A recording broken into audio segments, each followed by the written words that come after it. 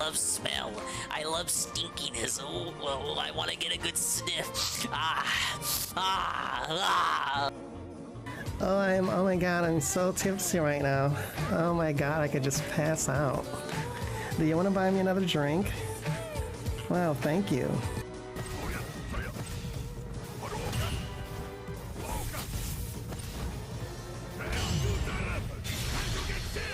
Do shit like that. Do cool shit like that. Fucking... That was... I should... Come on, man. That looked good. Didn't that look good? He likes them hard. Nim likes it hard. Yeah, I like it hard.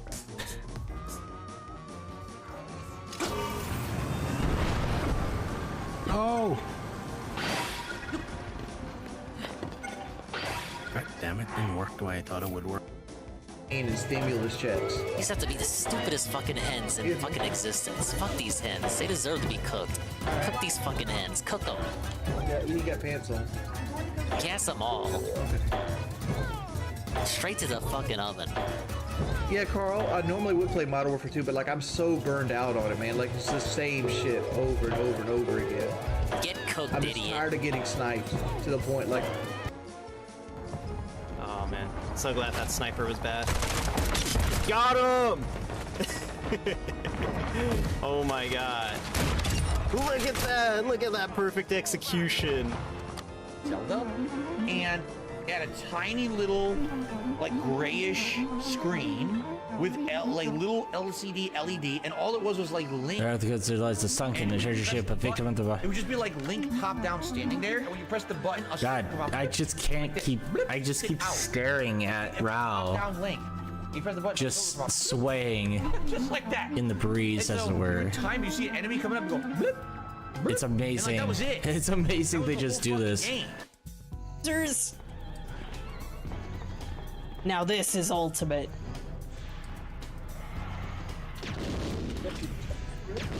I broke something.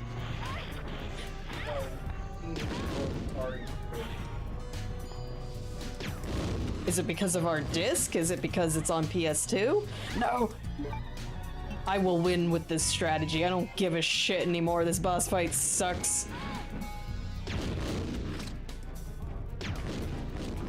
Yeah! Oh crap, what if I'm stuck up there?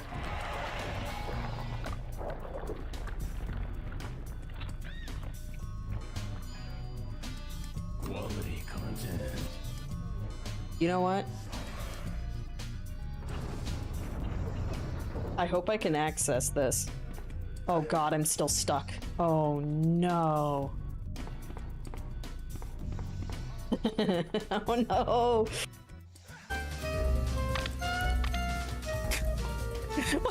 What's he doing? He looks like something's wrong with him. I don't like modern Disney. I like classic Disney. What's hey, it? I love you too. Yeah, let's keep the vibration on.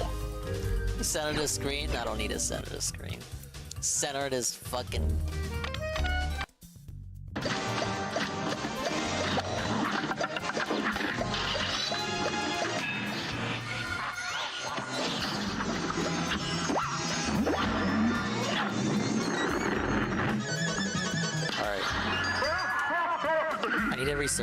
Research and focus. I can't even talk right now. I need to focus.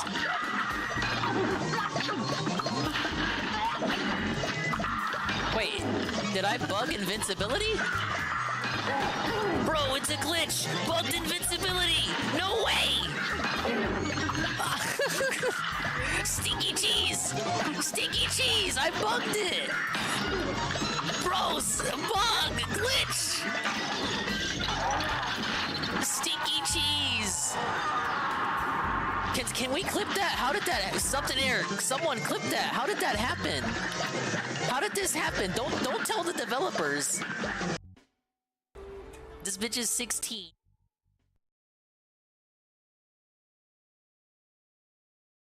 Ladies and gentlemen, Garfield and friends. We're ready to party! We're ready to lots of spaghetti. I'm scared. Come on in, come to the place where fun never ends. Come on in, it's time to party with Garfield and friends. Dancing, fiesta, romancing, siesta, samba, la bamba. Ay caramba, disguises, surprises, and pies of all sizes. Come on in, come to the place where fun never ends. Come on in, it's time to party with Garfield and friends. Come on in, it's time to party with Garfield and friends. Garfield and friends. And pay attention. There'll be a test at the end.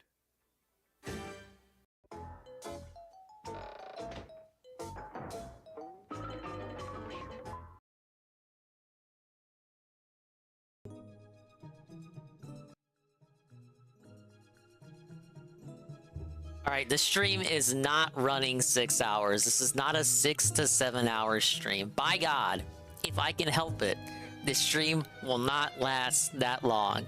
But hello everyone. Hello and welcome. Good evening to all as we continue Dingerween! Ooh, it's so spooky. A very rousing big ups to the swollen __ ones who are here in the now, as well as the ones who are here in the immediate, as well as far-flung future, like Snake's Revenge, WWE Carl, hey Carl, and D-Scythe, as well as, well, I already said it, immediate and far-flung future, the thing I always say. I hope everyone's doing well. You had a good Dark Side Dave's detox and day off away from the guy. It wasn't a technical detox. I am aware he released a 15-minute nothing burger video, which I didn't watch out of protest and boycott of the nonsense that is the current internet art. However, I did receive from Ann Lee a general summary of the video as he released it to the public. And yes, it is in fact a nothing burger video in which he gets on his hands and knees and prays, by God, prays to the stars above, that by the time he wakes up tomorrow, the stream is fixed and Alan Wake 2 is good to go. However, it is looking like he has to call Comcast and get them to come over tomorrow, specifically because they cannot come today for whatever reason. He's got things to do. He's a very important businessman with a fucking life, noob. Also, they just can't come today. No one's gonna be home. Even though Ket doesn't really do anything and doesn't necessarily need to be out with them when he's out shopping. It just means that he doesn't trust Ket to mess around with this fucking tech. And also means on the other side of the coin there that he doesn't trust her to do any shopping. DSP is like the manager of his own life. It's like his life is his business in which he is the manager and he has to oversee everything. He has to be like the helicopter parent over your shoulder there, looking at everything, making sure you're doing it right. As a former manager of a retail situation type deal, I can certainly relate. However, this is your reality day. This is your personal life. This is not your business life. This is your fucking, this is your internet. Now, I know you can say, oh, but it's messing with his business. But his business wired line is fine. It's his private wireless connection that's messing up, from what I am to understand. So in actuality, this doesn't really mess with its business objectively. He's just subjectively allowing it to hurt him and his business. There was nothing preventing him. There was nothing preventing him, really, objectively, from playing games yesterday evening. It was his own autism that he doesn't like change. We hate change in the Bernelio household. Therefore, all change must be banned and sent to ban world. But unlike that, I do like change, such as the change that is Wiggle Bottom entering my stream chat. Hello, sir. And Altronaut. He basically cat when the car broke. He's basically cat when the car broke. He doesn't have to work until the internet gets fixed. Yep. Yeah, big ups Wiggle Bottom. Thank you for the random DSP greeting. But phone screen too small to see chat, goo. Yeah, it's too tiny. We can't see anything, man. But yeah, that was the gist of the video from what I saw. Yeah, it's a phone screen too small to see the chat, even though it's right fucking there. And well, you know what it is too. He wants it to have wants it to be like multiple tabs. He can see the he can see his email and see the chat at the same time on his laptop. Whereas if it was on his phone, he'd have to have the email window up and then have to, you know, go back and forth between the email and the chat. You know, you can't have multiple windows open on your phone, only one app at a time. That's probably what he's talking about. He tried to be weird and justify it as, oh, well, the chat is moving so fast and the chat is so small, you know, I just can't read it. It's ineffective, he said. Even though I have no problem lurking in other people's chats while on my phone, while I'm streaming. But speaking of which, matter of fact, I'm going to prove DSP wrong when he says you cannot integrate your mobile phone into your business, your streaming situation. I'm going to prove him wrong because I'm actually doing a little bit of an experiment myself. You guys know the story about the MSI, how the MSI is always suffering. The MSI only has so much muscle. You know, it is a gaming laptop. It is strong, however, it is still a gaming laptop. I have nothing to supplement my setup here. It is just one laptop does everything. It's like if you told DSP's laptop to run the whole stream. But my flex is I am still able to run the stream, and allegedly people like it, so I must be doing something right. But in my vain efforts to lighten the load on the MSI, I'm gonna try something a little bit different, pimps. Today we will be playing backup music playlist, backup music from the phone instead of the laptop. Therefore, Carl, I will no longer have to have Chrome open. And so far, it's working pretty cool. So I actually have Stream Elements open via Chrome on the phone, and it's actually playing the music through OBS. Yes! Therefore, Chrome can be closed on the laptop, meaning more resources are conserved for everything else that is absolutely mandatory to run the stream there. I had some other suggestions too, because people were saying, Dingus, maybe try a 2D model, maybe a PNG tuber. Now, if it gets to that, we're really struggle sessioning. But I figured we'd try this little experiment today.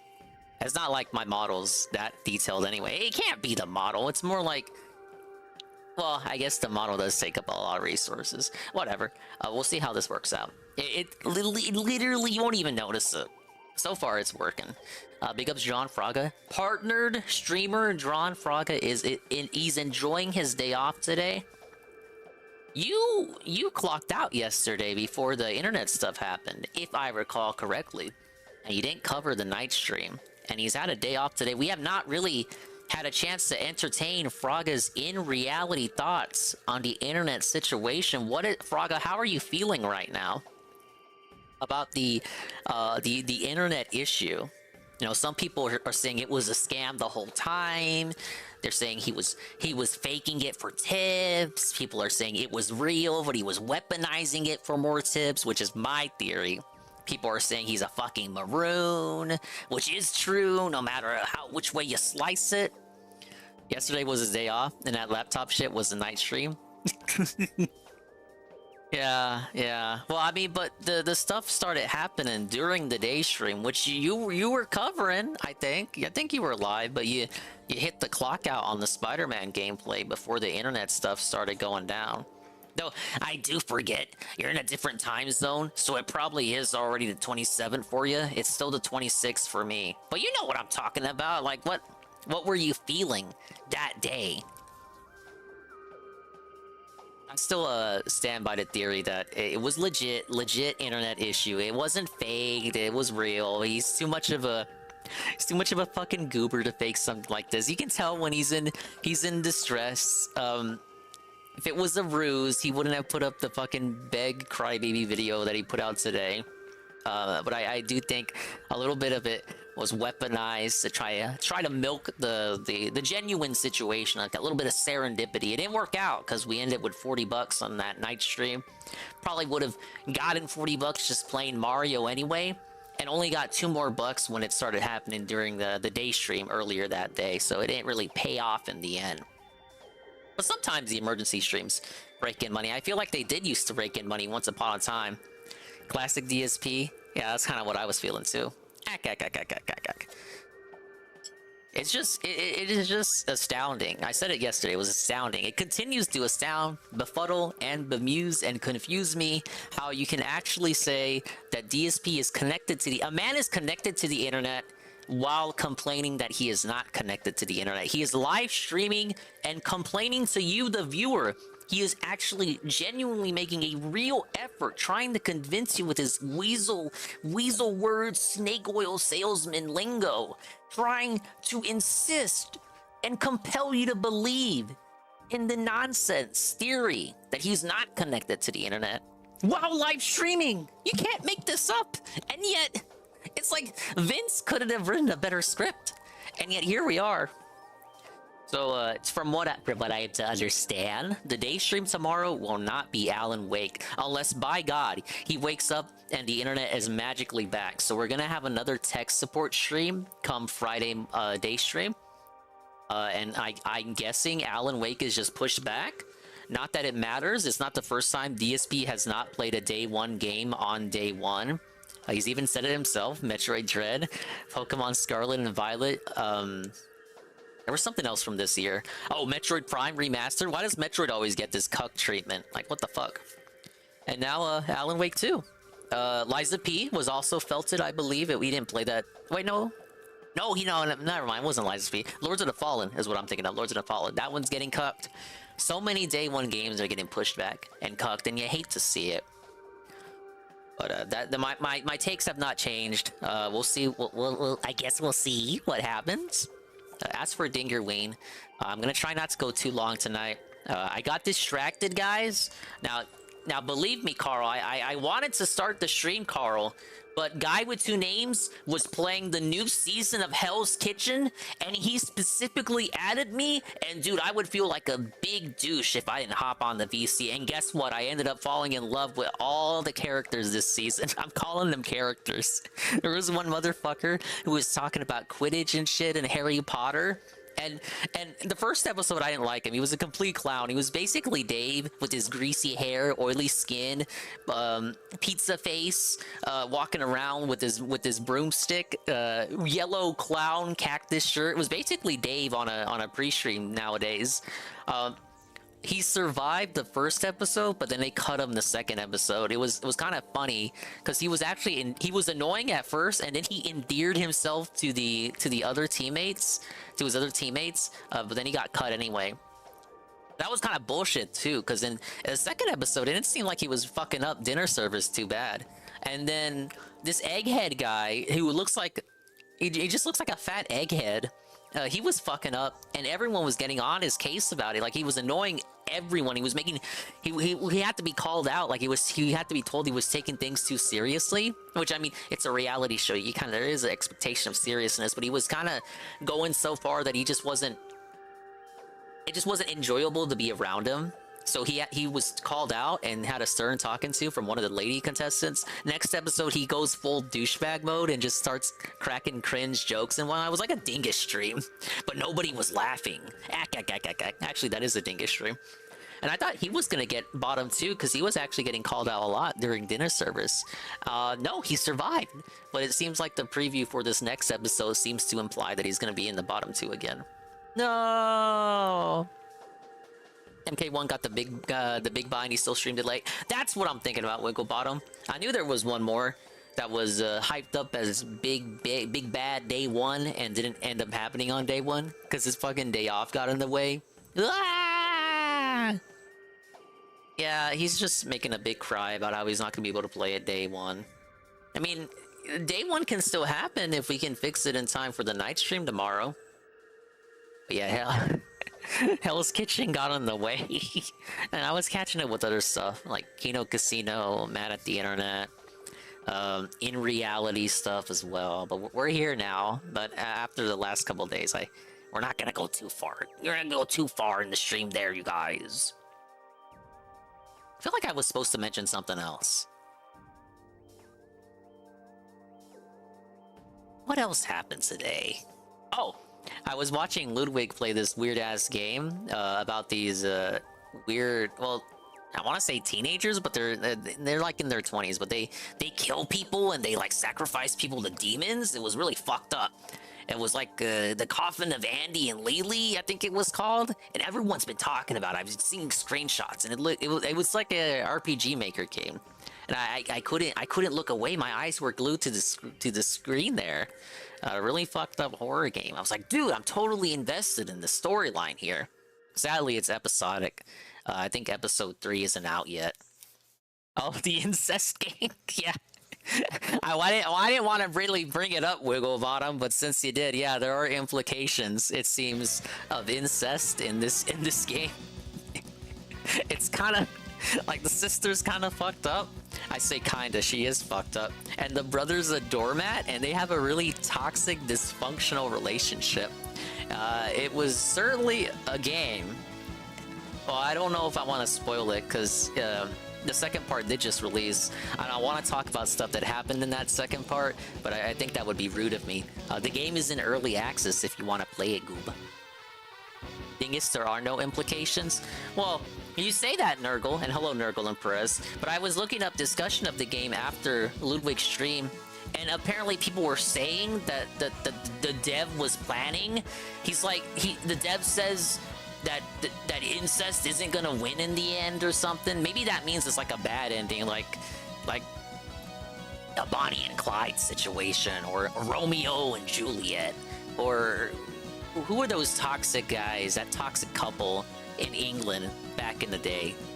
Nancy and Sid? Those two. Hello, Sarah. Alright, that's it. I paid a little bit too much attention to that Ludwig playthrough. But no, that was a very good game. Meghan and Harry? I don't think that's the couple. Alright, we're gonna do like smaller games today. Maybe some medieval, I don't know. But we're gonna start with a GBA classic. It's not what you expect, guys. It's actually, yeah, we'll do like 2 GBA games, and then maybe a throwback. Hello, Moitus. But let's get right on in this. You're not gonna believe what the first game is gonna be. Okay, hopefully this shows up.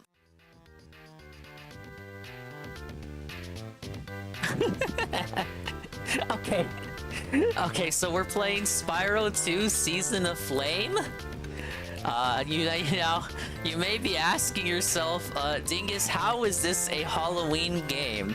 Now, it seems like all you wanted to do was play a Spyro Game Boy Advance game. I don't believe that that this is genuinely, there's no way this is a scary game. How could this possibly be scary? You're just looking for an excuse to play whatever you want on Halloween-style streams. Maybe this is some sort of scary mod. It's a personalized copy. Zombies are gonna come out of the game and kill Dingus, and it's gonna be great because we always hated that guy. Thank you for the cryptid coach love, Saru. Fucking strategy. This guy actually has clips. I mean, not to dab on him, but most of the time the people we give love to on the stream don't have clips, so it's kind of cool to get someone that does. Okay. But dude, you should actually consider following them literally. Miss Watson? Clip that, clip that, clip that. Devil's breath. I agree, clip that. But there's no way they can keep it safe from Octavius and Yeah, it's a Just 51 game. We need to find the game. Gotta be formally requesting a We Love GBA redeem. We don't have room. You know we don't have redeem room. I gotta beat the current playthroughs. What do you mean you're out? All right, look. Let me stake my case. I'm gonna stake my case right now. GBA Crash is pretty good too. I grew up with both. All right. So we have Spyro 2 Season of Flame. I should have updated the category. Hopefully it got updated. Alright, can you believe I had to play an hour of this game to get to the point that I wanted to get to? 16%, I had to speedrun and skip content just to get to the area I wanted to show off. So here we are, we're in, I can't even keep a straight face. We're in Haunted Hills. It's the scary level. Woo! But I did like what? I had to do like 4 levels just to get here. Oh, here's the St. Patrick's Day level. I took footage of this for the background when we drank the Shamrock Shake. So it's like a Dude, that was like 6 months ago or something. Oh, and I had to beat one boss. Hello, Eddie B. Yeah, but here we are. This is Game Boy Advance Spyro. This is the poverty Spyro if you didn't have a PlayStation. It's the Chatter the Ghost. Alas, poor Yorick. Hey Spyro, can you help me find my buddy Yorick? He's kind of short, kind of chatty, and, well, I'm sure you'll know him if you see him. With all these Rhinox around, I'm getting really worried about him. But yeah, I grew up on this shit. As a GBA connoisseur, you know, you grow up with the PS1, you play Spyro, you get the GBA later, so you're only Nintendo anything. Then you find out, whoa, dude, they got Spyro on the GBA, and it plays like PS1 Spyro, but from an isometric viewpoint? Holy shit, sign me up. I beat these two a little while back. 3 Attack the Rhinox got longer with interconnected level. Yeah, Spyro Attack of the Rhinox is called Spyro Adventure in Europe. It had some RPG mechanics. We're getting kind of a bit too lost in the sauce with that one, but I do enjoy that one the most out of all the GBA ones. Pick up Straggers. We have a Juzzy segment right now, and he's not even here to enjoy it. Alright, so B is Flame. You can jump. You got the gliding. It really is just PS1 Spyro with never before seen levels and level themes. You got the Charge, which I have mapped to R1, but it's R. You can even check the whole map. Well, it uncovers as you explore. So don't take this the wrong way. It is not hard to get lost.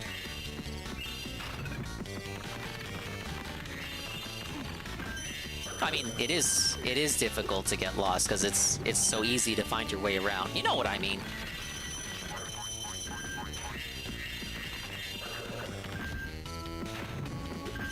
Yeah, but this one, new levels, new themes, and all that.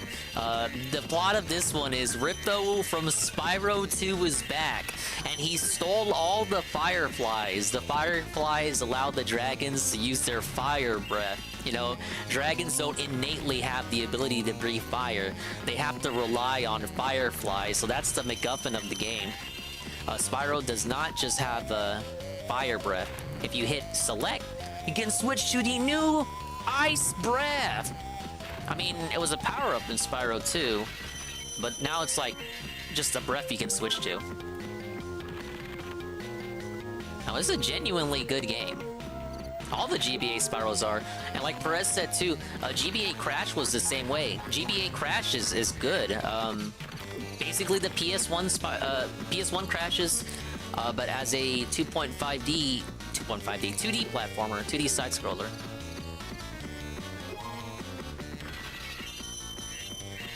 The second Crash GBA game got wild. You could play as Crunch. There were Coco levels. You were in fucking space escaping the sun. Entropy was the main villain. They were on one.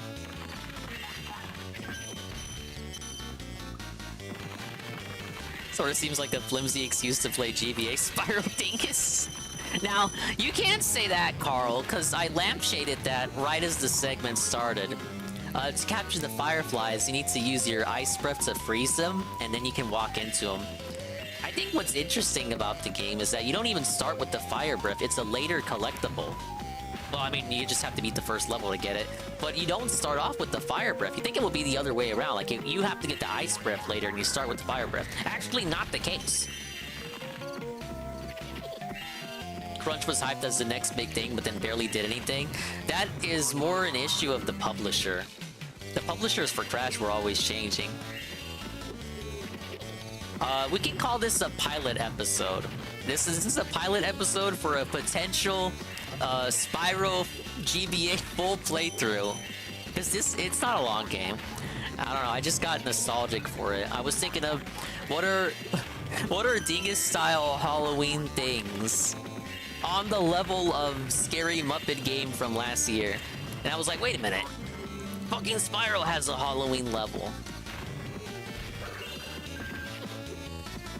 Reboot Spyro Trilogy, we played for the 24-hour stream earlier this year. I did Spyro 1 from the reboot. And I have actually, that's the only stream segment I did of it, but I have beaten the Reboot Trilogy twice. Once on Xbox and once on Switch. All 3 games 100% dominated. Well, I mean, well, yes.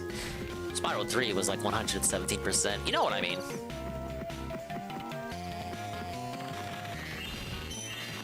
But now I own it on PS5, so eventually I'll do it all over again. Hey, a purple dragon. Now I've seen everything. Not that a talking skull is anything to sneeze at, mind you. Oh, the new... Oh, okay. That one, I only played Spyro A New Beginning, the first one for PS2. I wanted to play Eternal Night when it was coming out, but I could never find a copy. And then by the time the Dawn of the Dragon came out, I had already heard that the Reboot Trilogy kind of floundered. Apparently it wasn't very good.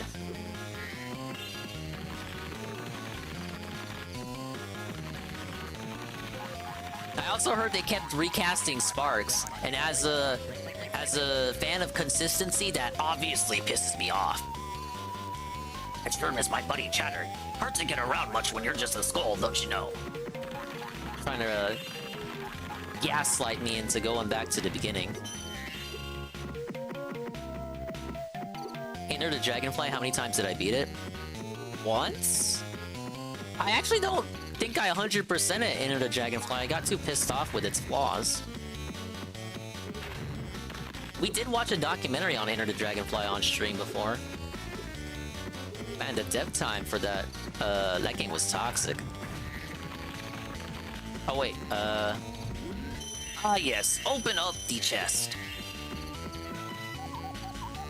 Hey, you found him. Thanks a lot, Spyro. Here's a glowing bug I found under a headstone. I hope you like it. Oops, it slipped away. Come on, Yurik. I'll give you a piggyback ride. Yay, piggyback ride. he looks kind of like Sir Dan. Alright, you gotta watch out. You captured Cauldron! Ack, ack, ack, ack, ack.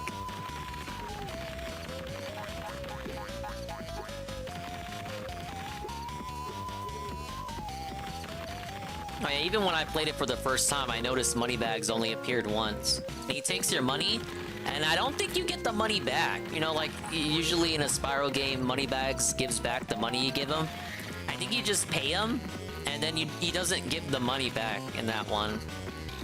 I wonder how that works. Does the game just secretly give the money back when you beat the game? Is it just gone for good? Is the total amount of gems in that game an uneven amount?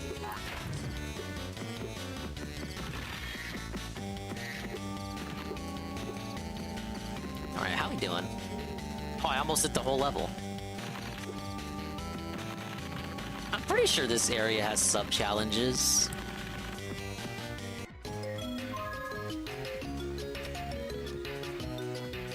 Yeah, they had like 2 teams on it. The team doing all the animations, they were Asian, and there was allegedly xenophobia going on. Not from the Westerners, mind you, but from the Asians. They didn't want to...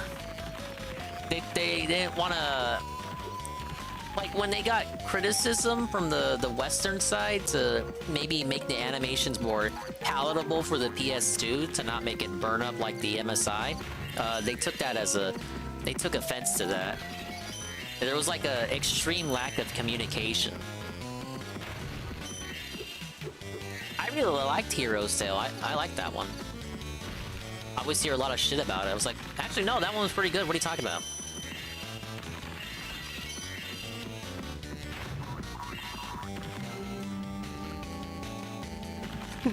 Crispy. He's got that peanut butter complexion.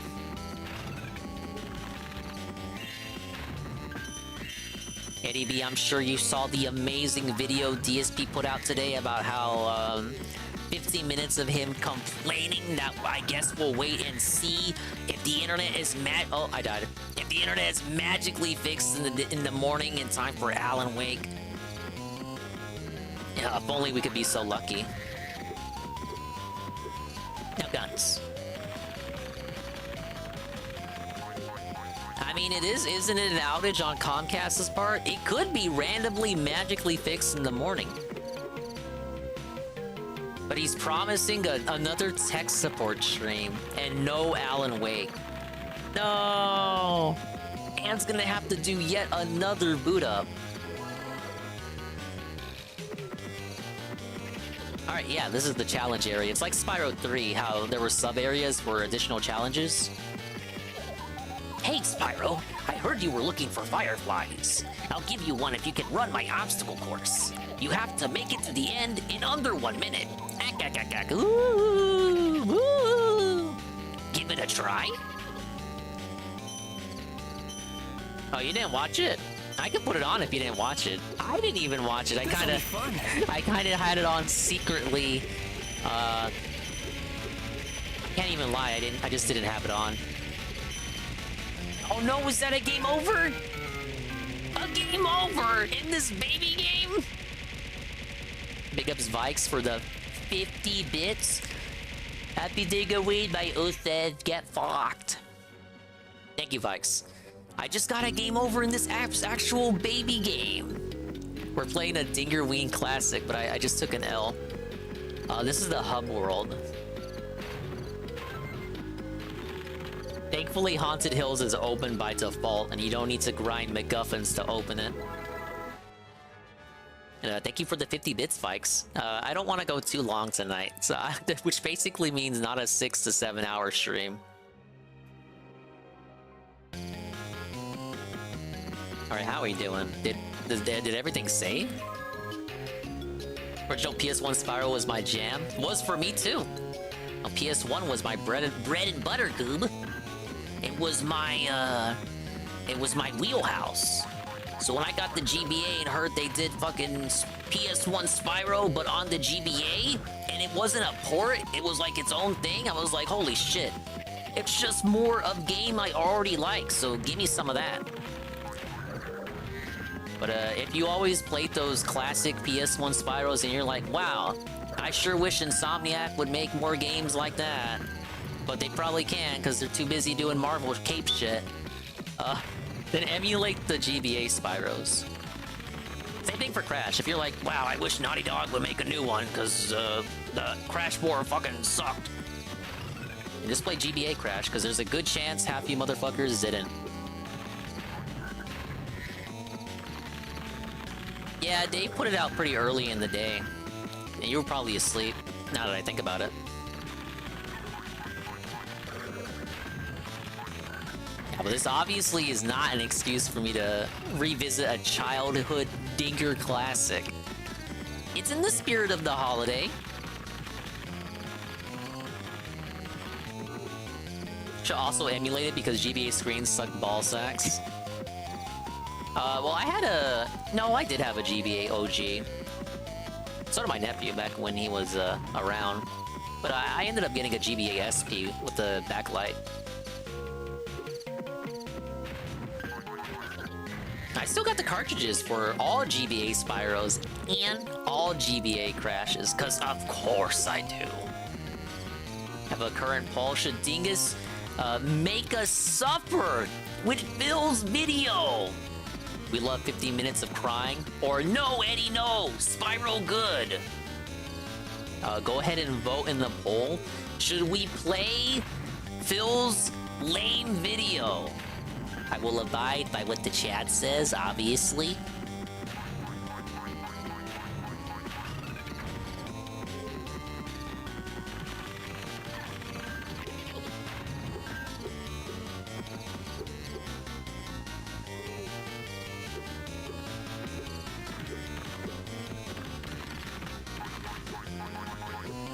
And I didn't let you pay with Dingcoin? Yeah, we don't want people scamming this poll. If we watch Dave, it has to be an authentic vote as a result of democracy. How do I get up here with the extra lives?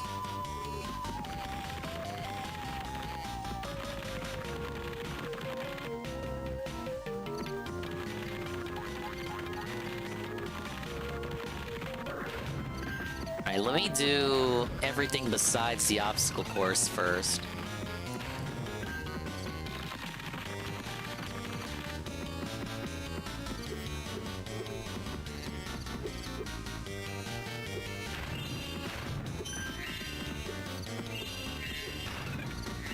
Alright, there's all the lanterns. Whoa, you captured Ember. That's the last of the gems on this level, Spyro. Way to go. Thank you. Okay, well that's how you get there. Can we do that again? Can we run that back?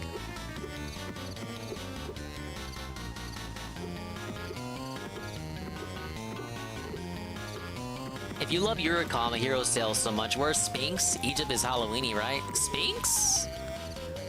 Didn't they remaster that? I might be thinking of a different game. Big Ups Jobla. Wish they'd remake Sly Cooper like they did with the Reunited trilogy. That would be good, wouldn't it?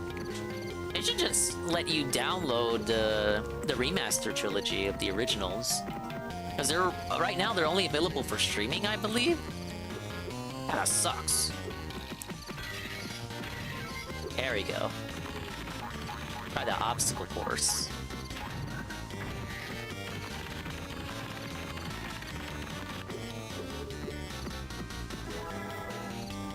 They did on everything but Xbox, since Xbox already had the OG version via backwards compatibility. But it's still a remaster. What the fuck? 3D Zelda clone? One of the few I've beaten.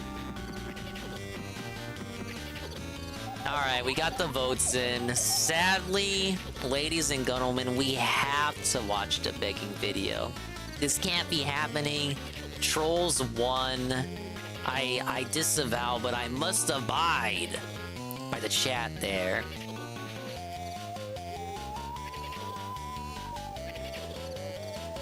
Alright, let's see if we can go to Dave's channel. Now this does mean I have to pull up Chrome. Alright, important internet issues update! October 26, 2023. Go ahead and use this as an excuse to chill.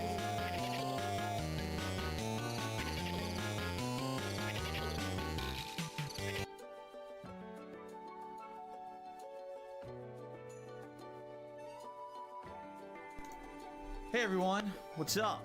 Phil here with an update, an unexpected update. As you can see, I'm about to head out the door and have a day out. Yeah, he's ready to go. A day off from streaming and content.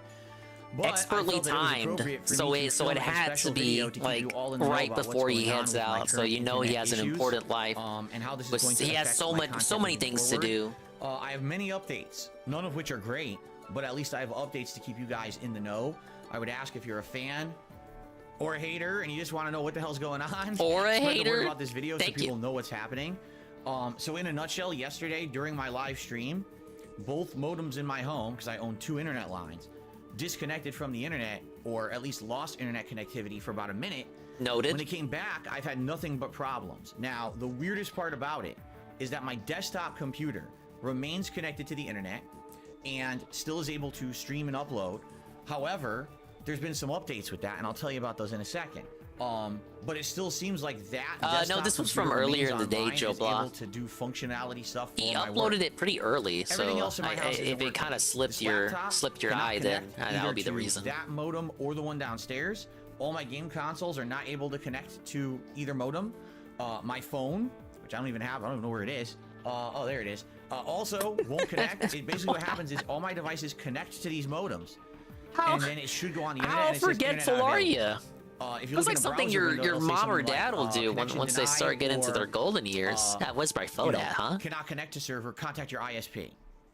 So after this, ruined my stream yesterday. I was doing a Spider-Man stream. We couldn't finish it. The trick worked. It's Ann1337 in my chat. This was just a pre-beg disguised as a 7-minute recap plus 8-minute update of how he isn't going to have them come over today to fix the problem because he's a busy business-style guy with in-reality stuff to do. Very important. No way he can have them show up on the day where he isn't doing anything regarding his business. He has to make them come tomorrow when he does have to do things with his business. Today is like it's a me day. Yeah. Big up J-Bum. Yes, he did make a video today. We're playing it right now. Important issues, internet issues update, October 26, 2023. But instead on a Friday during the pre-stream. Yeah, You know, if you didn't know about this video's existence, basically the summation is Alan Wake is not happening tomorrow for the day stream unless magically his internet fixes itself. Now, since this is a Comcast issue, this is possible. It's possible this could happen, but don't count on it. Hello, Coggers. Last night we did a 2.5-hour troubleshooting stream. where, Absolutely thankfully, worthless from what I you know, hear, my that viewers and 2-hour fans tried night to help stream. me, and I really appreciate that you guys came out and hung out with Literally me for woke up a bit 2.5 ago hours and grabbed we some tried to figure cereal. this out. I crashed really hard after work, didn't Basically, even what we bother to eat discovered is today. It's got to be something on the server side from my ISP. My ISP is Comcast. I got some enchiladas here.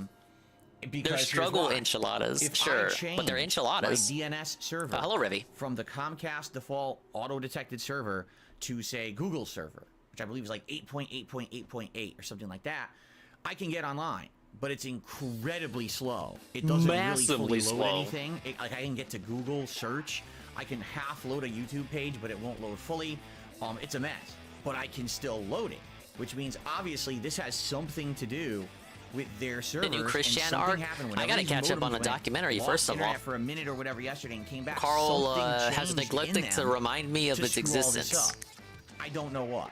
Okay, so we I don't know tried for what. 2.5 hours last night. We couldn't figure out what to do, so we left it at number one. Kansas, someone is today, just DDoSing him Thursday, relentlessly. the I don't believe that. 26th of October. People I looked have to into call it, and apparently and Comcast work is with them to having figure out what's outages in his going on. area. And I got to figure out a way to get all my stuff ready for Friday. Because if you don't know, on Friday it's a big day for me. They told him that yesterday, and he called them idiots. Like, how would it be Comcast's fault? 13 years. It turns out it is Comcast's fault.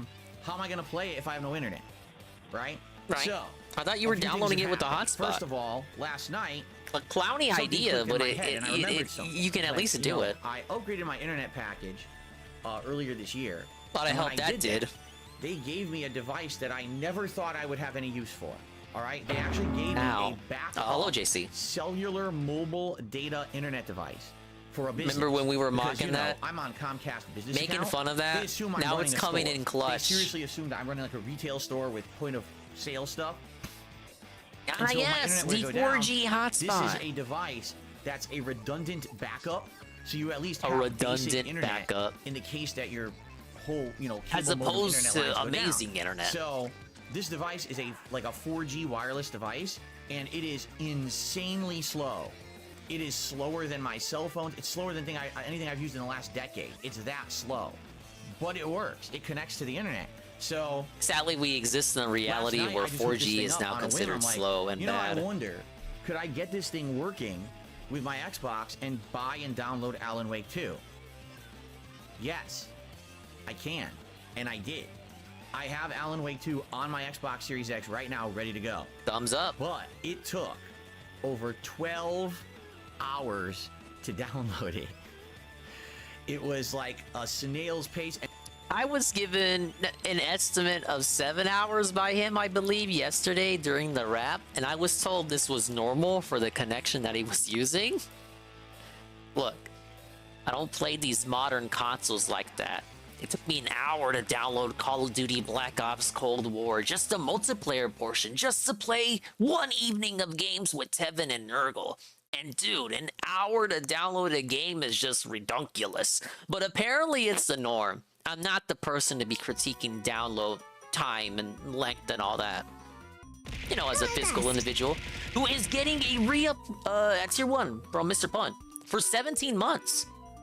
And this internet connection is wild. It'll be like 20 megabytes per second, less than a megabyte per second. Like he is 30 megabytes per justifying how he second, pays for 2 business lines, even though this just proves he's getting ripped reconnected. off every It's single a day. Nightmare. It's not. You could never use this for anything consistent. You yeah. would never be able to stream on this Yeah. thing. It's wild. Thank you, Mr. Okay? Pun. So it's essentially just a backup for very basic use. I left this on. What would it be a overnight. backup And for? overnight, it just. Like- I'm not even kidding you. It just finished downloading about 30 minutes ago, and right now it's. I'm baffled as to why he was given this. It's not like he knew about it or asked about it. Like, how is this a backup for him? Okay, for a I would get it if we're doing sales and he's like selling stuff physically, and his sales, his POS is done over Wi-Fi. Okay, in that case, your little backup mobile thing is of some use. You know, if all you need is the internet connection to get to the POS and do your sales, that makes sense. Sounds like that's what this device is for. Why was he given this when all he does is he streams, downloads, and uploads, none of which are things that this device can allegedly do competently? It kind of boggles the mind. 11:54 a.m. for me, so it just finished. So it Hey, took over Citrus, 12 hours to DLC. download the game. So that's good to go. I have Alan Wake 2 for tomorrow. All right. Now, this morning, I got up and I called Comcast. That's what the backup Here's is results for, of so this stores can pull conversation, people's credit if okay? they lose their main line. Yeah, Test everything. why was he nothing giving it? works. No kidding. Knew that was going to happen. That's I tried fine. explaining to the person That's on why the Queen line the doesn't do technical that. aspects of what was going on. You can tell when someone has absolutely no recognition of what you're saying. This person is not a technical person. They're just a line level customer service support. Why they have no technical knowledge on people doing line level customer service support for a business, I have no idea. I don't know. But that's what Comcast chooses to do. So after over about half an hour on the phone, Talk about how they didn't have wasted an time, American essentially, accent. the person said they're going to have a tech come out tomorrow. At Or- first they said they wanted a tech come out today. I said, I can't. Today's my day off. I'm literally within What? 20 What are you minutes of me talking making about? this video. I'm out. I'm out the door. I have appointments and all kinds of stuff already No, set up I that gotta- have to do. no, It's my one day no, off a I'm week. fucking I schedule busy. everything for my one day off.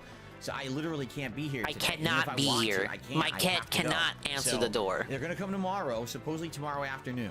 All right. So, like, can Ket not just be like, this exposes in reality just how little trust we put in the horse. Like, the horse can't stay home. Like, the horse doesn't have to go with him doing these fucking errands. The horse cannot stay home and look after the technician and maybe get piped by him because the pipe is still open or something. No, we don't trust the horse. She cannot be alone with a man who is not named Philip Paul Burnell. We cannot allow this to happen, especially if that technician happens to be black. We cannot allow this chicanery. But it really just goes back to how he kind of sneak disses Ket without even realizing it. It's like, and at the same time, okay, what if Phil stays home with the technician and Ket goes and does groceries? Can we not do that? No, we can't even trust her to get groceries. It's fucking reality we live in, man. Yeah, no, we can't tell Ket, Carl. Ket cannot be trusted to be alone with this gentleman. And if it's a female technician, maybe he fears they'll open up to each other and like maybe she'll shit talk Phil behind his back or something. When you think about it, he is denying the knowledge of both the person. Oh, it scrolled up. It's really funny when you think about it. He's denying the knowledge of both the person on the phone and possibly the person who's gonna come over and fix his shit. Yes, that's right. Groceries would not make it home in her possession. Yeah, she'd fucking drop them or lose them. They would get stolen in the parking lot. So here's the deal. What are we gonna do without internet? All right. Tomorrow, I'm going to turn on my stream at the normal time to do the podcast. We're gonna chat. We're gonna talk. I'm sure there'll be game news and things to talk about and hang out. There's literally no reason for me to start the game because we're going to be interrupted at some point by a tech showing up to try to figure out what's going on. Ah, with this internet, yes, it's a good old If I start the midday game, what's the point? interruption. You're gonna get blue balls. I just start and then I'll have to turn it off again, right? Right. So it's gonna be start up, talk, hang out, with podcast, have a good time, and then whenever Have the a tech good shows time. up, go offline. While shit talking See if the tech Comcast. who's here can figure out what the heck is going on. I'm And sure the we're gonna be doing non-American crazy tech amounts of support troubleshooting agents. and everything on both modems to figure this out, and go from there. Then hopefully the tech will resolve it, and we'll be back to normal. All right, now. I am going to see if I plug this laptop into that 4G backup wireless device, if I can get basic internet on it. And if I can, that means I should be able to stream the game and have the laptop with the chat and all your Well, contributions obviously it working. worked if we could Should be upload a this normal video. stream.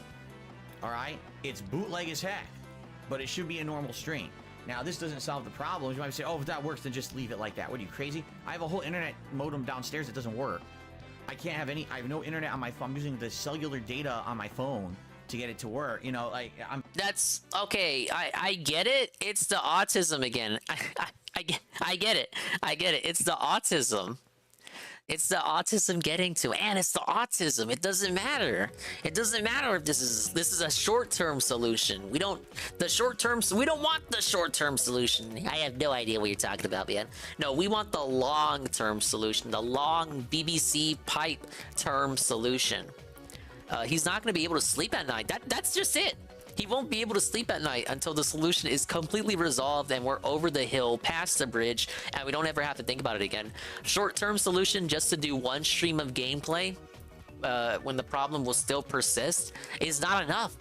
You can't just connect it to the 4G device, do one, maybe a day stream and a night stream, and then see if you can get it fixed between that night stream and the next day stream. It's not how it works. No, we need to waste literally everybody's time, waste a pre-stream, waste a chunk of a day stream. Well, wasting a pre-stream, who the fuck cares? Waste a chunk of the day stream to waste your time as he waits on a technician to come in and fix the thing so he doesn't have to worry about it again. When in, like, reality, you would maybe take a day off or just get it done between streams. Maybe for one stream, you'd have the short-term solution just to have something, you know, just so you wouldn't have to take the day off or skip the stream. But no, short-term solutions do not exist in Philip's world. But the moment it was about Xbox and downloading game, all of a sudden he knew what he was talking about.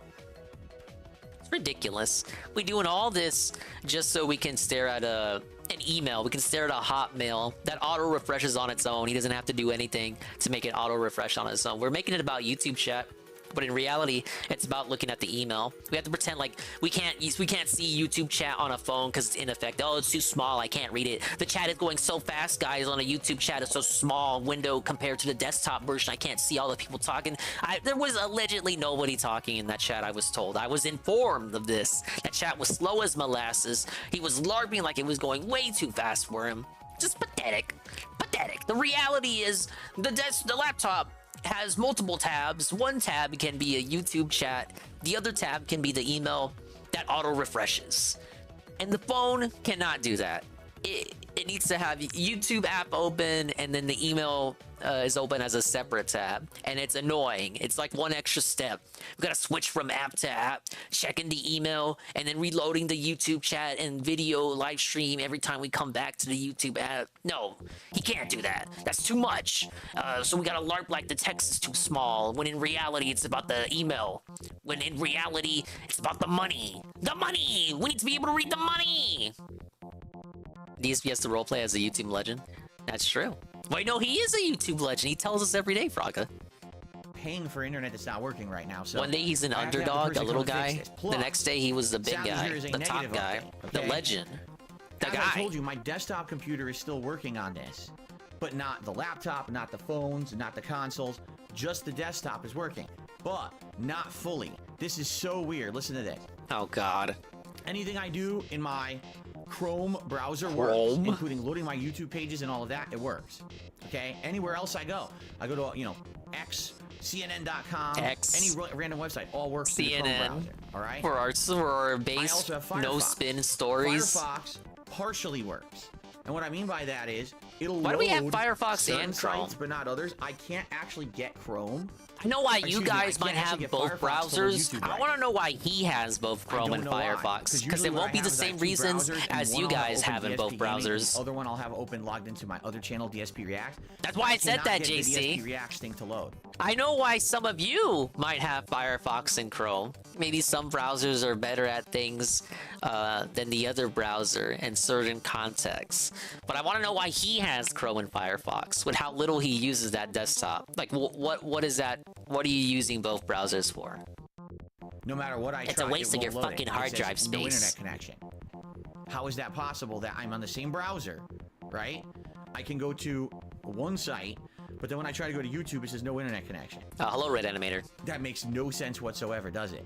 You're not a technician. You don't know what makes sense and what doesn't. It seems like there's a really messed up thing going on. I feel like what happened is they pushed some kind of an update to both modems yesterday. Schizo theory. It doesn't affect them, but for me, for my use, it does. For your legacy, maybe it's because of all your legacy media you use for your dumbass business. But it's not. No wonder it bricked everything for just you. It's, you know, it's on their end. They screwed this up, and now me and a tech tomorrow are going to have to sit here and put our heads together. You have to put your heads together with the tech.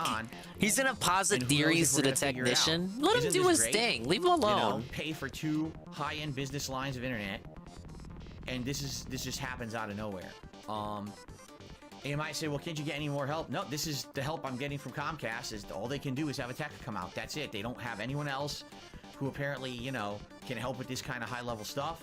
what would we want? Like, what is the second tier of assistance after calling someone and having someone just go over to your house? Like, what is beyond that? You want them to sleep with your wife too? What? Put our heads together? Like, you're not involved in this process, man. It's like, again, it's like the helicopter parent, the supervisor. He's got to be there hovering over your shoulder. He has to be involved in the process actively, or he does not feel comfortable. It's another symptom of autism, I think. An update for his decade-old cable modem. Okay. The update is rescinding support for Windows 8 and the elusive Windows 9. They said the best thing to do is have a tech come out and hope for the best. So, you know, last time they came, and tomorrow, he like I said, boasted that they didn't have to upgrade his modem, which was a bad thing, if you ask me. So he's still rocking that 2014 modem. That was probably outdated when he fucking moved over there to begin with. And we'll be back to normal after that. And of course, whenever it gets solved, I would love to get back up and running and play Alan Wake with you guys. Could have gone to a pawn shop and bought a junk laptop for $50 for the Wi-Fi and chat. PayPal, that's all I need. No, that's a short-term solution. We need a long-term solution. I've seen the tech show up the earliest. You know what I mean? It's probably going to be like sometime in the later afternoon. I would almost guarantee it. So I guess we'll see what happens, right? That's all we can do is wait and see what happens tomorrow. Hopefully, and upgrading internet is just one guy hitting a button. Get the basic stream going. From what I've seen, I can start the podcast. We can hang out together for a while. I guarantee you, it's the laptop. He claims his consoles can't connect. Entire business into disarray. I lost out on over an hour of Spider-Man gameplay. I didn't get to play Mario last. Okay, let's hear about. Okay, so this is a 15-minute video, 10 minutes of whining, and now we get the Giga whine. 5 minutes of the money. Now, I'm gonna hear him talk about how this is robbing him of money. He couldn't play games. He could not play Mario. He could not. No, Anne, it's not about choice. It's an illusion of choice. He literally could not play Mario. He wouldn't lie to us. He's telling us here in this video he could not play Mario. There's nothing. You know, Nintendo loves their online-only experiences. You know, DSP loves, he's like he loves his fans. He loves Jade and Derek and Willow. That's why he banned that person. He loves them. He wanted to play Mario online with them. He wanted to create the DSP Gaming community room in Mario Wonder. And Nintendo came down from the clouds, tossed the lightning bolt, and told him, no, you cannot play Mario last night. So we could not boot up Mario. We could not do it. People literally gave him money. Please play Mario. And he ignored them. The schedule is very strict, J-Bomb, except when literally technical issues, divine intervention, prevent him from carrying out the schedule. And also in other cases like Liza P, where we switched the schedule up out of nowhere just to play it early because we could. What he really doesn't understand is that it's okay to not understand complicated topics, but he does everything correct, so what would I know? Exactly. He needs to be online and play offline in Filbert's Clown World. I did not hear all the night stream, so I'm gonna love to hear him summarize what his reasoning. Like, I want to hear him summarize why not being able to read the email on the laptop prevented him from playing Mario last night. What else was I was gonna say one more thing. Damn, I had something good. Oh yeah, he's gonna act like this filler arc has prevented us from making loads of money. When going into this arc, the issue was the gameplay wasn't making us money. So an argument, I believe, is about to be made that he would have made a lot of money on the Mario and the remaining hour of the Spider-Man stream if only the Comcast stuff did not happen. Even though going into the ordeal on the Spider-Man stream, we had $25, made an extra $2 during the emergency wine, which is pretty abnormal for an emergency situation. Then on the night stream, that would have been Mario, made about $40, which honestly, him making 40 on a Mario stream, if you told me that, I'd believe it. I don't think he would have made more if he actually did play Mario last night. In fact, he probably would have made less. But we're about to hear how he got gypped on money on potential tips that would have appeared had he only played Mario last night. Even though in all likelihood, it could have just as easily been a single-digit dollar stream. out on over an hour of Spider-Man gameplay. I didn't get to play Mario last night. I don't even know what's going to happen on Friday when I come back and I boot this I didn't thing hear up. that, I don't know Vikes. if I'm going to be able to fix it. I have no idea. All right? So, what can you do to help? Well, obviously there's a ton of content already you can watch, right? Like, watch the stuff I've already uploaded. That's number one. This is weird. Number two, I if you checked would the like to backlog. support in some way, please by all means do. Super thanks. I would really I hate wanna for hear this it. to, in the midst of the busiest gaming time of the year, to now I agree, Joe massively Blah. negatively affect me. You know, which is going to be like, let me put it this way, all right? Dinger debunks mode on the Switch. I that I'm would, not but in a it doxes position my IP. anymore that I'm living day to day, because I was very much Not gonna so have a few Dale years moment ago. with the IP I was there. in positions where like every day I was like, man, I gotta raise this much today, or I can't pay my bills, or I can't do this. Luckily, I'm not necessarily in that situation. It's not that bad. The problem is, I don't want to go back to where I was. Do you understand what I mean? You have to I've been enable doing online. good. I've been trying to pull myself out of. Even when you are online and connected in Mario Wonder, you still have to talk to a guy in the game to activate the online functionality. So it's like you got to do extra steps to play online in that game. Even when you are online, you still have to turn on the online. Like, online is not necessary. Hello, Izzy Jones. A kind of a situation where that's the case. And if I'm now not I'm going unplugging to have the Ethernet extended cable, periods of come on. time where I can't regularly stream, I can't do my regular work, I can't make the money I usually make, it will put me into a bad position again. And This is incorrect. This is the hypothesis being posited here. The doom saying, the doom mongering scenario being put forth is that because of this situation, there will be days in which DSP is not able to do gameplay. He's not able to play a game and stream a game, and the money is going to be taken away. We're not going to be able to make the money, but this is not true. There's not going to be. He's fear-mongering like there's gonna be days in which he can't play the game, so we're just not gonna do anything, so there won't be streams. That's the doom scenario being put forth, being posited here. This is not the case. You're not gonna get extra DSP days off. If we get like multiple days where this situation is not resolved, DSP is not just, he's not gonna not stream, you know what I mean? Like, he's gonna boot up anyway. The schedule autism compels him to. It's just gonna be multiple full screen talkie streams until the situation is resolved. He's not gonna take more days off because of this, but he's gonna act like it in a second. I'm deathly afraid that this thing, the way it's going and how weird it is, that it's going to be something that Comcast has never faced before. They don't know what the hell's going on. Oh yeah, they've never had outages before, and it's going to man. be a nightmare, you know? As is, I'm paying for the internet and I don't have it, you know? I have a modem downstairs, doesn't work at all. I can't get anything out of it. Compensator or something, it's cry worthless about and it. I'm paying for it. I'm really hoping that they're going to be able It's to like a figure this day out or two tomorrow, of not you know, having but access. Like, I what don't the know. hell? I'm skeptical. Was he like this we sat when here that for hurricane 2.5 hit for a full hours week? last night, and we tried everything, and the best we could do is connect via a different DNS server, like the Google server, and we could get Google to load and YouTube to half load, but it was slow and it wasn't really working. Also, stuff is loading, so the internet you're paying for is working. Huh? Interesting. Probably never faces this. So you kind aren't of an really issue. getting It's just gypped. gonna Like, you're getting know gypped, how but to you're not fix getting this, right? gypped. I don't have faith in it. I don't.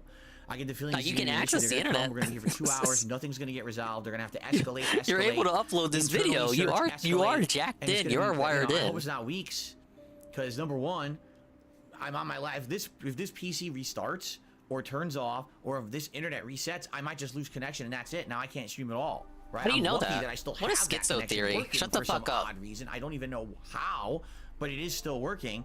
But like I said, it's weird because it's like half Maybe the PC capacity. is on It its won't last load legs certain because you sites, like refuse to YouTube. turn It it won't off. load YouTube in my Firefox. What would he browser. do Why? if there's an Obviously outage, like an something is up, actual something's going full-blown on. power outage?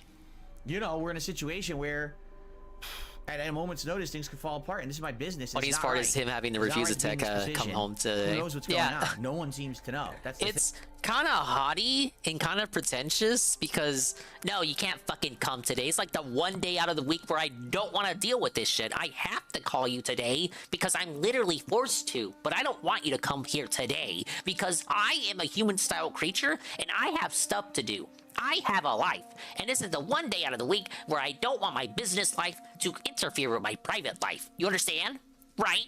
It's my one day off, and you need to come tomorrow. And no, I can't have my stupid fucking wife here alone with a black technician, who may or may not be black. Not that there's anything wrong with that. And no, I can't have her going out and do errands. I don't trust that bitch. She's gonna lose all her groceries in the parking lot.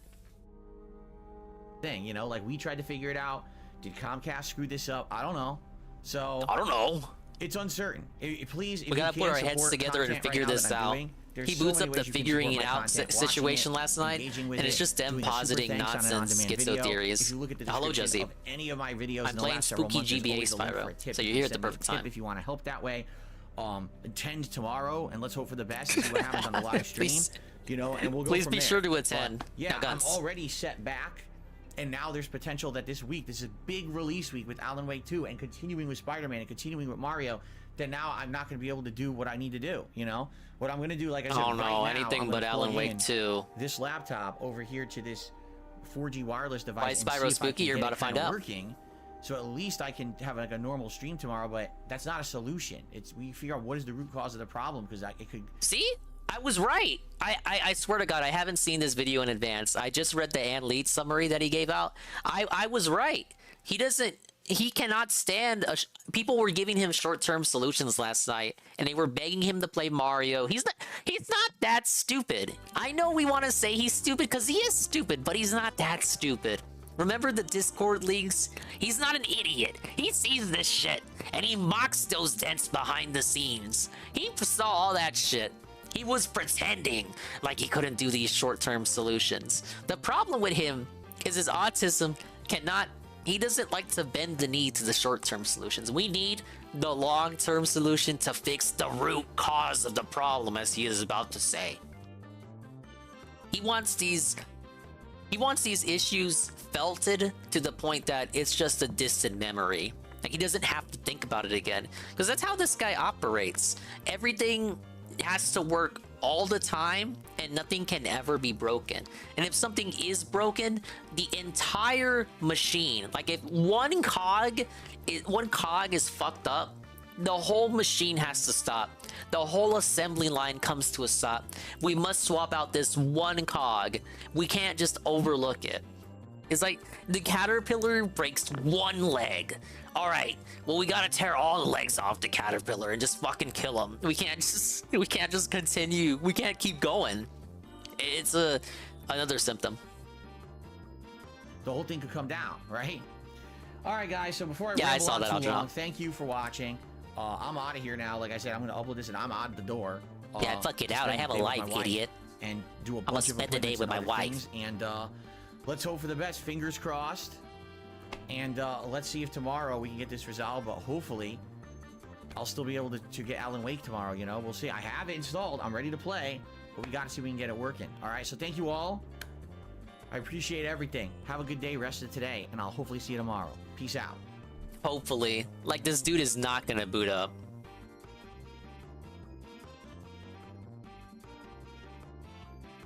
Big ups hate __ army. By the way, it's 11:30 his time, and he hadn't left the house yet. Very busy guy, by the way. Probably woke up at what? 10, maybe? Doesn't he say he wakes up at 10 his time? Or 10 or 9? Maybe Jasper gets him up at 9. Ah, yes, the 10 a.m. wake up and a speedy breakfast and angry belligerent 15-minute video. Then I'm rushing out the door, man. Maybe spend, what, 4 or 5 hours out and about. Come home at like 5 p.m. And it's like, okay, that's my day. I literally can't do anything else because it is now 5 p.m. It's too late to do anything because I'm 41 years old and 5 p.m. is just way too late to do anything else in a day. We now have to lounge around for the next 6 hours and then I can go to bed. Fucking ridiculous video. All right, that was that was my take on the internet video. Maybe we can clip that out and make that an expanded segment there. Hey, where did Spyro go? Oh, it's because I paused it.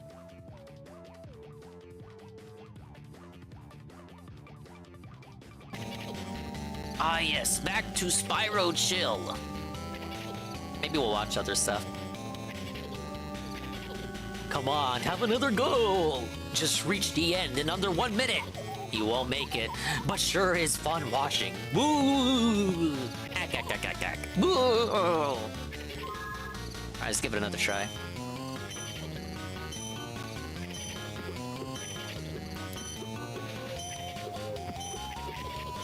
Yeah, you know what? He is called Chill, isn't he?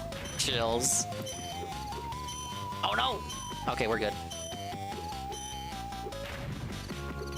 No! I didn't know where the platform was.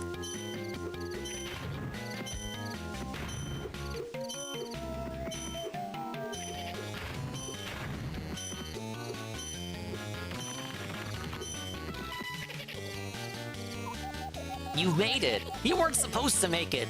Oh, my precious obstacle course is felted! I guess I'm not quite as brilliant as I thought. Well, a deal's a deal. Here's your Firefly, Spyro. It's back to the drawing board for me. Oh yeah, you can do that, can't you? I knew I was forgetting something that you could do in the game. Shit, I gotta backtrack. Backtracking. I remember charging all the time in this game when I first played it. Way back in the day as Billy Dingus, I would just charge everywhere. We can't just walk around, we just gotta charge all over the place. Now that I'm older, I recognize how dangerous a playstyle that is.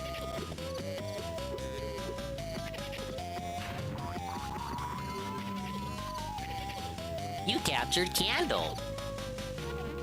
You caught the last Firefly on this level, Spyro. Ah yes, good work. Hope you're enjoying that Firefly, Spyro. Ooh, forget it.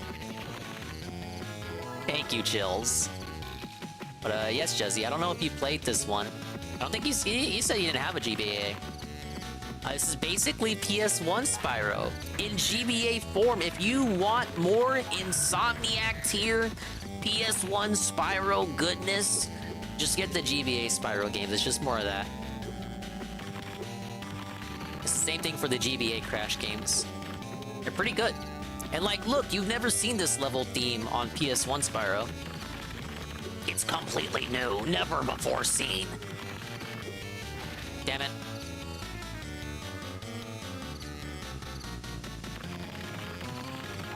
No, but this was the perfect pipeline for me. PS1 to GBA, and it plays like the PS1 games. Give me like 10 copies, man. But, Juzzy, this one gives out special lore. Ripto is back. The return of Ripto. He has stolen the dragon's fireflies, which gives them their flame breath ability. They can't just breathe fire just like that. That's too much. They need fucking fireflies. So they're the MacGuffin of the game. More GBA streams? Eventually.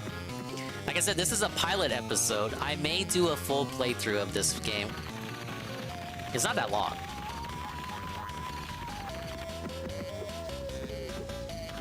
Is Ripto the main baddie of the series? The most iconic and therefore the one that shows up a lot, yeah.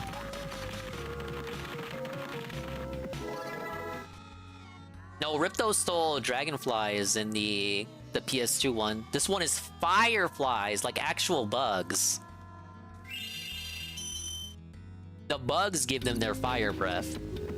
In the first GBA game, you were rescuing the fairies.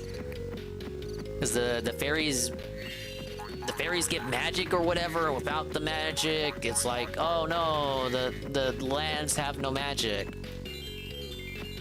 I forget what the third game was about. Like, Ripto came back again, and we had to, like, go on a quest for some reason.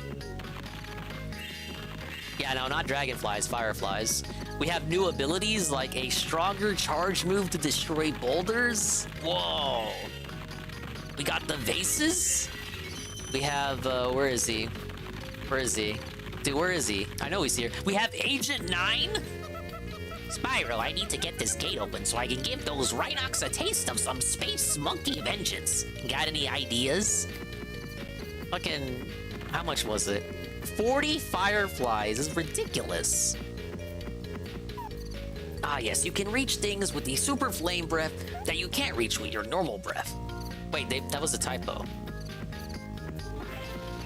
I think Agent 9 was always supposed to look like this, but they couldn't. His color was just off on the PS1 one. We got Candy Lane. And Sheila's also in this game. Let me look for her. Sheila's gameplay is suspicious. Believe it or not, this garbage gut is asking for more loot. You two wouldn't want to leave me with nothing, would you? Ah yes, a mere 1,000 gems. We'll see you through this fine portal here. Now that's the spirit. There's nothing like a few gems to brighten up a day, is there? We'll show off the Sheila and Agent 9 levels. Big ups Riku Zephyr. We were playing the spooky level in this Spyro game as an obvious excuse to come back to this game. Blimey, those stirrers have covered the landing pads with rocks. If we don't clear them off soon, any landing rockets could meet with disaster. I jump at the chance to teach those Rhydocs a lesson. Alright, so this is Sheila's gameplay. But it's just Sheila and Agent 9. Bentley and Sergeant Bird aren't in this one. In the next game, it's Spyro Attack of the Rhynocs. It's Agent 9 and Sergeant Bird. And then Sheila doesn't appear. Oh no, she does, but she's not playable. Look at this shit. It's Q-Bert. Yeah, it's Q-Bert. She's got the ground pound, she's got the high jump. Bentley was never playable in these GBA ones. He never got his turn in the sun.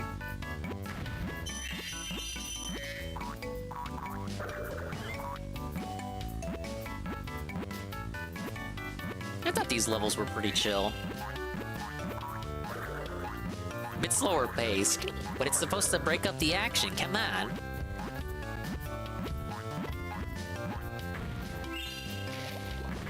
Bentley was the Yeti. The Yeti with the club.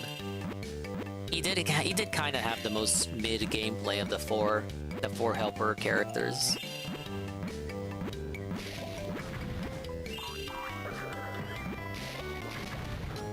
Alright, let's show off Agent 9's gameplay. There's also speedways as well. Speedways do exist, and Sparks levels exist too, and they're just like the ones in Spyro 3. I didn't have much trouble with the boxing matches in Spyro. You know what? If you were here last night, I did the boxing match in MediEvil II, and Carl was here. I spent maybe 7 or 8 tries on it. You get a maximum of 6 rounds, and I either got felted or got to 6 rounds and lost. But we eventually beat it. Sheila's got another level here. I think I need to do the Agent 9 level in the last world, so let me backtrack. You got 3 homeworlds, and they're all based off times of day. The time of day. Kind of like the inspiration that Spyro 2 and 3 had for their hub worlds. Spyro 2 had the seasons. Spyro 3 had the time of day. Where the fuck is the portal at? I guess I never thought about, hey, what if I need to go back to the other levels?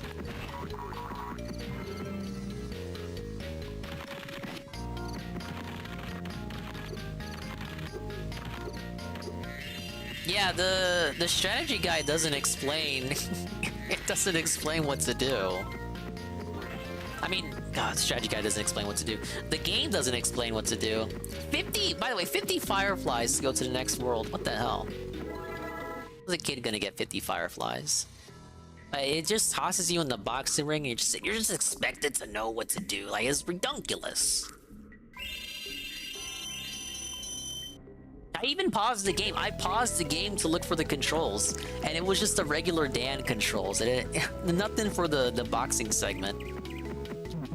Be swift, Spyro. The dragon realms are fading. Yeah, they look really in peril here. All right, where's Agent 9 at? Oh, hey, here it is. Minty Mines.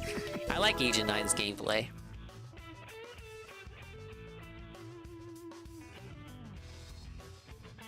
The 100% requires at least 2 matches? Really? Look at this shit. We have the double jump. We got the weapon with limited ammo, so why the fuck did I just do that? We have the crouch. Look at this monkey.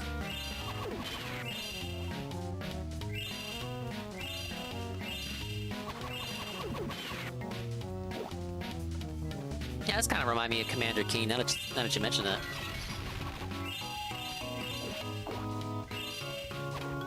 It gets way harder the second match, too. He was already hard for me on the first match.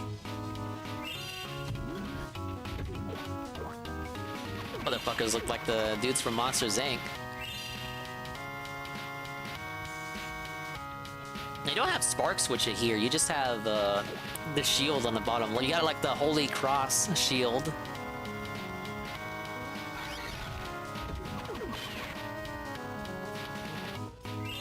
Good music for this level too, like I'm fucking jamming, what the hell?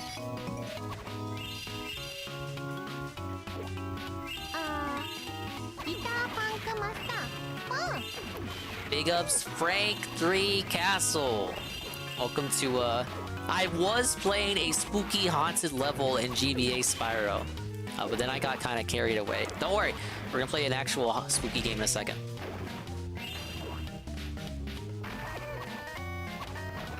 Yeah, they got it's the real sounds. They got everything correct, Jesse.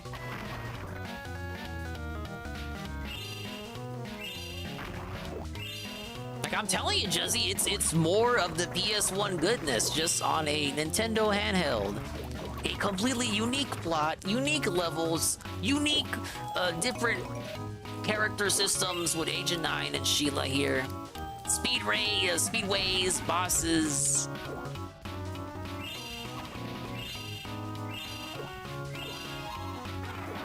Oh, I hit the checkpoint.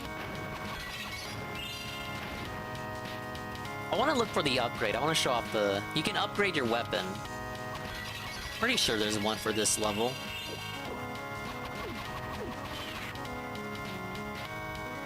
Can I not go in? Okay. Here it is. Now we're talking, man.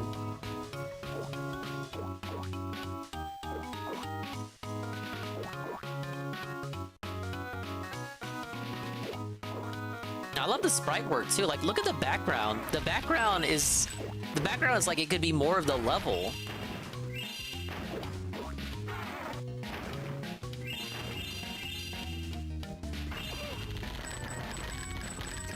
Look at this shit.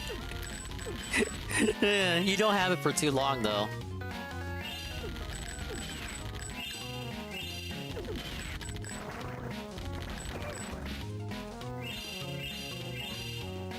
We're going fucking bananas tonight, man.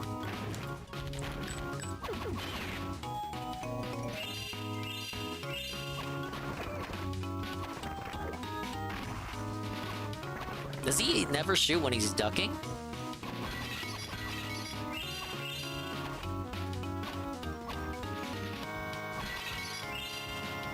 Hey, this was back when Digital Eclipse was making good games. Unlike smelly Street Fighter anniversary collections and Disney anniversary collections, and that's basically all they do now, huh? They need to remaster these and charge $40 for them.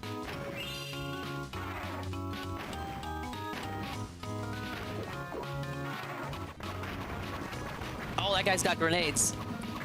All right, we got it. Oh shit! Okay, I got the Firefly. Let me go.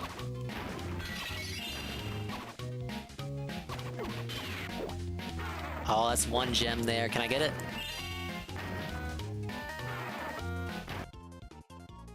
And then you get a shot of Agent 9 flying in the air.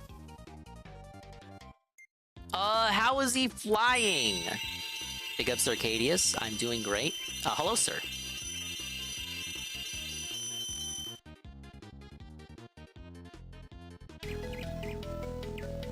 What does he say? Whoa, that's a tough fight in there, but I'm more than ready for some more action. Say the word, and I'll head back in there.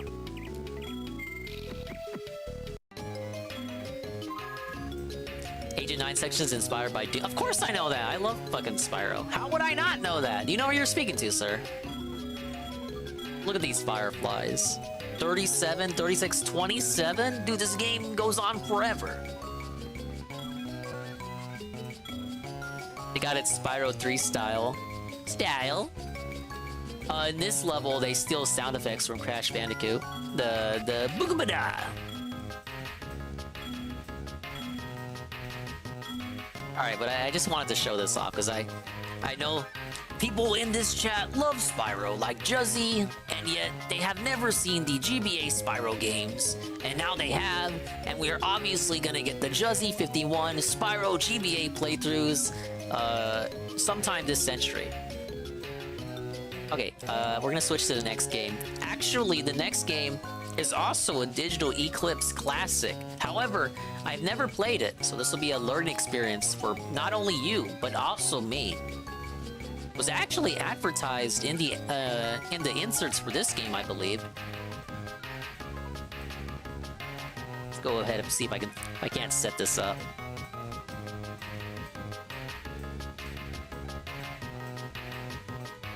Okay, the next game for Dingerween is none other than a little known game, also by Digital Eclipse. They spammed the hell out of this game when it was coming out.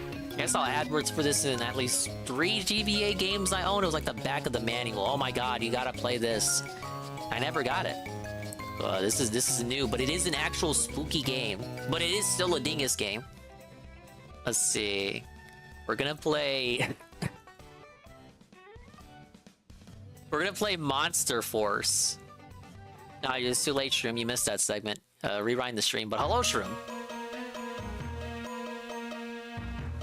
No, we're not playing Disney's Kim Possible. Welcome in, Shroom. I was playing a scary, spooky, scary skeletons level in Spyro GBA. But it's Spyro GBA, so it didn't last long. And then I watched the DSP video, because I hadn't watched it yet. Alright, but this is by Digital Eclipse. They made it while they were making the Spyro GBA games. So this is where all that Spyro money was going. Let's see how it is.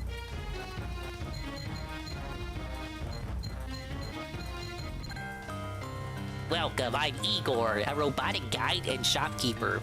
I have quite a story to tell you. Then, I'll be here to help you on your journey. One dark and stormy night in Monsterland, 3 young monsters set out for an evening of fun. Their beloved creator and boss, Dr. Victor Frankenstein, stayed in the lab to put the finishing touches on his latest experiment. Dr. Victor couldn't wait to complete his project, as he had high hopes it would help the world outside of Monsterland understand his special creatures. Now, I know Digital Eclipse didn't make the Crash GBA games. Those were by Vicarious Visions. And then they ended up making the remakes, which was pretty cool. Dr. Victor thought that once the world saw how kind the monsters were, he and his brother Dr. Percy could return from Monsterland without having to fear the ignorance and hatred of the mobs that drove them to seclusion. But that night in the lab, there was a shadow and a crash, and the young monsters returned to find the laboratory destroyed and Dr. Victor missing. Frank, Drac, and Wolfie set off to seek the help of Dr. Percy and to find Dr. Victor. Oh shit, I got a character select? Who do I play as? Okay, we got Wolfie, we have Drac, and we have... we have Frank. Who are we playing as? We're playing as Frank? Okay, we're playing as Frank. I don't know what the bars at the bottom are. Heart, electricity, and speed? I think that's supposed to be a guy running? Oh, you want me to play as the slowest character? You want me to say I'm gonna play as Frank, and Frank is pretty slow? Like, that's an objective statement, me saying Frank is a slow person. thanks to this game. But it seems like Frank is quite the tank. He has a lot of power too. Yeah, he's just pretty slow. Why wouldn't I play as Frank? Thank you for the GPM shuffle. Welcome to Spooky Cemetery. Atom quota. Collect 4,000 atoms. Time bonus, finish under 3 minutes. Oh god, what am I doing? Okay, press the B button to shoot. Pumpkins can be destroyed by shooting them. Give it a try. Why is Igor a robot?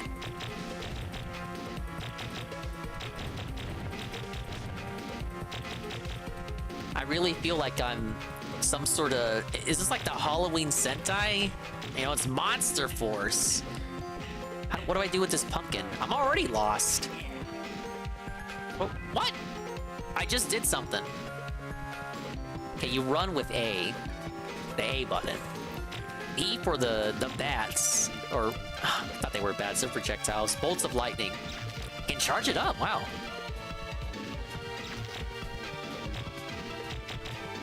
Oh, come on.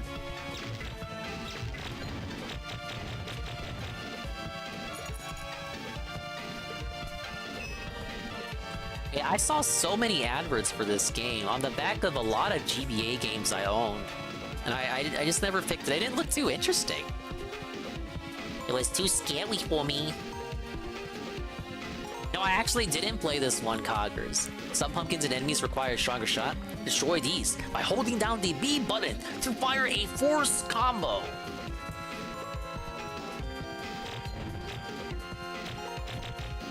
What do I do with the ones that have 1 on them? I destroyed one earlier.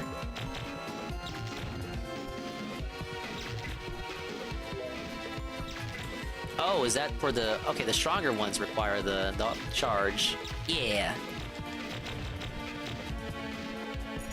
If they reviewed it 3 months before it came out, were they holding it back for Halloween?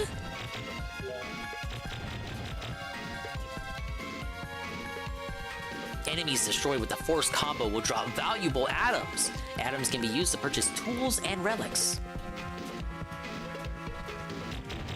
This reminds me of a Cartoon Network game I played on browser back in the day. Like trick-or-treating and stuff. It had the same kind of isometric perspective. Or over the top, you know what I mean. The force combo can damage multiple enemies or pumpkins. Line up your attack to increase the number of atoms you can earn.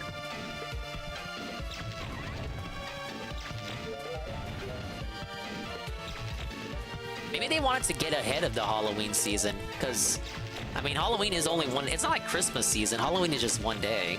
I mean, Christmas, you got, like, 2 days and all the hype and build-up, and 100 bits from Shroom Dukem. Big up Shroom Dukem, the 100 bits. Do you also trick-or-treat until you were 21? No. No, I can safely and confidently say I have not. I think the last couple of times I went trick-or-treating was with my nieces when they were younger. I'm like, young? They don't even do it now. Fucking suck. But I wasn't dressed up. I was kind of just, you know, we're taking them around to the white people neighborhood, the rich white people neighborhood. When I was still at the old store, I would put out a bowl of candy for customers coming in. I would kind of decorate it and put up like a little display. That's like me giving out candy. That's not me trick-or-treating. Thank you, Shroom Dukem, the 100 bits.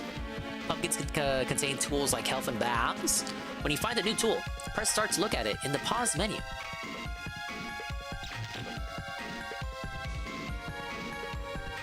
Derek's still out there dugging it and loving it, trick-or-treating with his friends. If you live in Derek's area, just keep an eye out.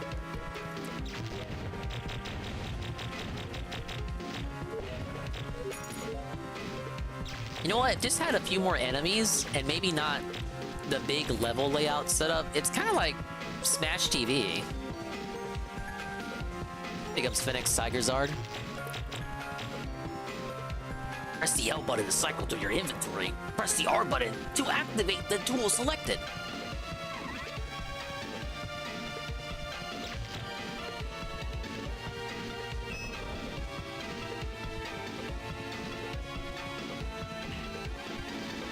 And we're just playing random spooky games. Dingus style spooky games, Phoenix Tiger.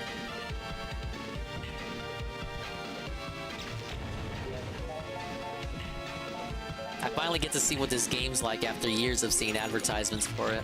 But they were really pushing for it. Like they thought this would be the next big thing.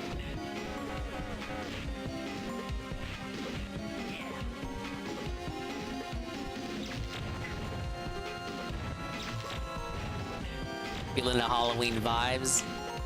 You fucking know it, man.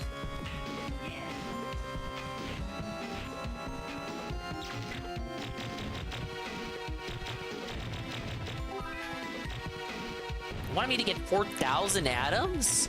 I only got 1,400. I think I've been in the level for a minute.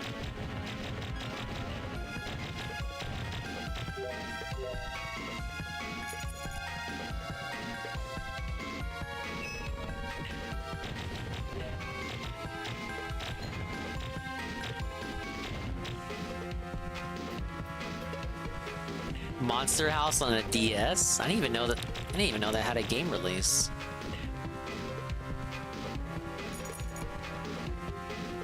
To get a console version, is that like a survival horror? Oh man, watch out for the Monster House.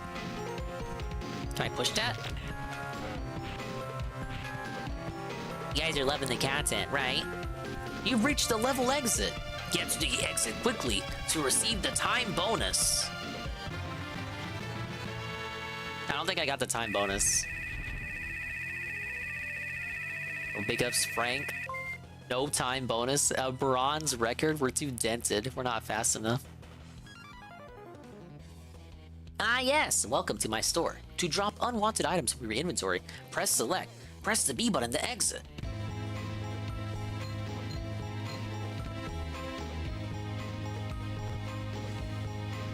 Got a level 1 health. Got the bomb. Small amount of health. Oh, 2 health pickups. 2 bombs and 2 health. Well, oh shit. I like we get the bomb. I like the necessary items to buy the. Oh, it's 2,000. God damn it. Is this what? He's supposed to help me. Why is he charging me for the cool stuff? I know what Monster House the movie is. I just said what genre is the game. Drugs make you more powerful while you hold them in your inventory. They can raise your shot powers and health points.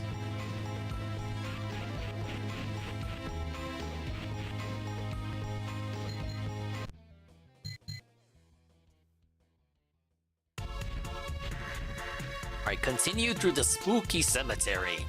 4,000 atoms and finish under 4 minutes.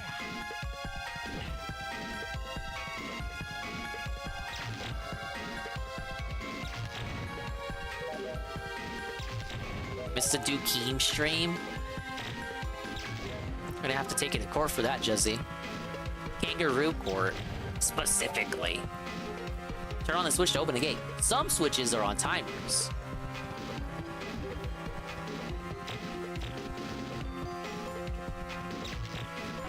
Oh man, I should have been paying attention to him. What did he say? What did he say about the magic switch? I actually was not paying attention. Did I activate it? Or did I act like I did?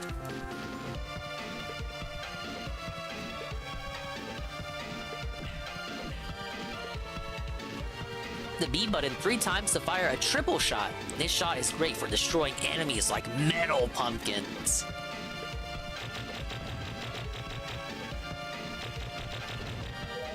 I mean, it's not anything special, it's just me firing the normal shot 3 times, but they gave it a cool name.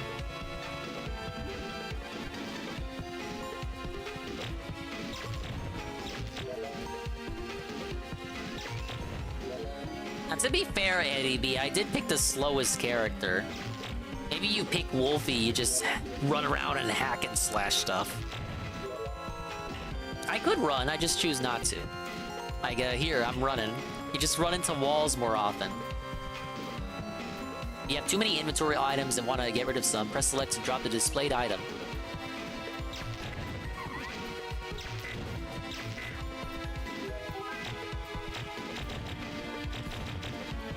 What if you had pressed select before he told you what select did? Would have been getting rid of items without even knowing about it.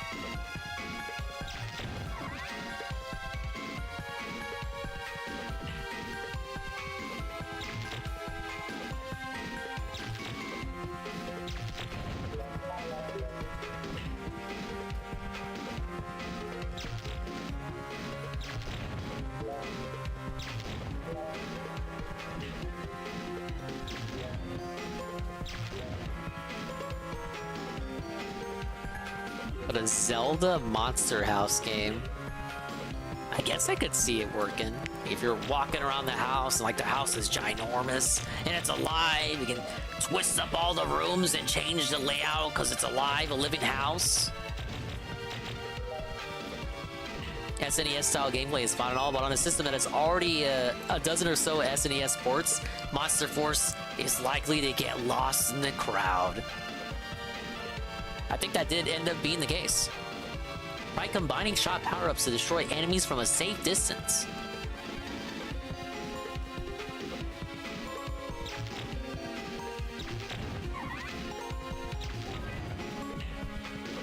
Yeah, it doesn't really do anything special that I haven't seen before. I could see, like, what's that game? Zombies Ate My Neighbors? I'm kind of reminded of that.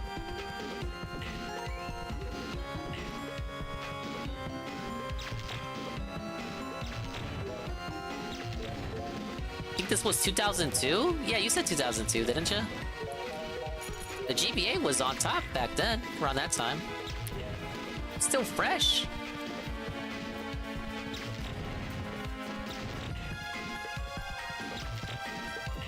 Oh, I don't want to lose the items.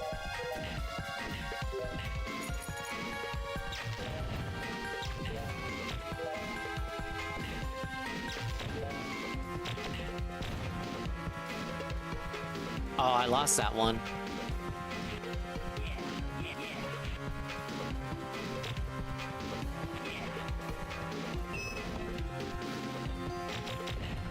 You thought this was Zombies Ate My Neighbors? I saw Gondola playing that the other day. Big ups Egg 1738. Dingerween continues.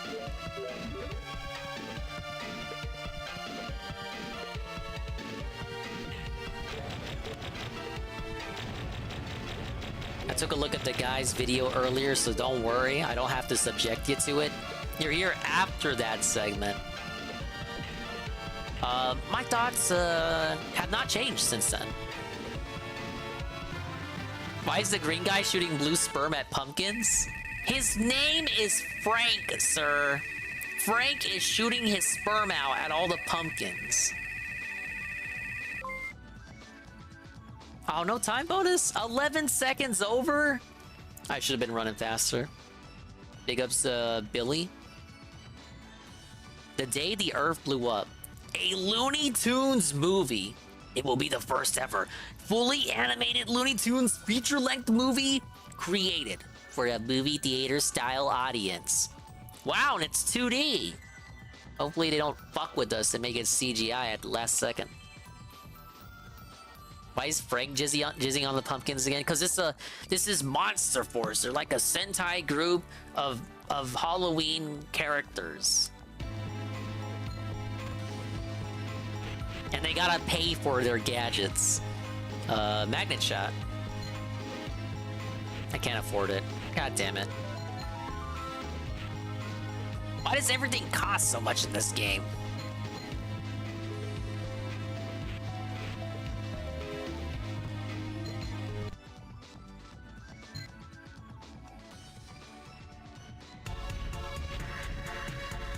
Your skills are being tested. You have 65 seconds to reach the exit. The item quota, 50. Time bonus, under 1 minute. Oh shit. Hold the A button until you, while you're moving and dash. I already knew that. But you already knew that. I did already know that.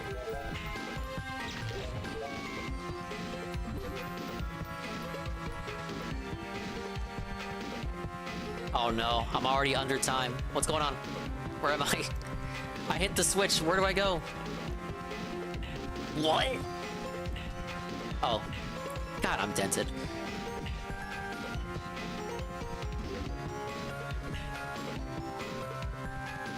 Why did I pick the slowest character for this? Oh yeah, because he's named literally Frank Castle.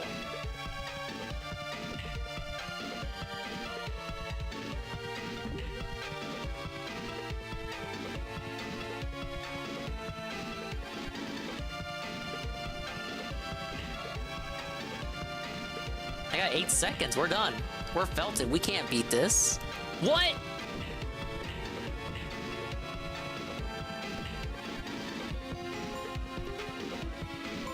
Trial loss. No. Destroy the shadow creature. Time bonus under 1 minute and 30 seconds.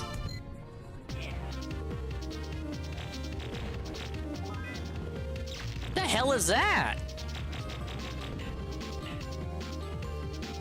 Oh, I can hear the Spyro influence. Like the same composer for the Spyro GBA games doing the music for this one.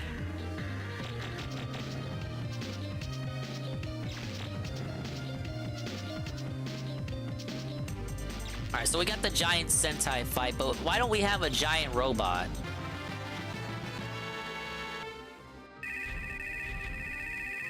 Yeah, this shit wasn't competing with Metroid. It was not even in competition, if that's the case. Yeah, I can't wait for IGN to say, oh, we have too many SNES ports when it comes to Link to the fucking Past.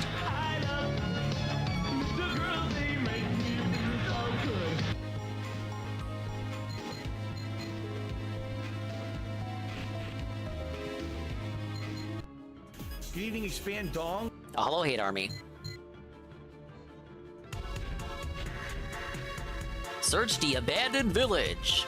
The Atom quota 4,000. Time bonus under 5 minutes. All right, we'll do this one and then we'll switch. It's kind of it's all right, but it ain't the best thing since sliced bread, you know. I'm like the guy over here. Okay, we know what the game is about. I think we seen enough. I'm sure I probably would have liked this as a little Billy Dingus. This was their passion project. This is what they actually wanted to make. They didn't want to make Spyro GBA games. They wanted to make Monster Force. Monster Force was supposed to be the next big thing. They were gonna have they were gonna make TV shows, cereal deals, baseball cards, promotions at McDonald's, surely. Sadly, no one wanted to play as a slow guy named Frank. The game is pain. Ew. Yeah, plushies. We're gonna have Frank Castle plushies. Wolfie plushies? Furries would have been all over the Wolfie merchandise.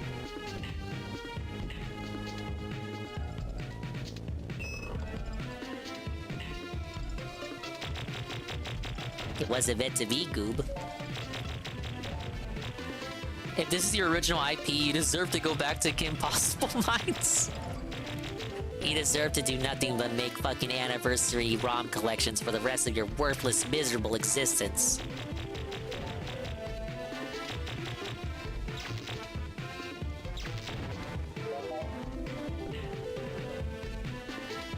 If this was their original IP, they should have made it a little bit more unique. It is kind of just universal monsters, but they're like kids, stylized kids, and they're fighting crime. And they're just fighting. It's like the AVGN joke, Boo Haunted House. You're like universal monsters, but you're kids, your kid versions.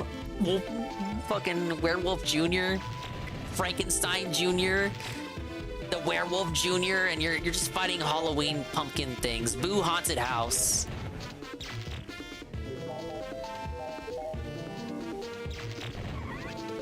Oh, it's a Halloween game. Let's have you open up pumpkins. The first boss is a black guy. Well, I mean, a black monster. Well, technically, literally a black colored monster. No. I'll shut up. Dude, look, I can't get the thing. I'm humping the wall. I'm humping the wall and nothing is occurring.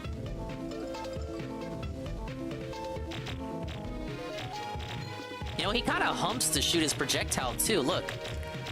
He has to air... You know, Anne was right. You air hump and shoot out sperm? I'm drinking Hulk Hogan's sperm? And it's not like I glitched that either. I just opened the chest and the power-up phased into the wall.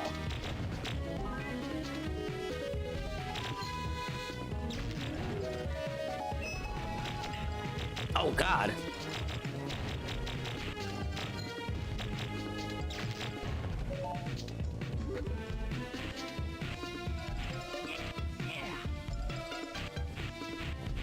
Oh, I used up my magnet shot earlier. The charge ruins the flow of the game. Yeah, I'm relying on the charge. It feels like I have to use the charge already. I think the game assumes I should have upgraded the normal shot by now, but I'm not getting the time bonuses, and that enemy was stuck in the wall. GTA Advance? I always wanted to play that one, but I never did. That was you'd think that would be the deepest GTA game versus GTA 2, but no. It wasn't meant to be. I didn't play that one.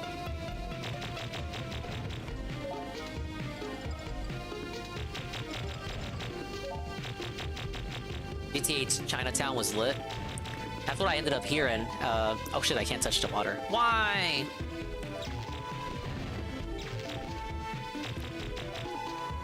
When Chinatown was coming out, they were like, oh my god, GTA on a Nintendo console, that's never been done before. Except GTA Advance and GTA 2 on Game Boy Color.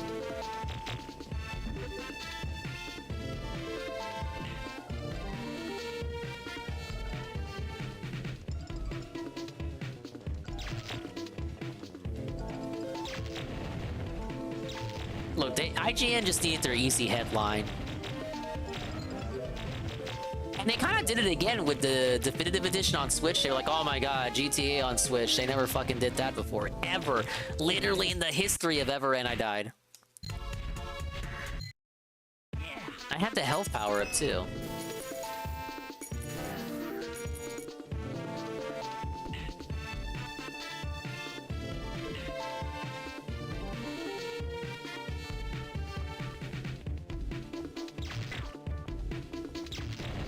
Oh, don't shoot when it's got the X out?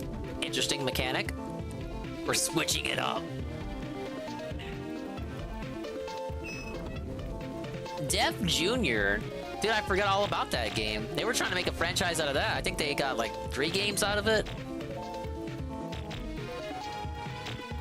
I would get Def Jr. mixed up with MediEvil. Yeah, wasn't I playing Def Jr. back then? No, it was actually a MediEvil game.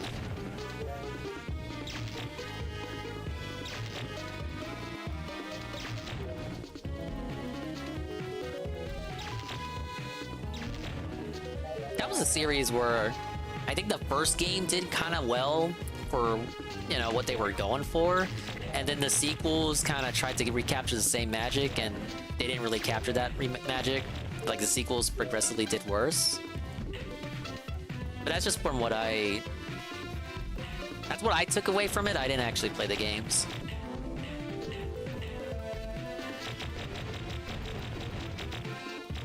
The science fair of doom.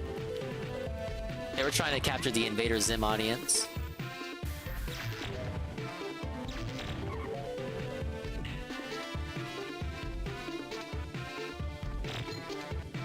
Even the water sprites. Look, it's happening again. I'm humping the wall.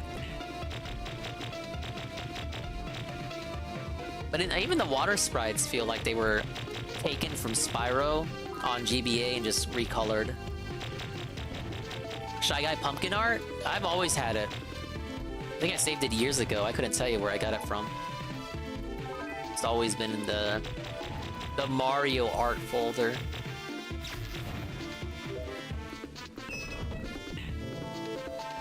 Hello, Pim Pam.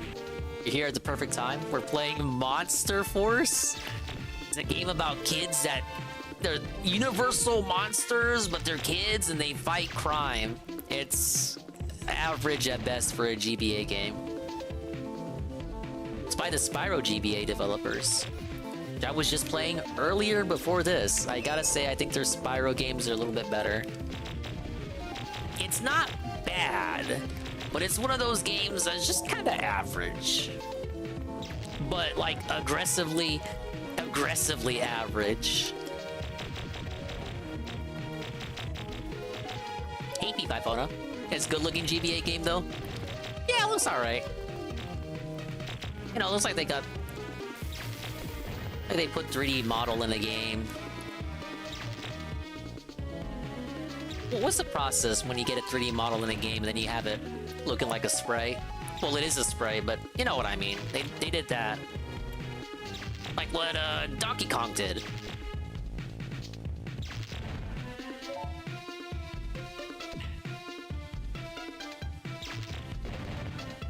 I could probably do DS and PSP games without trouble.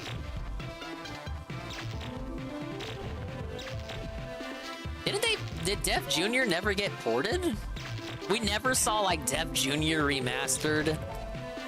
That seems like an easy middleware sell. Come on, that doesn't exist yet?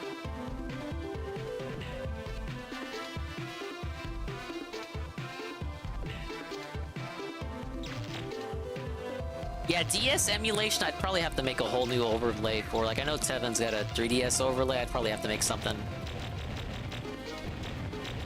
DS, I'm kind of like schizo about, because it's like, I could just pay $400 to put a capture card on the 3DS. Why pirate, doob? No, sadly, I don't got my PSP no more. Y'all know the story. The janitor. We're not gonna talk about the Janny.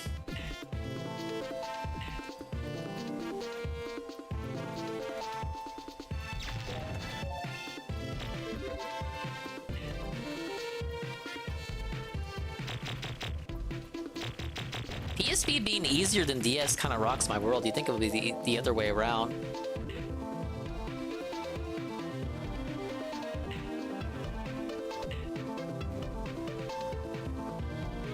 Wait, where's the exit?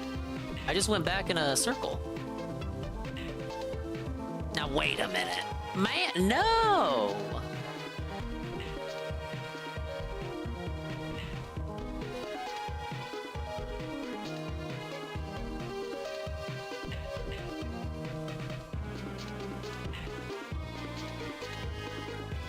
Oh shit, okay. I just have to backtrack.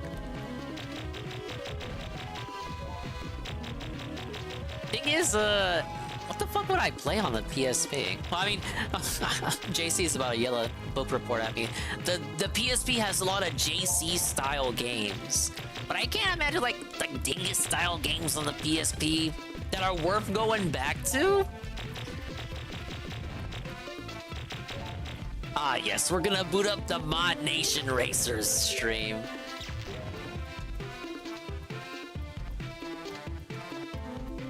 Oh, Daxter? Oh, you know what? They were porting so many PSP games to PS2, and Daxter never got ported. Thing is, I own Daxter too.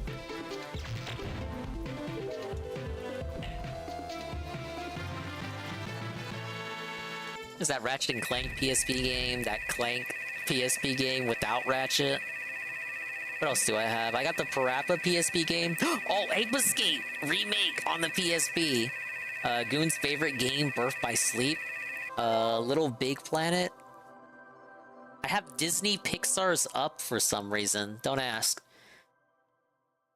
It's obviously a niece Dingus game. Oh, yeah, my PSP collection sucks. Holy shit. Ape Escape PSP, you fucking dare? Didn't that version's on PS5 now too? Think of Strength 3 Castle redeem, Relove Dingus redeem for 550 points. Wouldn't that be kind of narcissistic? You know, now that I don't have Chrome running and I'm running the playlist off the phone, do you notice how I have not gotten a single MSI encoding overloaded error, and all the mix it up stuff is running slowdown free? Huh, interesting. Is Chrome's fault? Don't remember the PPSP being heavy on power. Then again, I use it on smartphone. Fucking everything works on a phone, man. What qualifies as a dingus style game? It's kind of a mystery. But I think it's easy to say cartoony, quirky, weird. I think those would be the descriptors, the terms you would use. Platformer, RPG, tactical situation. Just, you would look at that and say, hey, that's probably a game Dingus would like. GTA Vice City Stories is weird, has extra content on PS2. They would sometimes do that with the PSPs getting ported to PS2.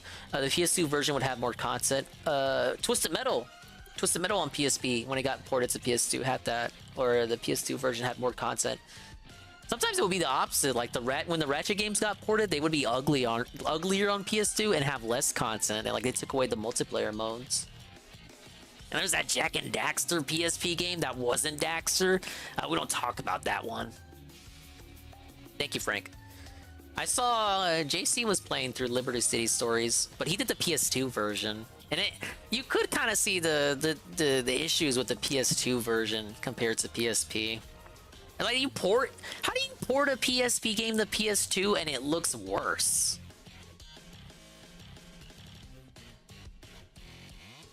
Final Fantasy Tactics games on PSP, that can be a dingus game.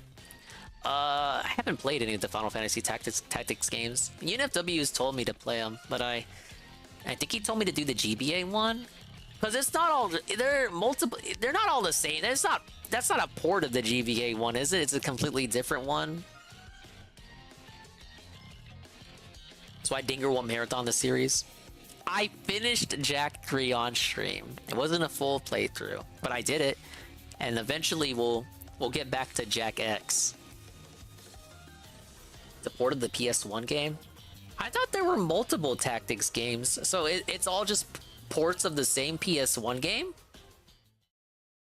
Me, I'm mixing it up with a different series. Alright, I did say we would just do small games for today, so we're gonna set up the next one. Maybe we'll do like a level or two in MediEvil II. In the meantime, I need to get the next emulator started.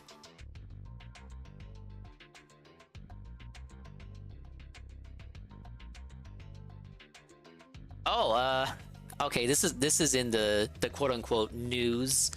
Nintendo clearly hates tournaments and wants them dead. You may have seen this controversy. DSP may talk about this tomorrow when he's not crying about his internet. Hopefully the internet makes him forget about this. But there was an announcement. Nintendo has new guidelines. If you want to run a Super Smash Bros. Tournament at your local high school, and even if it's all money to be raised for charity, you need to get a Kinda Sav re-up for Tier 1 for 15 months.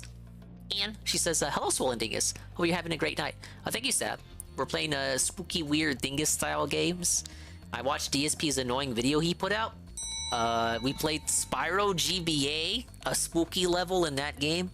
And I was trying out Monster Force for the first time. But just stupid-ass Halloween monster, universal monster, but they're kids and they fight crime. It's aggressively mid. Now I'm gonna switch to one more game. We'll do a little bit of MediEvil II. But we're gonna put on this video. That's not true! Shroom Dukem! Big up Shroom Dukem. Maybe it's you! Re-up in 13 months at Tier 1, motherfucker. And they say, Little B review, Little B fam.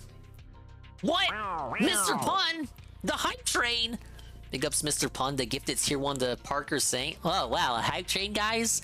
And a video redeemed from D Juzzy 51.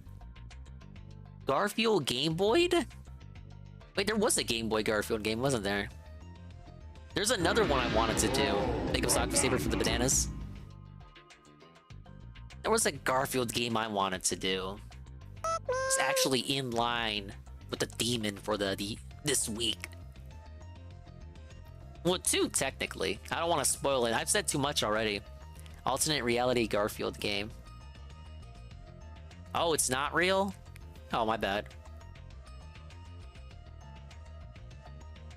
All right, well, we gotta watch the Muppet video first, and we'll fire that up next. What? Big up Shroom Dukeen with the 100 bits. I was gonna rate Digger tonight, but Little B was live, so I tried to Grinch a follow from him, but he was in gamer mode. Ain't that the second time you got felted by Little B? Hey, I got the Little B follow. And I didn't even raid him. I think I was a part of your raid. Or was it someone else? He followed Boxin. Yeah, big ups Boxin. Big ups Swole. I gave you the follow, Swole. Want to get followed by Little B? Usually, Sav, all you have to do is raid Little B and he'll click your name and follow. But sometimes the RNG doesn't work out, like in Shroom's case. Shroom rated him twice and still doesn't have to follow. No, it's literally a free follow. You know how valuable those are? They make me smile when I look at my stats. This video was brought to you by Magic Spoon. Oh, As though I great. didn't have enough reason to love Magic Spoon and their delicious cereal, now they've got a brand All right, new we're gonna product, hear Magic about Spoon what's the Treats. deal with This is the Nintendo tastiness tournaments. of their other products in a convenient bar form. Of course, that makes these treats perfect. Uh-oh, SpaghettiOs! Nintendo did a bad. Oh, yep, it's one of those. Okay, he's gonna cap for Nintendo 100%. Oh, it's not that bad, you guys. Basically, you gotta go through like a bunch of contracts if you want to hold an official tournament now, or you're gonna be in big trouble. And people are saying, oh, this is bad for Smash. Smash is over. Smash is dead. Fuck Nintendo. We hate Nintendo now. But the Muppet is gonna cope, I think. Videos. One of those days. Everybody Oh, I talking remember about when all the Switch had a amazing friends games list. coming out this year. And Jesse was Mario on my Wonder, friends it's the best list. thing ever. You know, nope. Back to business. Gotta get back to it today. Nintendo done it bad. Now, it is no secret that Nintendo does not have the best relationship with its fans when it comes to certain topics. They don't need to. And They're just one gonna of buy the those next topics Mario is anyway, and they're gonna tournaments. like That it. relationship has been a bit rocky. Let's just say that. This is because a tournament is something that fans can do on their own. This is something that pertains to Nintendo games often, but they are taking Oh yeah, we're not that allowed to do that. entertainment and making their We gotta own pay Nintendo entertainment for out of it. everything. And that is what Nintendo does not like. Nintendo wants to have absolute control over how we enjoy their stuff. They don't mean, like it's the their idea fucking of us IP, man. taking it Come on. into our own hands. This is unfortunately one of those old-fashioned attitude things. You know, Nintendo has made great strides in better understanding the fans and all that stuff, letting the younger I hate this people map at the in company Splatoon make 3. decisions and By the make way, games and all Splatoon that, 3 but Halloween you still- situation tomorrow you with still get Ann stuff like and this. the There are boys still and Revy, certain I areas think, where they are just and other so people. so frustrating. It's been forever since the last so Splatoon long story stream. short, Nintendo updated their guidelines for Alright, check running this out. tournaments. Look at They this. laid out a Look big at this, old the list book of report. rules that you got to follow if you want to run a tournament where people I are don't think playing so, man. Nintendo games. I'm not going to Look go at into it, all keeps the little going. details. There's It's a like really a great Fire video Emblem over on Heroes Good Vibes trailer. Gaming where Steve runs down the entire list of all the rules and talks Nintendo about is them. Go watch that if killing you want a pretty tournaments. detailed look. The gist of it, though, if you want it all kind of summed up into one neat little package, it's no. Hey, the guys here, Good Vibes, they're the former co-hosts of Game Explain. They left Game Explain because Andre the Cuck over there refused to pay him a living fucking wage. That's pretty funny. Now Andre has like 10 other co-hosts that nobody gist likes of or it, cares though, about. If you want it all kind of summed up into one neat little package, it's no fun allowed.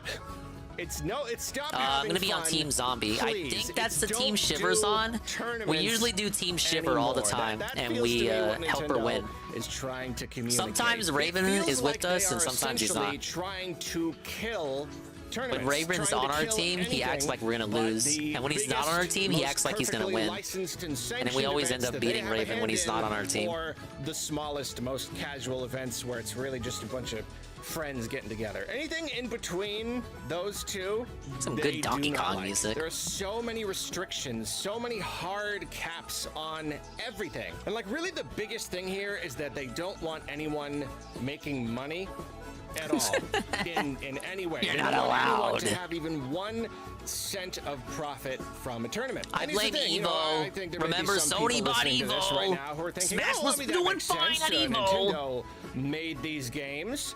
That no one should be profiting from them, but that is an overly simplistic way of looking at this. This is the thing about tournaments. Here's the thing about tournaments. Thank you for the as hype with train, many guys. things, Level 2. as with like 3 like YouTube and streaming and all that subs, stuff. 100 bits. This is something that Nintendo $0 doesn't of the like, hype chats that I'm but not allowed to get. Helps them tremendously. Literally only benefits Smash them. was And the they number came 1 around game at when Evo. it came to the YouTube. They eventually realized that was only helping them, and they were only Obviously, it hurting wouldn't be themselves number 1 these by days with trying fucking Street to Fighter stop 6, us, but it they still feel was this when way it about existed at tournaments. Evo. Tournaments, they just spread the word of Nintendo. They just get people playing Nintendo, and all these people, they already own these games. They're already Nintendo fans. They're already spending money. There's really no need to stop them. And a lot of tournaments only exist because people can make money from them. All they want is literally fucking enables money. them to run the tournament. Here's the thing about making money. Making money is not just profit. If you say, oh, I did a tournament and I made money, you could have can't just help made it, I enough need money to money. pay yourself for the time to do the tournament, to run it in the first place. You know what I mean? This is not like people like money grubbing, like, remember how much can I ARMS? make from Holy this? This shit. is like, Where's the I sequel to can't this shit? do this unless I can get I would something climb to from it, Diamond in unless this I can game. be paid somewhat for my time. And that's the problem with insisting that no one can make any money. People making money on tournaments is one of the reasons Help me out with my that exercise tournaments art. exist at all, that we have tournaments. It's funny because these guidelines, they covered all their bases. I don't think there are any loopholes here that I can see. It's like, hey, you don't make money on a tournament. You can't charge spectators. You can't charge people just to watch the tournament. Okay, well then we'll just I don't know, we can still charge an entry fee. There's a hard cap on entry fees. It's up to $20 per person, period. Done. You can't go any higher than that. Future Arlo inserting a quick note here. You can charge spectators, but there's also a hard cap on that amount, and the money can only go toward event costs and not prizes, meaning that prizes have to come out of pocket, meaning it's even harder to pay for the prize pool. Oh, that's okay. Well, there's always sponsors, right? We can always just get the event sponsored. No sponsors. Sponsors are not allowed. What do you mean I'm not allowed?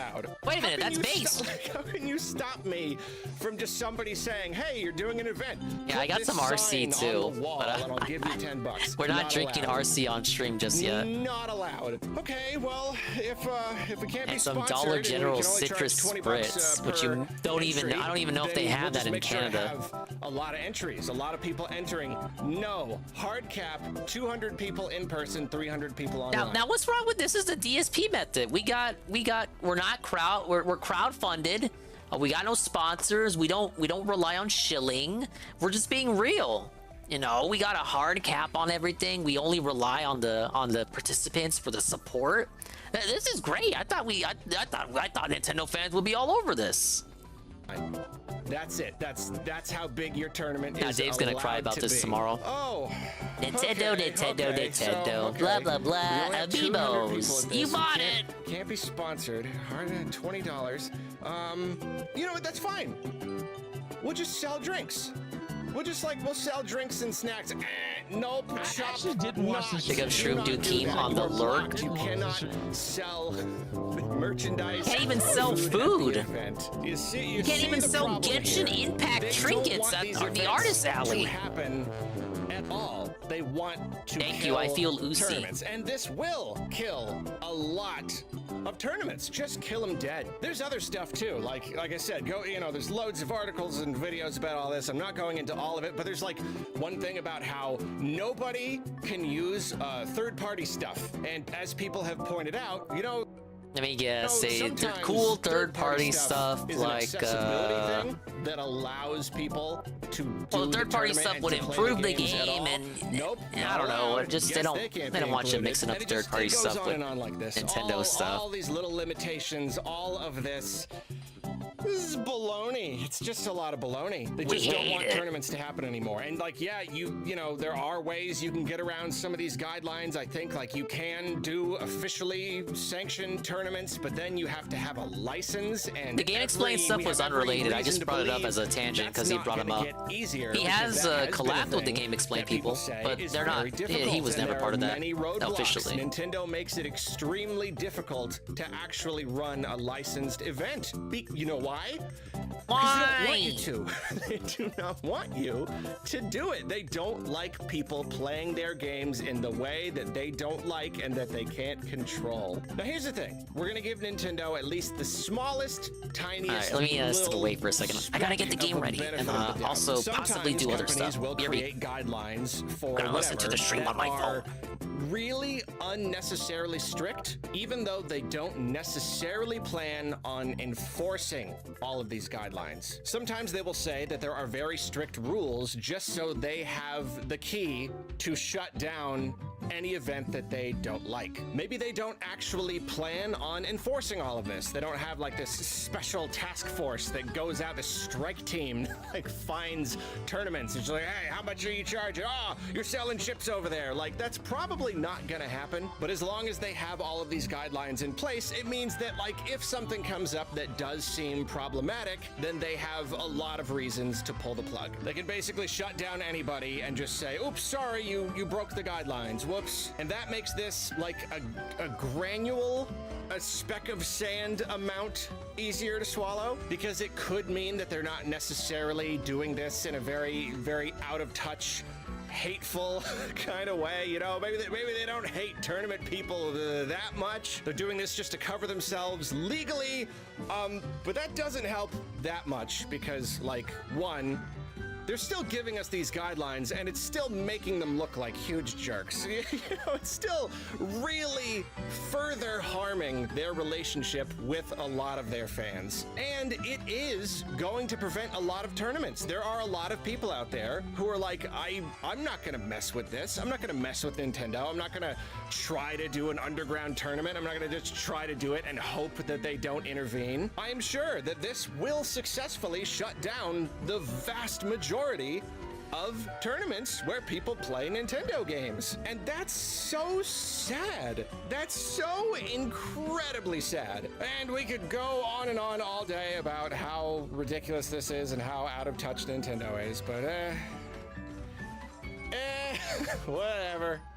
I'm done. I said my bit. It's just absurd. It's really, really absurd. Tournaments only help Nintendo. Tournaments are such an incredibly important thing in the community. Another thing that some people have pointed out is that, like, oh, well, there's other big companies who have restrictive guidelines. Ah, yes, like this. I am existing I don't once know again. About the guidelines. Oh, hello, I'm still here. To know that I'm back. If that is true, then I it got does some tasty lend water. some weight to the idea that this is all just kind of like a legal safety net for them, I guess. But I don't know enough about other companies and their policies to really get into that because this is not a comprehensive video. I will leave you with one more thing, though.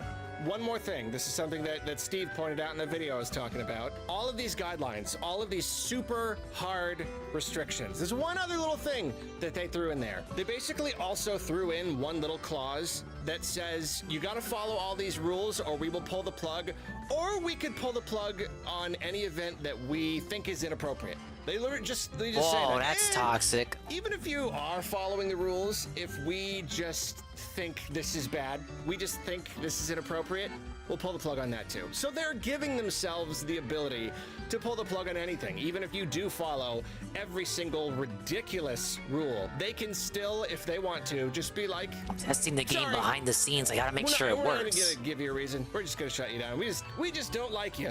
And that is gross.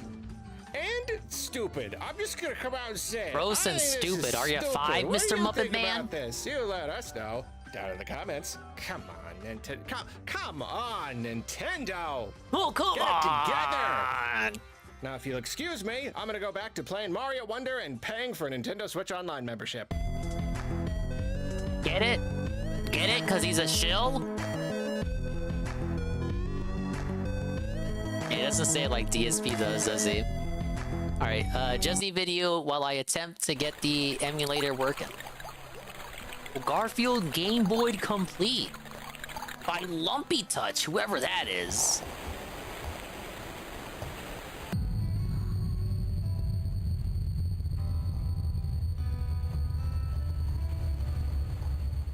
Music Institute for the Mentally Unwell. It's supposed to be a Garfield game. 2 weeks before the incident. Hey! Is anybody there?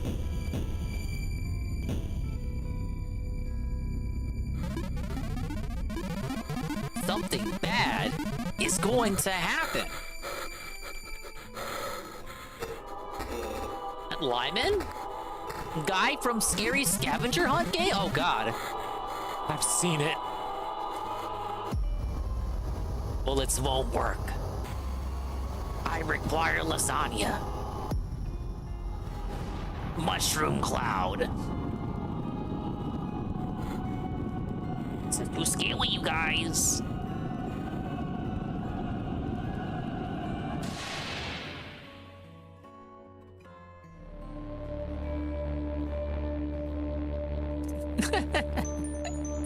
Clock tower. What? Hello, John. I cannot allow you to leave.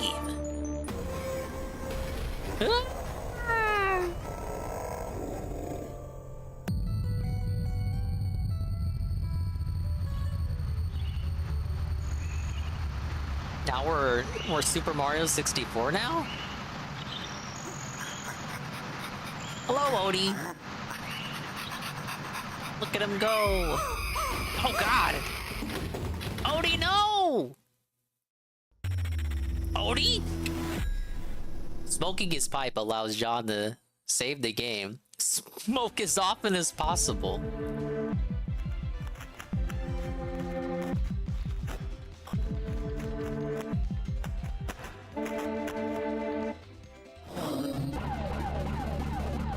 John, I can smell you.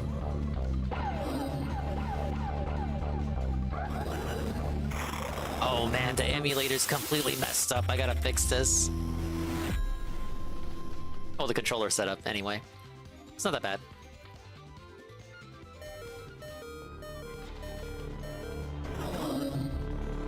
What is happening? Guys, I have no idea what's going on. I'm gonna be honest. John, I require lasagna. Find the hidden bones so that Liz can make them into a vaccine for Odie. It's not too late to save him.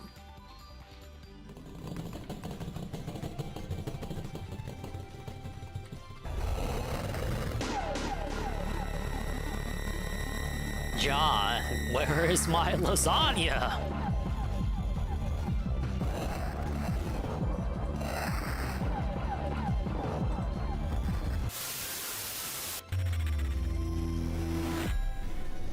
Nermal is working for the government and needs John to get a blood sample from Garfield. If he fails, there will be consequences. Hey, it's Liz. You gonna die next? John was supposed to be here.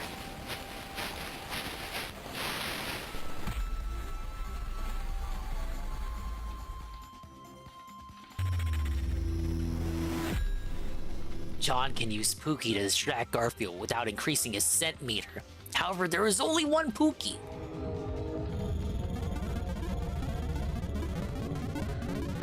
Something is coming. What the hell?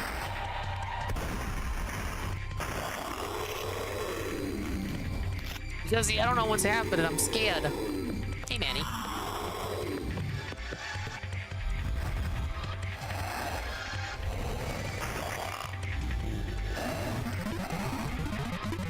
Bullets don't work, John.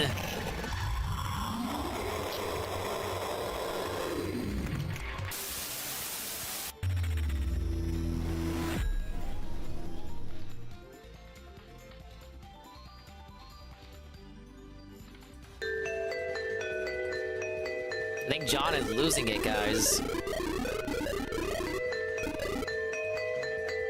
The deal has changed, John.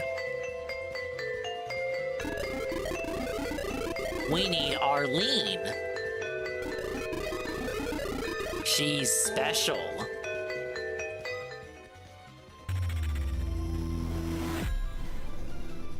Arlene is being held captive in the basement. Rescuing her is incredibly dangerous.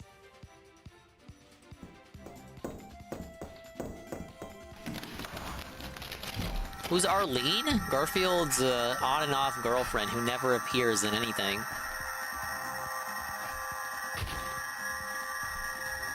You can do it, John. But you already knew that. It's just Garfield and drag? Yeah, that's kind of the idea. Ain't it? Having dug up his dad's shotgun, John now has a way to defend himself and make every shot count. You have limited ammo.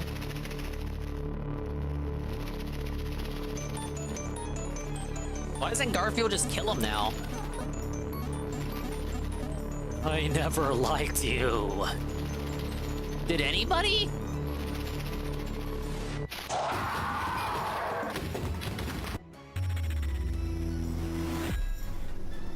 Keep moving.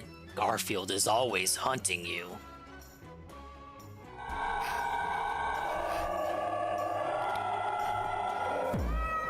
Is this Silent Hill fucking ambience?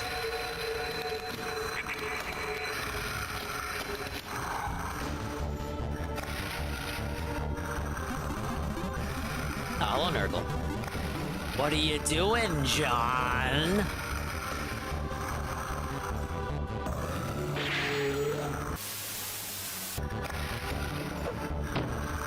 Yeah, just throw the gas at him. Light him ablaze! Uh-oh.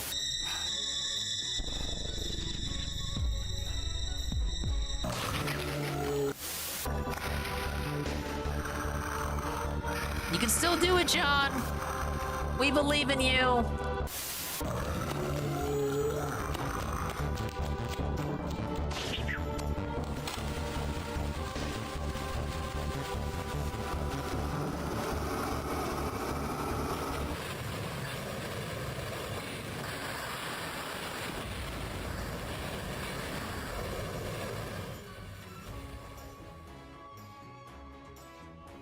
Is he dead?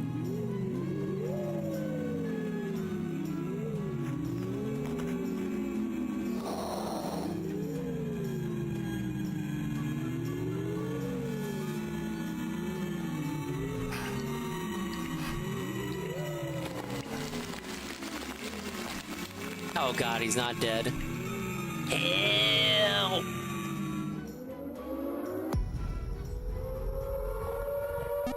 Guys, I don't think we're in Kansas anymore.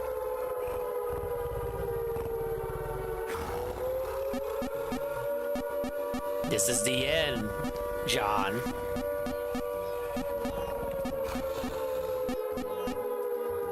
Hey, see, I was right. I predicted what he was gonna say.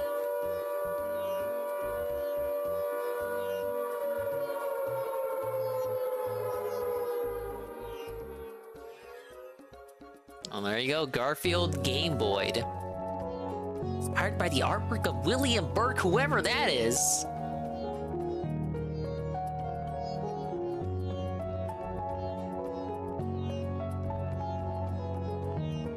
Oh, how is... See, as soon as I open up the game, it decides it doesn't want to work. That's redunculous. Okay, let's do this.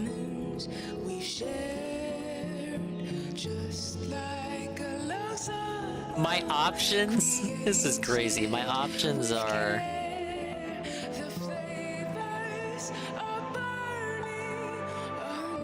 I have a font for options. Oh, press this font button to do options. How does that make sense? Now, wait a minute.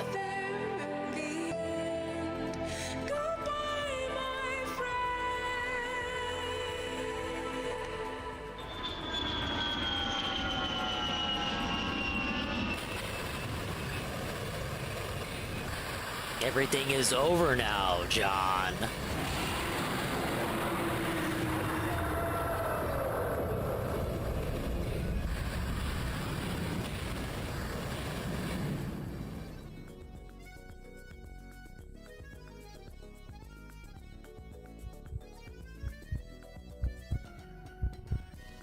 This is really well done.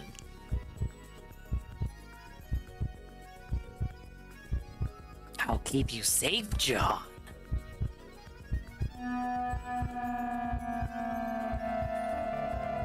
No one will ever come between us, John.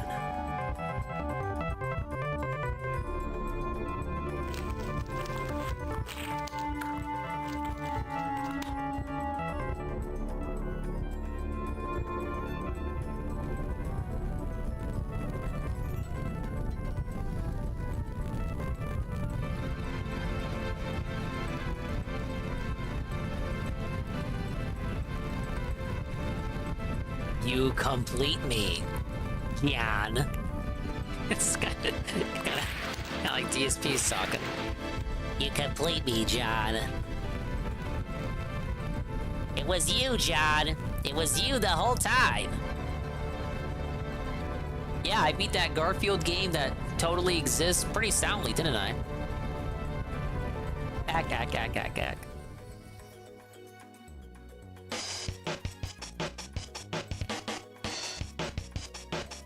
We even get a results screen.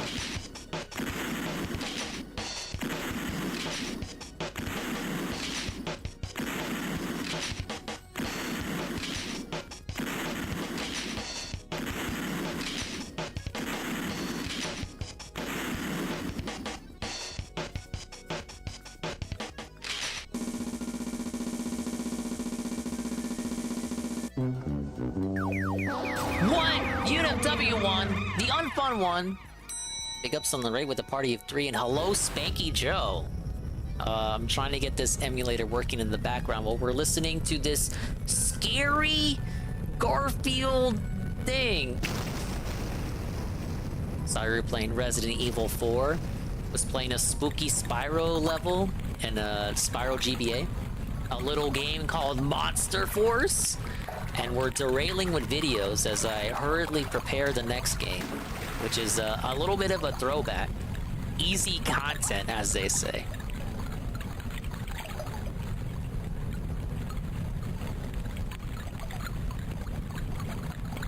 For some reason, the controller doesn't want to... Controller just says, fuck you, I guess. RE4 Dominate gonna do DLC ASAP. That sounds good. Congratulations, Goob.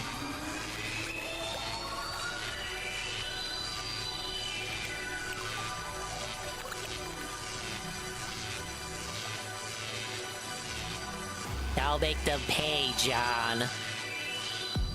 I'll make them all pay, John.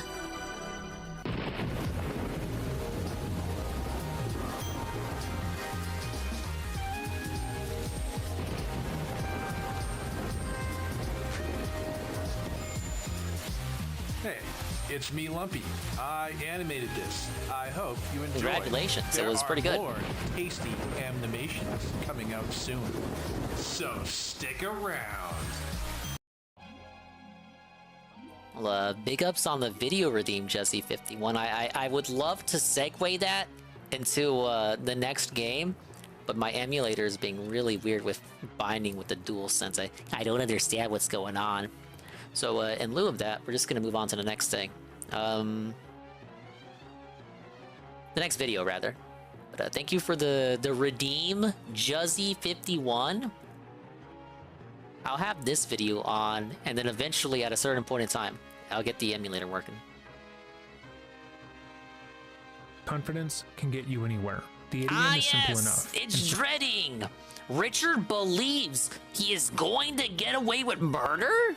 My name's not Richard, man. Means that those who project themselves as this being is still in confident line with are the able to do theming. so more than those who don't appear so.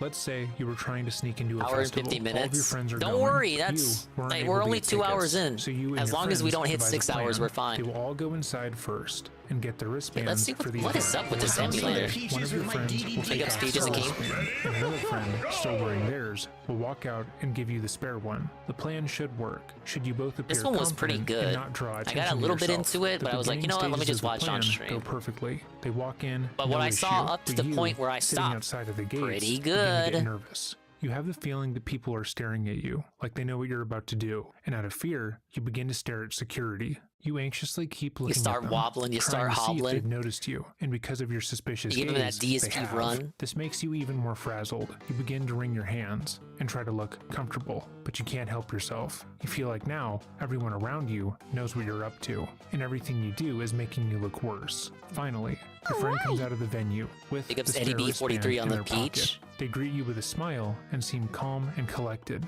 but immediately they sense that something is off about you. They notice the security already looking at you, and they see how pale you've gotten. There's no way for you to put the wristband on here, so they try to get you to calm down, to go on a short walk with them, so you can relax and go through the gate with no issue. But it's already too late. You've attracted the security's attention, and now they know what you two are up to.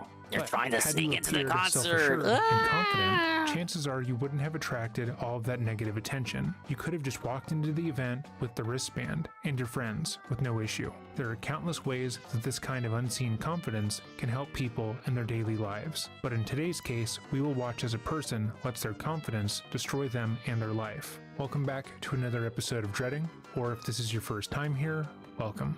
Today we are going to be covering the case of Richard Merritt and how this disgraced lawyer I told you, thought my he would name's get not away with his Richard, man. crimes by taking the stand. This case was recommended to us by someone who purported to be close to Richard in his youth, and after my brother and I researched this case, it's easy to see why they thought this would make for an interesting video. As always, if there is a case you're interested in us covering, feel free to let us know in the comments down below, or email us at dreading.official@gmail.com.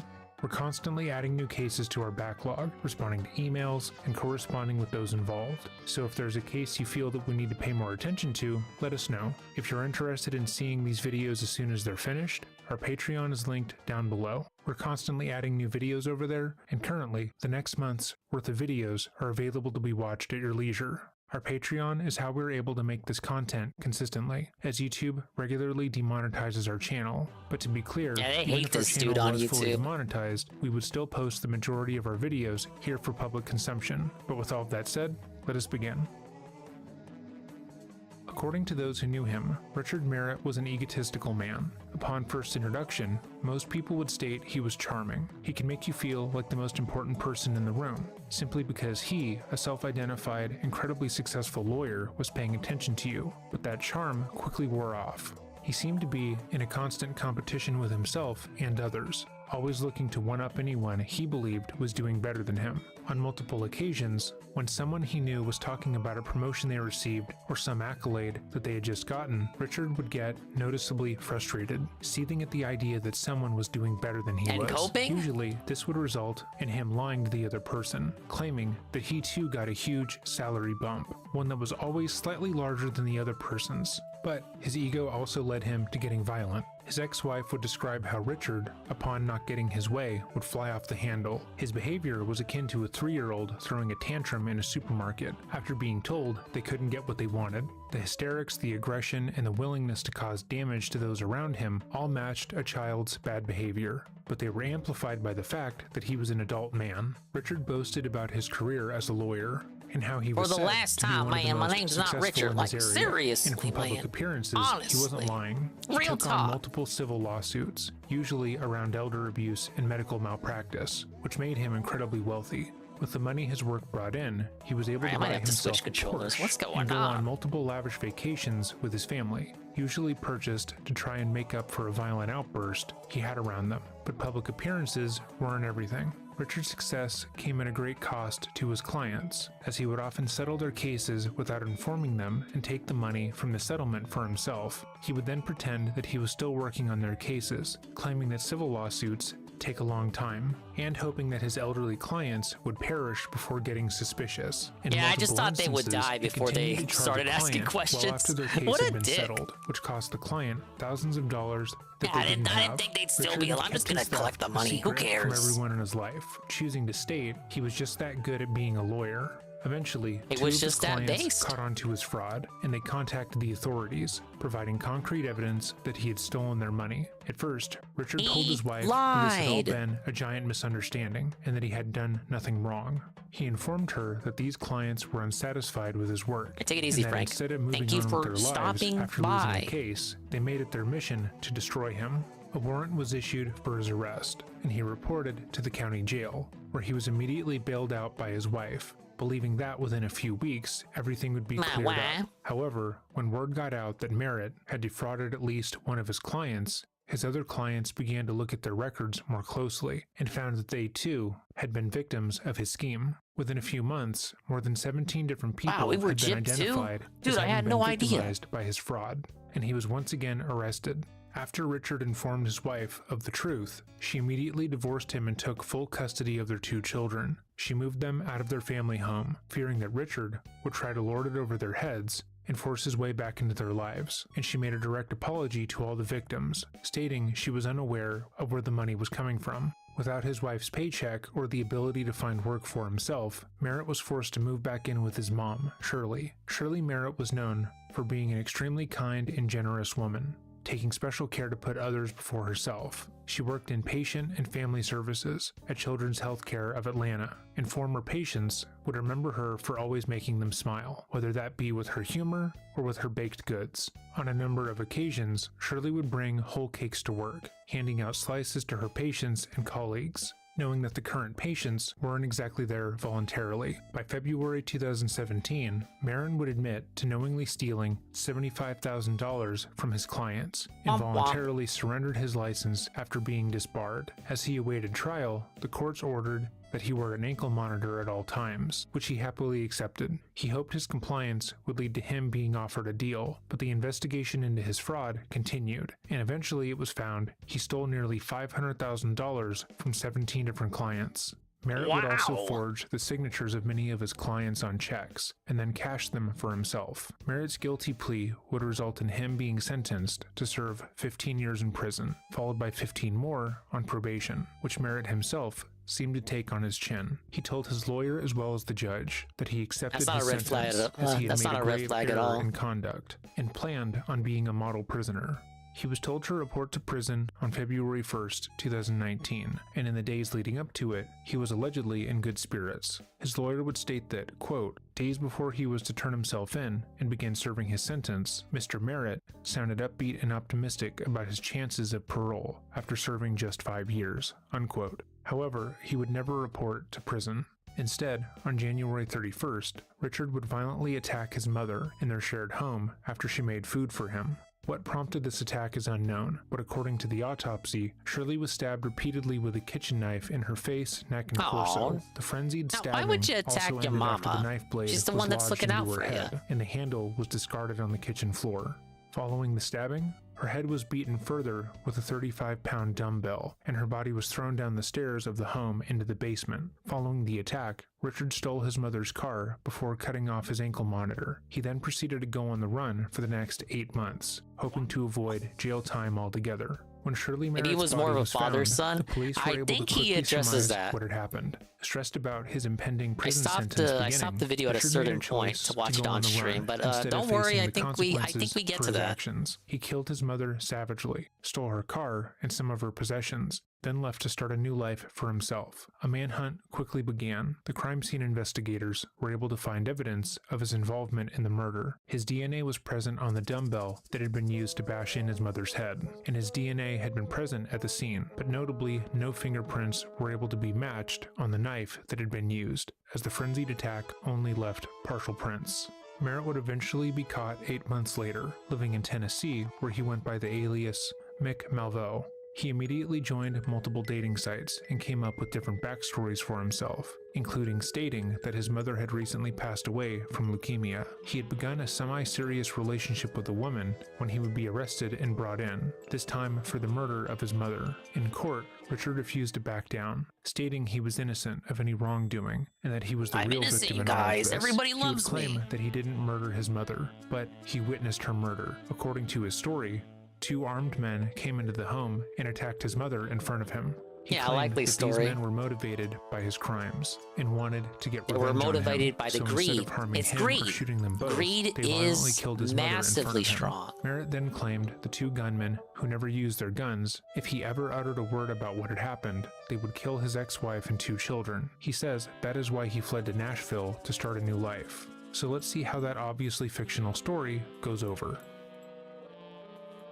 The evidence in this case is beyond damning. No one else's DNA was found in the home. Merritt immediately went on the run and didn't call emergency services for his mother, and he had an incredible stressor to serve as a motive. But he insists that he wasn't responsible. This is an impossible task, but in order to make his version of events seem plausible, he will have to appear completely incapable and incompetent while on the stand. The jury has to believe that he isn't capable of causing harm to his elderly mother, and that his going on the run was a choice made out of fear or a mental break. So let's see how he does. Next, Your Honor, the defense calls Mr. Richard Merritt to the stand. I'm sure he'll do great, guys.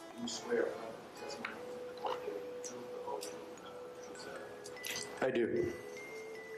Alright, and he's already failed. So much of taking the stand in your own defense is based on presentation. You need to seem as defenseless and incapable of the crimes you were accused of as possible. And in this case, because Richard made multiple obvious attempts to get away, he should be attempting to seem timid, afraid, stressed, and a bit mentally incompetent. We want to be able to look at him and see someone who wouldn't think through their actions and would make a stupid decision out of fear. But instead, he seems pompous and arrogant. His lips are pursed, and when swearing in, he raises his eyebrows, which makes his attitude seem smug. In every other portion of his life, his confidence was seen as an asset, but here, it actively works against him.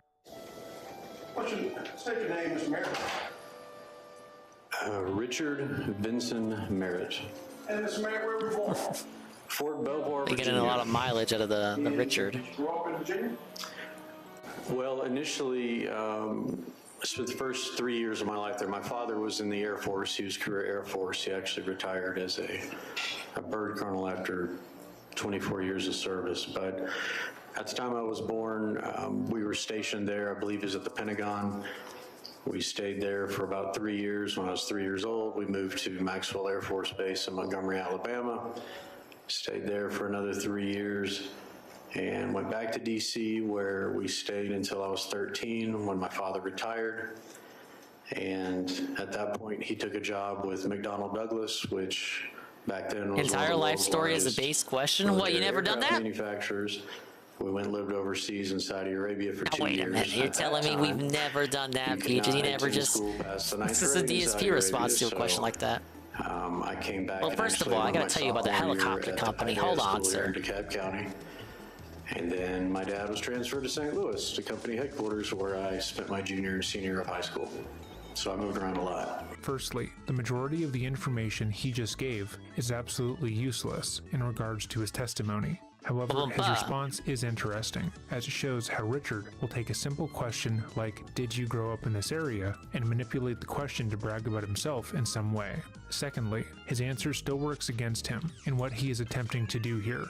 The type of person who becomes so flustered at a crime scene that they go on the run for 8 months to begin leading a new life out of fear is not the kind of person to sit calmly on the stand and recount their life story like this. His voice is steady. His mannerisms indicate that he believes that his life story makes him better than those listening, and when placed next to what he's accused of doing, it makes him appear callous and heartless.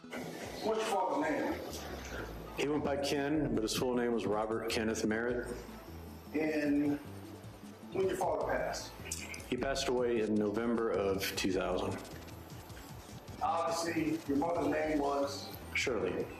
Richard has just spoken the name of the woman that he claims was killed in his presence. This was the woman who worked with sick families and children for years, was known to be a delight in the community, and took him in despite his crimes, and he remains emotionally unaffected.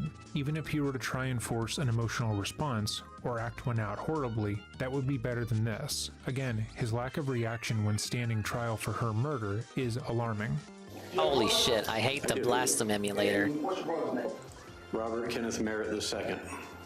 And is there an age gap between the two of them? About 9 years. Who's older, who's younger? My brother would be the older one. Now, growing up, what was the dynamics of the family? Was it just the four of them? It was just the four of us. As I just mentioned, we moved around a lot. That was primarily when my brother had already gone up to college. He was in college by the time I was 3rd or 4th grade. So, but the dynamic when he was still around or came to visit was, we had a very traditional conservative Southern military household. My father was, as I said, career military. He went on to be a successful businessman. My mother sold real estate, was very good at it with her personality and natural intelligence. She was a star at it. And, my brother and I, we got along. My father definitely ruled the roost. He was the boss, but my mother certainly had her say too. It was definitely a partnership. Now, when did you guys move to 1590 Planter Road? My parents bought that house in the summer of 1993. That would have been the end of my freshman year at the University of Georgia. Now, is that where you went for undergrad? Yes, I went to UGA. And did you graduate from UGA? I did. What did you major? I was a double major in English and political science, basically pre-law. And did you go to law school? I did. And where'd you go to law school? I went to law school at Mississippi College School of Law in Jackson, Mississippi. Now, while you were in undergrad, did you meet a Alright, fuck it. certain lady? The Blasphemy emulator is not working. No! So we gotta just fucking go to MediEvil II. I'll figure it out in the morning. I'm about a year and a half, maybe a little bit more. I'd have to look into a different emulator. It was working fine for me when I was using it last Christmas, but now it wants to be a little bitch. And how long did you take before you got married? Well, early on, we Like, how does setting up a controller have to be so difficult? And why, when setting up the controller, you save the settings, and then you go back and check on the settings to make sure they saved, and you click save, and then all of a sudden, the settings have changed to like, we became more it's like, serious and decided we or wanted the to A button stay that in a corresponds to relationship. a font that I don't even have downloaded? Huh? We got Fuck married it. in 1999, about a week after I graduated law school. And during that time, was she a veterinarian yet? That's your No, solution? she- Can you just bring your entire I stream believe to a she halt and started her stare at first us year looking of for vet school answers? Either my second or third year of law school. Yeah, I'll just Because deal with she it was in the still- morning, had a couple like years a to real go when I true graduated law adult. school. Alright, I'll just put on MediEvil II. I'll do a few levels. I gotta backtrack in some anyway. Still around. Yes, he was. What year did he pass? 2000, about a year after we got married. So during this time, did your mom help you out? Yeah, they both did. At the time, I took me Scam? 3 attempts past the bar. You didn't even I know what was passed gonna it be the third time, played. I failed the first 2 times. It just, I did thankfully this have saves a more content job for the as a coming project days, manager with surely. a local internet company, so I didn't have the pressure of needing the license, although it certainly would have been nice to get that under my belt right away. But yeah, there were times when my parents helped us here and there while she was still in school, sure. Now, after your father passed, what was the relationship between you and your mother? Well, after my dad died, it was, as you can imagine, just my brother and I and our immediate family. We are close to a lot of extended family, had a lot Hey, of there we close go. It's friends. Dan the But in man. terms of our family, it was obviously just Alright, my I'll just redo brother, levels. Mom and I, and we were close. So far, there's been no emotion of any kind in his testimony, which does not align with his story. whoops. Imagine the person I who always helped forget you to throughout the reset years, things. who took you in, There we go. even when your wife left you. Imagine that person was killed violently in front of you. Now try to recount even one memory where they are present. The amount of grief you would likely feel just talking about them would be immense. But not for Richard. He's direct and forthright with all of his information, only pausing to emphasize how even though it took him 3 chances to pass the bar, he didn't necessarily need to pass immediately because he already had a job. I'll be skipping the next 3 minutes of the testimony as Richard talks about his children, but it should be noted that when talking about his son and daughter, he relays I how missed good the of a father he is chalice through his own in, accomplishments instead of theirs. He also actively the states that gardens, his son the was the kind of Dakenstein kid segment. any parent would want, and that he went to Oh, all I of haven't his done this level yet, activities, while he period. didn't do so with his daughter, who has cerebral palsy. And you mentioned your practice. What type of law? Ah, yes, time to redo Well, in levels. 2010, I opened up my own law firm. I need that and fucking before chalice, man. I need that had a chalice to large pay law my firm in bills. Buckhead, but I've always been a litigator, primarily civil litigation, mainly personal injury, wrongful death, medical malpractice, and business litigation. When I opened up my own firm, I also did a little bit of criminal defense. I really didn't do felony work. I did a lot of DUIs, things of that nature.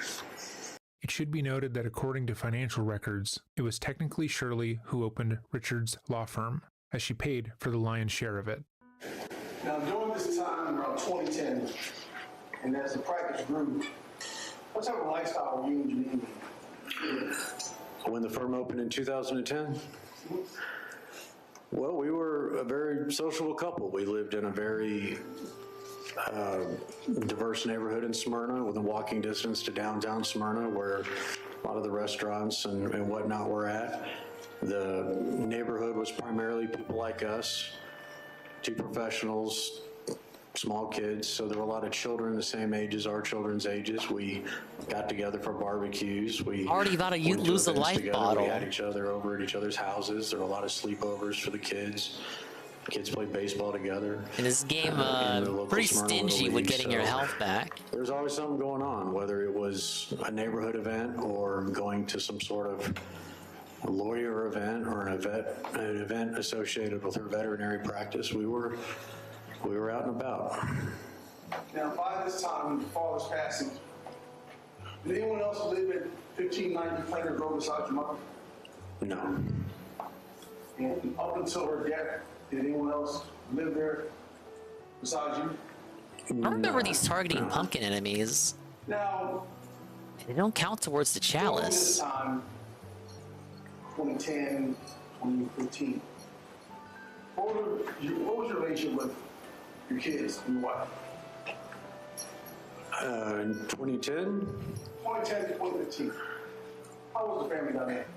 The only way to describe my family dynamic and my marriage was it was a dream. We were happy. We were fun-loving.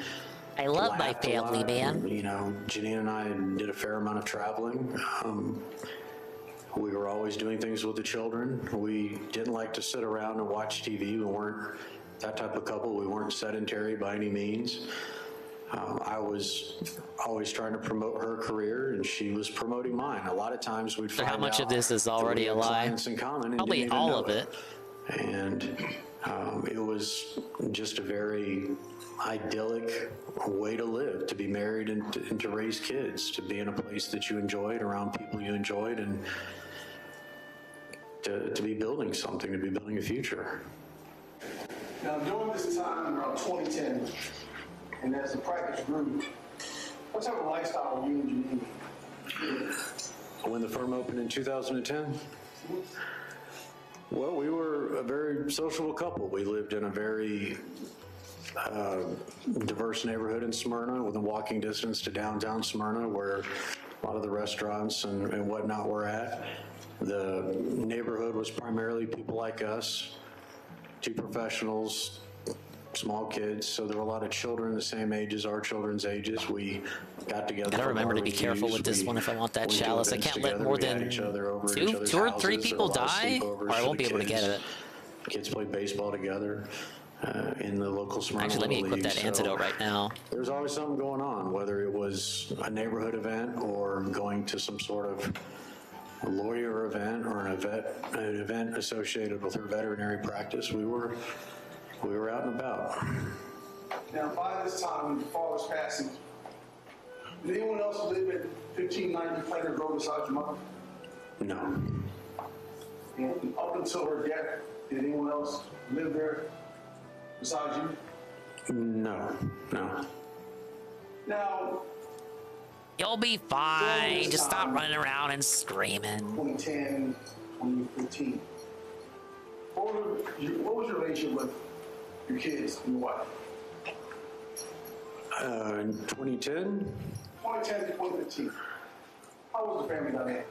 The only way to describe 3 souls saved, 0 souls lost. I'm doing better than last time. It was a dream. We were happy. We were fun-loving. We laughed a lot. You know, Janine and I did a fair amount of traveling. We were always doing things with the children. We didn't like to sit around and watch TV. We weren't that type of couple. We weren't sedentary by any means. Oh, they're the anti-DSPN cat then. Always trying to promote That's her the case. career, and she was promoting mine. A lot of times we'd find out that we had clients in common and didn't even know it. And it was just a very idyllic way to live, to be married and to raise kids, to be in a place that you enjoyed, around people you enjoyed, and to be building something, to be building a future. His ex-wife would disagree with this statement, claiming that Richard was incredibly volatile, especially when he drank. On multiple occasions, she would barricade herself and the children in rooms away from Richard. He loved the that devil's he would try to hurt nectar. them, Come on. but felt uncomfortable talking to law enforcement. Can a man about have it a drink, because he man? worked in law. Now, in 2018, what happened? I just want to sip, baby. In 2018, I was arrested in Cobb County for multiple counts of theft, forgery, and there were some counts also of elder exploitation because I did steal money from some elderly folks. Some elderly, but he makes it sound like nothing happened. All I did was steal money from old people. It's really nothing. A misunderstanding. May as well have been. Was one of the few lawyers in Smyrna, and Smyrna has grown a lot since I started my practice in 2010, but it was right on the little village square across from the courthouse. I was the only firm there. That was part of why I picked that area, because I saw a need. I wanted to be the local lawyer that people went to first for help. And it was a very successful vision. And so the practice grew. And when things went south quickly and I got arrested several years later in 2018, it was a very shot jank to get them to our neighbors, change back with the antidote to the Cobb County Bar. Even when talking about his financial crimes, he cannot make himself seem repentant or remorseful. He was asked plainly if his arrest was shocking to the community, which is a simple yes. All he had to do was say, yes, I had a great reputation, and in an act of selfishness that I truly regret, I squandered that reputation and stole my client's money. But instead of doing anything close to that, he gives himself some kudos for picking the location of his practice that he stole people's money from. Talks about how successful it was, and talks about how pristine his reputation was in the area because he was just that good. Now, when you got arrested, how many times you arrested? Just a minor mistake there of, it was a small debacle in which I may or may not have stolen money from actual elderly people. It was shortly after spring break. It wasn't really anything, misunderstanding. It happens to the best of us. A letter from the funds were just misplaced, telling me that I needed to appear at a warrant application hearing. And what that basically means is somebody has taken out a warrant for your arrest, and the judge has to determine if there's probable cause. Maybe don't run when I'm on the tree. On a Monday morning. And just a little bit of light fraud, nothing too bad. To the hearing. It's not like I stole candy from a baby. I'm not the fucking devil here, guys. The main arrest in January of 2018. You're trying to make me into something I'm not. Taken out a warrant for watching the fucking troll videos. God damn it, lost life bottle. $70,000 of their settlement money.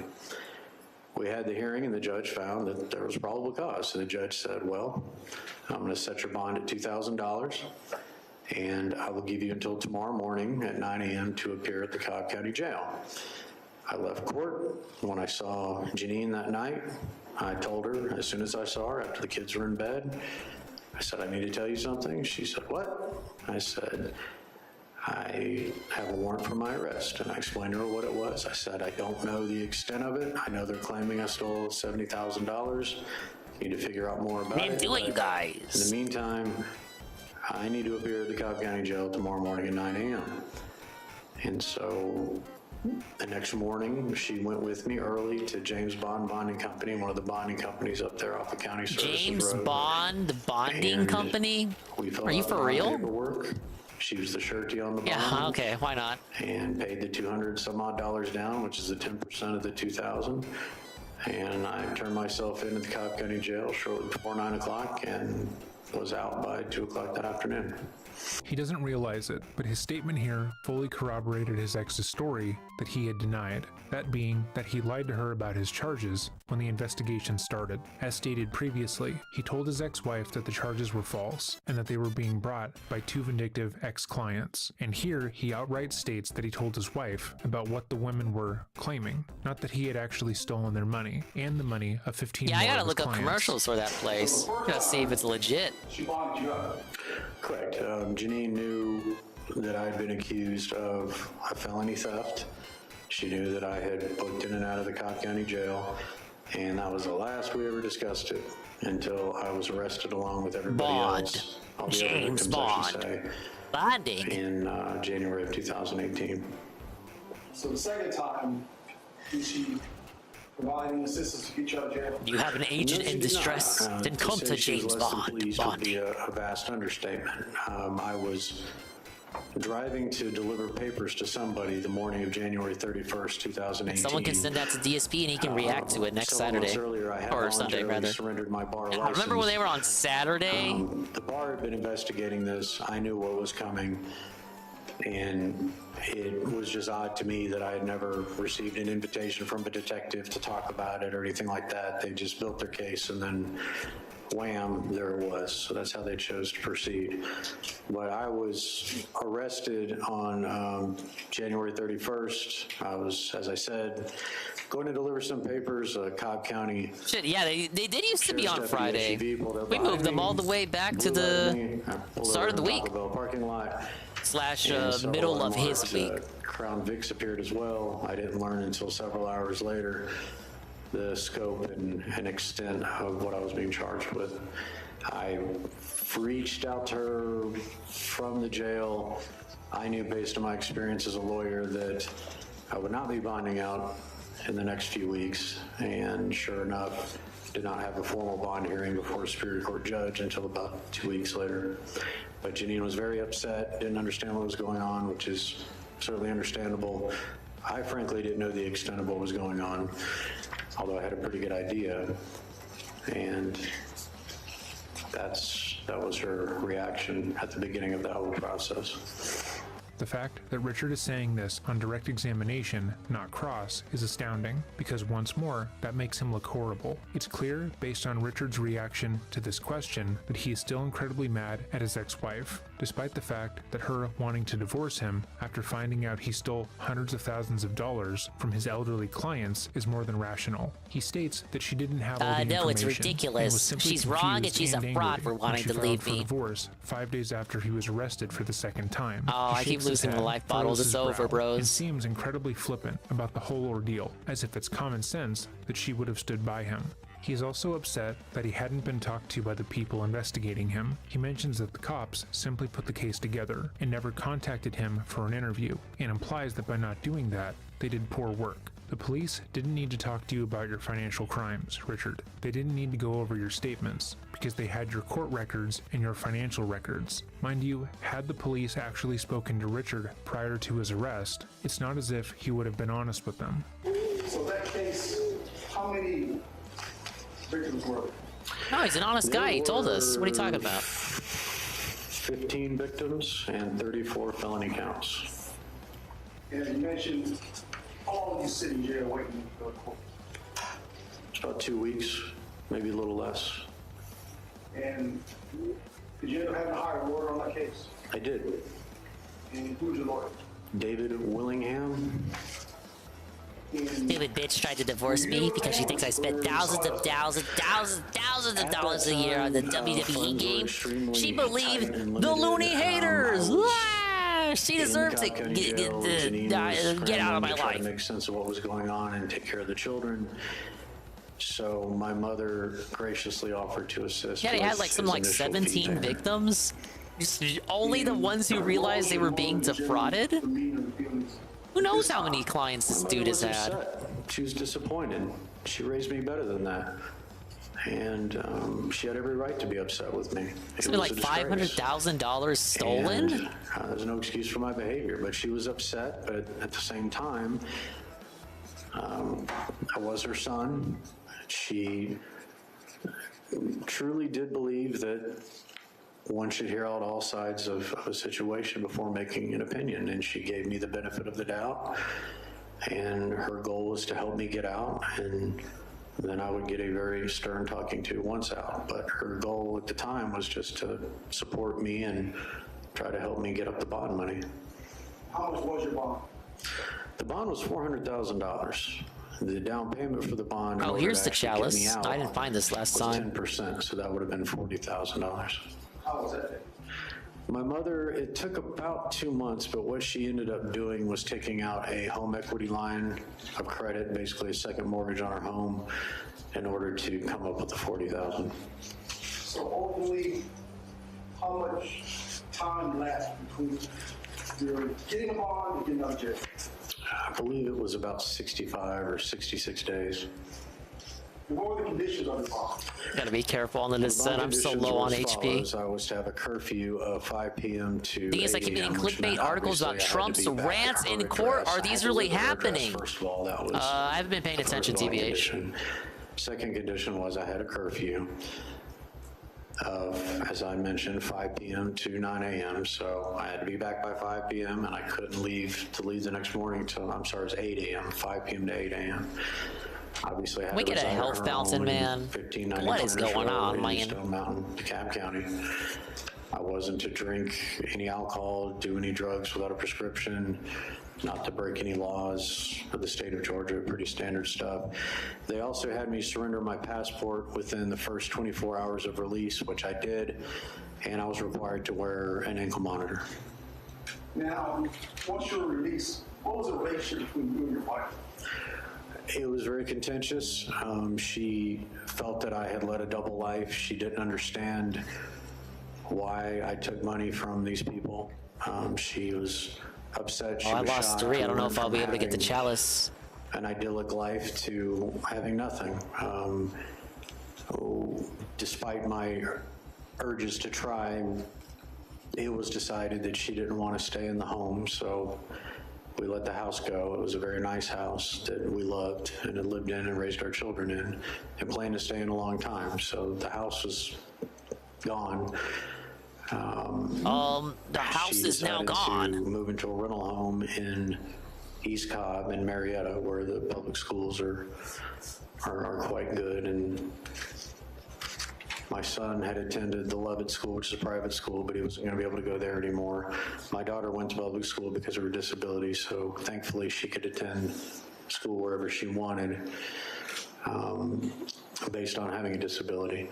But it was a major upheaval. I mean, overnight it was as if a bomb went off in our lives. And at some point in time, did she file for divorce? Very quickly, she filed for divorce 4 days into my arrest. Dang. I don't think I had enough to do the chalice anyway. I lost too many souls. Yes, the divorce was finalized, I believe, 3rd week of June 2018, and I didn't fight her on the divorce. I understood her emotions. I understood the reasons for it. I certainly didn't want her to be accused of having any part of my misdeeds because I truly did act alone. She wasn't involved. I think early on some folks may not have believed that. I lost way too many life bottles anyway. If I did finish it with no life bottles, that'd be pretty rough. And segregating, my behavior from, obviously her not having an involvement. I didn't mention this earlier, but one of the reasons that Janine felt as if Richard had lived a double life and couldn't be trusted around the children was the fact that shortly before his second arrest, he had pawned the family's specialized van, used specifically for their daughter's disabilities. So, I don't know, Richard, maybe that's why she felt she needed to get away from you so quickly. Now, after your release, what was your relationship with your kids? My son was 14 and a half at the time. Pretty and despicable, as I said, we were if very true. Close, and it is true. He had me up on a pedestal like a lot of why wouldn't it be? Boys do their father. I didn't realize that DSP making a twit longer about Pandalina's reply to Cat on Twitter of 1 day apart. That's insanely coincidental and just weird. He was already on the hunt, man. There's no relevance to his kids' feelings. I should have been tossed since the Brand Dude video about it. She went into detail about the things that the son felt, things that the son did, and things the son told her during this time period. But that doesn't make it relevant. So how One is it fucking relevant? reply and we're off to the races. Married to Rebound. We were trying to make Panda jealous. Come on. Correct. We were lonely and desperate. We wanted to prove to her we moved on quick without even thinking about her. She wasn't pleased with my behavior. She was embarrassed. But at the same time, she was willing to give me a chance, give me a place hello, to right, live, Drake. help me. It's a true crime time survive. with I mean, Medieval. I really Run it back. Didn't have much other than my personal effects and an old pickup truck, literally. So she opened up her home to me, and it was strange being back under her roof at, I guess I was 43, 44 years old when all this went down.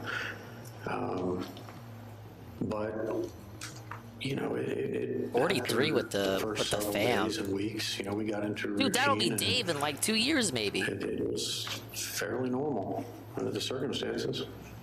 Again, this is a great moment to show emotion. He's been given the chance to go How many into crimes you detail solved about tonight how so his far? mom This is helped just the him in one. a moment of need. As How she the stuck her main neck channels out that I on the knew line for upload. him by taking out a line of credit Watching to bail some him out wacky and videos letting before him this, stay like under her a roof. He should a feel Garfield remorseful, What or If at the very least, GBA horror embarrassed that video. she had to do Hard to this because of his describe. crimes, but he is direct and matter of fact. And as if a what she video about did wasn't a big Nintendo's deal. decision to fuck around and find out with tournaments. My mother's a very strong-willed person.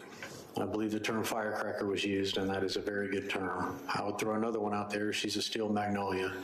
My mother is a strong Southern woman, and she had no problem telling She's me a what I strong thought, Southern woman, and what she baby. thought, rather down to what I wore, to my Oh, I opinions killed on the certain guy. things. Whoops. But I was trying to use the it antidote. was certainly not toxic. We were both opinionated people. We spoke our minds. But we also laughed a lot and spent a lot of time together. So there's nothing abnormal to me or her about it. Don't go to Ultimate Attorneys anymore, so it's whatever for me. Yeah, it doesn't really affect me either. Dinger over here wasn't winning Smash tourneys. You mean as we got closer to sentencing? Yes, it was a very odd time. At least the Muppet wasn't capping for it. I would say He said right it around the was 1st of January gross. 2019. And he could have My used stronger sentencing hearing language, had but been he is a set Muppet. way back in September of 2018. I actually wanted to plea earlier and get on with it and get on down the road to prison, but the DA at the Down time in the County road County to wasn't prison. ready yet. He wanted to make sure there Yeah, he weren't wanted more to get victims, sentenced like yesterday, but they wouldn't let him. it's certainly his prerogative. So there weren't any more victims, and then the plea date was set for September. I'm sorry. He was the one who wanted to In comply. September, They the didn't date want to was set send him to for prison. January 18th of 2019, a Friday. And right about the 1st of January 2019, my mother's house kind of sits up on a cul-de-sac, and you can see the whole cul-de-sac. And I saw an abnormal amount of cars pulling slowly through, stopping in front of our home. My mother noticed the same thing. I began receiving hang-ups on my cell phone, numbers I didn't recognize. Some said unknown number, but area codes of numbers I didn't know. My mother was receiving the same thing. She showed me The her most phones, jank wanting antidote to know thing I knew ever. These numbers weren't, and I didn't. And this seemed to go on with some frequency up until January 14th of 2019. Now, during this time, were you speaking with your wife? Yes, of course. And likewise, does she have concerns? I believe, if I recall correctly, she did. The victims in this case have been characterized, and I don't mean this disrespectfully, I'm just trying to answer truthfully and honestly. The victims have been characterized as... Objection, Your Honor. Be careful. Has been characterized as is not We're gonna shit talk the old people now? If that's hearsay or where he's coming up with this, but I don't believe that that's relevant. Yeah, they shut him up before he even got to say anything. They're No, not victims in I this don't case. think we need to have One him. victim in this case. I don't think that's necessary, sir. So how is this testimony relevant? All right, I'll sustain the objection. So, while we don't know exactly what Richard was going to say, it was clear that he was trying to set up a narrative that the men and women he stole nearly $500,000 from were stalking him and his family. He was trying to insinuate that the elderly clients he had taken on were going out of their way to harass him, as well as his mother and his ex-wife, although his ex-wife denies this happening. This is clearly done to give an alternative version of events, where it would make sense that his mom would be attacked and killed. The fucking elderly detractors stalking him in his gated community. How dare they? Him and his family. Maybe it's you who's the real schizo, motherfucker. Sentenced to 15 years in prison and felt like he was getting off easy. Why wouldn't they attack him? According to his own story, they had guns. They could have shot him in the legs, stabbed him, and beaten him with the weight, but they didn't. Instead, according to him, they brutalized Instead, his they mother, let him go, they let him live, gave him a warning, and then without killed so his much as mom. laying a hand on him, which doesn't make any sense. Had his victims been willing to kill anyone in their case, they would have obviously killed him. Where's but they my didn't do money, that, mostly Richard? because they were I told you my elderly men name's and not women Richard, who man. wouldn't be able to. Like, why does everybody gotta fuck with me? Damn, my shit stink. My name's not Sam. You ever feel that maybe somebody will help get you? Absolutely. No doubt about it. Now let's talk about, at some point in time, as we can see, President Obama, a cartoon rock. Yes. And what date is that? That was January 14th, 2019. And who received that cartoon? That cartoon was received at my mother's home at Planters Row. The cartoon as received from the animated world. Delivered in her mailbox and discovered by her. Did you have discussions with her about it? Right away. I believe, on my way to work. I was working at a warehouse at the time, and I received a call from her informing me of receipt of this cartoon, and she was upset. And literally, as I hung up with her, Did I see the Tyler debate with King Slide T? I didn't. Was it worth watching? who you've heard from. I know the last And time I she got was tricked upset. into watching a dead interview, it didn't go And too well. What was concerning to me, because it was directed at me as It's well. kind of funny. Not Does only Tyler in say the substance N-word? of the cartoon, You know I can't watch but it if he obviously had to does. deal with something I was involved in Cobb County. What concerned me was that No, he doesn't. these I thought the are Wings copies of 007 the thing he same did cartoon with Tyler was pretty being funny. delivered 40 miles apart, two different counties, with a county or two in between these counties. He just called him a pussy, It was a concerted effort. Whoever a delivered pussy them. ad nauseum, along with other Again, such this is going towards slurs. the narrative that Richard's family is And then being attempted to unduly blackmail him. harassed due to his crimes. He In this larped like he story, didn't care, apparently but a I think he did cartoon care. and a rock, or a cartoon rock, I'm not sure, was left in his mother's and ex-wife's mailbox. I wasn't able to find the contents of the cartoon, but we can assume it was The threatening. remaster of the first one, I did. It was a playthrough that I did back last year, around this time actually. His ex-wife and his mother. The second one lived never got 40 the miles treatment, away so from that's each why I'm other. playing it But that being the said, OG it's way. completely possible for this to have been done by Big one ups person. Parma and have Tech. that person I got a doing it for bone to reasons pick with you. besides what Richard is alleging. Some Big ups records Parma. indicate that the police believe Playing through that Richard MediEvil himself II, had left the while cartoon listening in the to True Crime. mailboxes as a way to argue to the court that he and This his family wannabe were being lawyer unfairly penalized. Obviously, scammed it's suspicious lots that the day of before elderly Richard is people, sentenced, got both his found mother out and his ex caught, found harassing images sent to in the go live mailbox. with his mom But at if the that age led of to Richard having 43 two people in and his then killed family his speak mom. to the court on his behalf, the judge So would basically likely the be more worst than person open to ever. considering probation. But even if the person who did this wasn't Richard, a person putting a cartoon in a mailbox is not the same as a person killing someone. Is it a kind thing to do? No. But the way Richard is trying to shape this Oh action no, they as said a being the cartoon precursor at for me. what Anything happened to but his that. mother is ridiculous. Now, Big ups Gondola. Hello, sir. within a day or so, Welcome to Dingerween. Well, actually, it started the night that she received the cartoon. You played a I got spooky, back, scary Spyro GBA and level. she was upset. Attempted a Vinny Prime? Holy shit, the Vinny re-up with the Prime out of nowhere. Prime gaming for 2 months. Well, thank you, Vinny. Hello. She just was very How's it concerned going? about the cartoon, about the effect on Janine and the kids. We appreciate the positivity. And I should add that You no Janine longer have to deal with bothersome felt as if, ads. Ain't that the bee's well, she didn't knees? feel. She was quite adamant that she was keeping my son Jack Yeah, home big from ups school to you the and next day. Gondola. She wasn't going to go You to played a work. spooky level in Spyro, had to tried call out somebody Monster Force on GBA, DA's was office or aggressively sheriff's mid, office, and but I'm not not that sure bad. which. but not really confirmed them of it. stand My out mother was either. concerned Just that kind of they weren't gonna do average all anything, and around. In fact, they didn't. And I wanted to play one more game, but I couldn't get the emulator to work well. Definitely concern. So I'm gonna look into it, and we're gonna run it back hopefully My mother tomorrow. had these symptoms. She decided that MediEvil II, I'm running.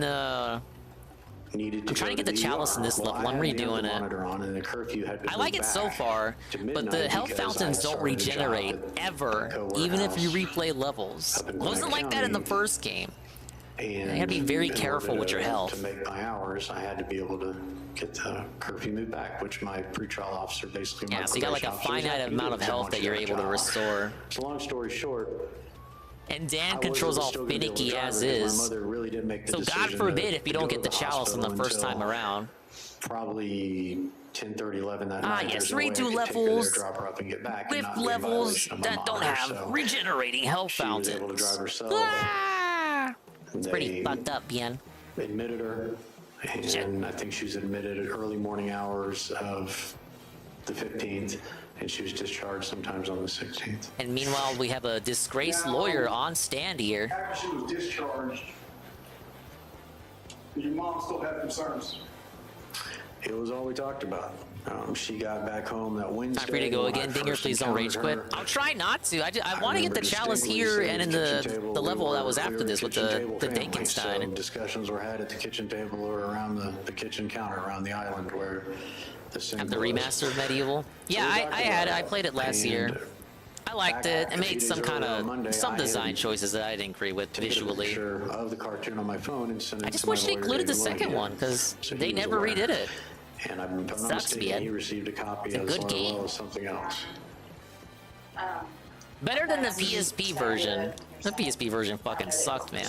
Made it way too And Mr. goofy. Queen, this has turned into a lot of narrative. So you need to either ask him specific questions or instruct your client to confine his answers to the questions that are asked. So I'll sustain the objection. So, And the game's given up with all these pumpkin enemies on screen. your response to the cartoon as it relates to the attorney, Mr. Willingham. She began to draft a letter to Mr. Willingham. And to your knowledge, was that letter delivered? Alright, one soul saved, one soul's lost. I don't think I'm gonna have enough to get the chalice. What day was this? What day? What is January 15, 16, 17? What day were you? I remember her showing me a draft of the letter quite soon after she got home because my mother was the type of person that handles stuff while it was fresh on her mind. So she showed me a draft of it. I said, do whatever you want, send it. And I have no reason to think that's not what happened. And Recent Spider-Man 2 drama on Twitter with the flag? If it ain't about the flag, I don't know what you're talking about there. And how did that go? It was a... I didn't notice that energy vial earlier. Quite an event. Court that day was to start That'll at help 9 me a.m., a minuscule amount. and it lasted all day. Apparently one of the writers looks exactly like MJ in Spider-Man 2. I mean, that could just be coincidence. Express It didn't look like her in the first game. their opinions regarding the settlement. They certainly did. Any items that you can use to restore your health besides the fountains? I don't know if the energy vials respawn. I just know the fountains do. There are vials, and I just picked one up, and it did, what, maybe 30 HP restore? Offer, the judge assured us that he would not go In a more game where like serious 2 than an hits can offer. drain a whole So the bottle? hope was maybe I would end up getting a little less time than what the state initially recommended. The judge heard testimony from the victims all day. I believe I was the final person to testify. And then the judge Used up the bottle. pronounced his sentence 4:35 in the afternoon. Based on his phrasing and tone, it's clear to see that Richard is annoyed at the fact that his own victims were allowed to give victim impact statements at his sentencing. How come He the also enemies seems to can't get believe crushed by that the having giant his feet fucking pumpkin? blasted his Come on. trial is somehow unjust, despite stealing hundreds of thousands of dollars. You said you testified. Was it a trial?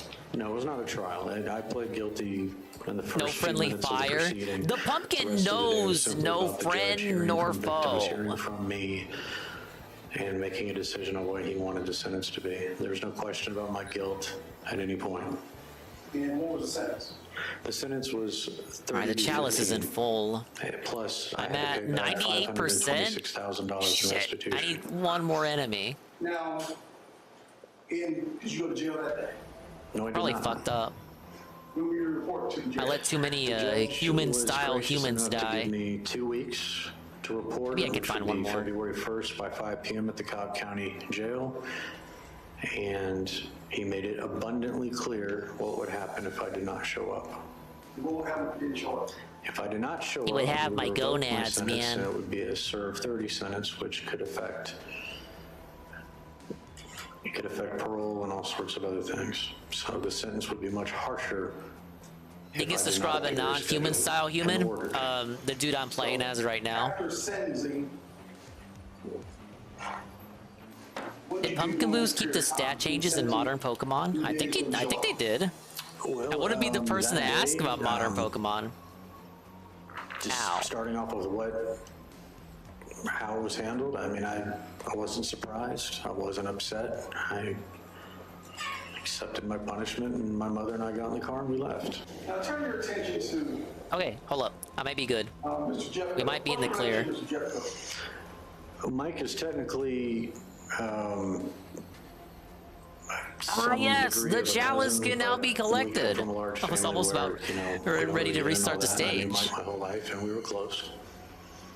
And was there understanding for Mike and Take originally taking the jail? Yes, I believe Tuesday or Wednesday that week, my mother and I decided that it would probably So you can be let best. 3 people die, at but if that you let time, more we than had a 3 die, discussion restart the level. That Mike come and. Hopefully this is the take only my level mother with this to- mechanic. I mean, I'm sorry, take me to. I want to go ham on my enemies. I don't want to have to space myself so I don't hit My a mother had been to fucking the Cobb County human. Jail planning to visit me and to go arrange the bond. So, what caused things to change with that plan? Mr. Jeff would tell. Right. Thursday night, after I got back from seeing the children, my mother and I were talking, and we just felt like it was a private family matter, an intimate family matter. Even though Mike was family, it was something that she and I wanted to share and handle. That was really all there was to it. We didn't want to inconvenience him. So did you ask your mother to call Mike off? Miss platformers like this, Nintendo's really the Decided last that man It standing. wasn't necessary for him to be there. They kind of are. Why is that? Because we didn't want to inconvenience Mike, because we actually. Whoa, and Leet with the had a few fact things we check. wanted to talk And about, Doomer Ziggy. And we just When's the frankly cooking part of didn't this need game? anybody I else's don't think it help. exists. So here, Richard's lawyer is trying to give an alternate reason for events. Originally, Richard was going to be driven to the prison by his cousin, and this had been set up weeks in advance. This was allegedly done because Alright, Shirley level didn't want to witness her complete. son walking into prison and felt that that would be too hard on her. However, directly before the murder, and completely coincidentally, Richard and Shirley would reverse their decision and tell Mike that he no longer had to come over to pick Richard up. Now, this could have been completely innocent. Maybe Shirley wanted to see her son off, and she did feel like it was her See what we responsibility. get for doing but that it's level also again. incredibly convenient, as Richard had been the one to kill his own mother. It would mean that no one would discover her body for days, and he would get a head start on the police. Or dropped. Experiment with both, but take great care, or it will be you that gets blown apart. Ooh. Around 8:30, I think. Got the phone off and just kind of nodding off, listening. No, big ups. I hope you're just as convinced by this lawyer's testimony as I am. All right, we have bombs. When I left the doctor's appointment and was driving back, it was the last time. That seems a bit that I useless. saw Mia, before I knew I had to turn myself in later in the day. Mia was my baby girl. She was my princess. Naturally, I was sad. Not sure if this is the kind of game that It needs was a sad ride slow, home. Just like the night before after saying goodbye to slow Jack. stuff like When that. I Like, walked into the enemies are so the way that she mobile, got like they're back into always my mother's moving house is and that coming after you. I You'd would really put have my car in the to driveway. Her car was in the garage. really have to run around If them the to get garage them to door was stay open, I'd open it in the and walk vicinity of a through the bomb garage long door into enough to the get kitchen. So I caught by, walked into especially the with a kitchen. bomb I'm sorry? that has a detonation time that lengthy. Garage door opener. Don't know how I feel about that one. Did you have a separate garage door or was it on a panel on the door? No, it was in my car. All right, I need to do Dingenstein again. I went inside, and it had been obvious that I was upset. I had tears in my eyes, and she just came over and hugged me. She knew why I was sad about saying goodbye to my children.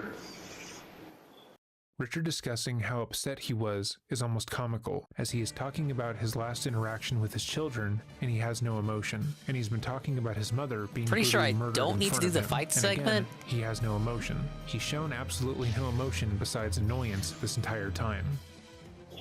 Then what happened later that day? Well, shortly thereafter, we both... We can only hope I don't have to. All right, the chalice is up saying there. that things aren't so good here. And that's exactly what it was about. It was just not a happy day. I mean, I was about to go away to prison for possibly 15 years, so it was a private time. There was no yelling or screaming. And I sent him a similar text, and that was that. So after those texts were sent, I started to go through some of my stuff and sort through some of my personal effects. And my mother and I, oddly enough, I had been so busy spending time with the kids and doing other things. She and I hadn't had a discussion about how to organize my clothes or what maybe The chalice is easy to get. I don't know where to go to pick it up. I think this door would open up and that would allow me easy access to the roof, but that's not how it works. That's it. Now, was there a plan for y'all to have lunch together? Yes, my mother was a great cook, fantastic cook, and she was going to make spaghetti. So did she start preparations for lunch? Yes, she did. Then what happened? It was, the plan was... Guy can't do basic housekeeping either, just like the guy. Around 1 o'clock. No wonder they sent him back to live with his mommy. On the road by Court ordered. It was, I believe, Super Bowl weekend, Friday afternoon traffic, a bunch of stuff going on in Atlanta. And, obviously we don't want to be late to the jail, given the importance of me being on time. I was walking from the kitchen. I had just left the kitchen from keeping her company while she was making the spaghetti when I heard a very loud knock at the front door.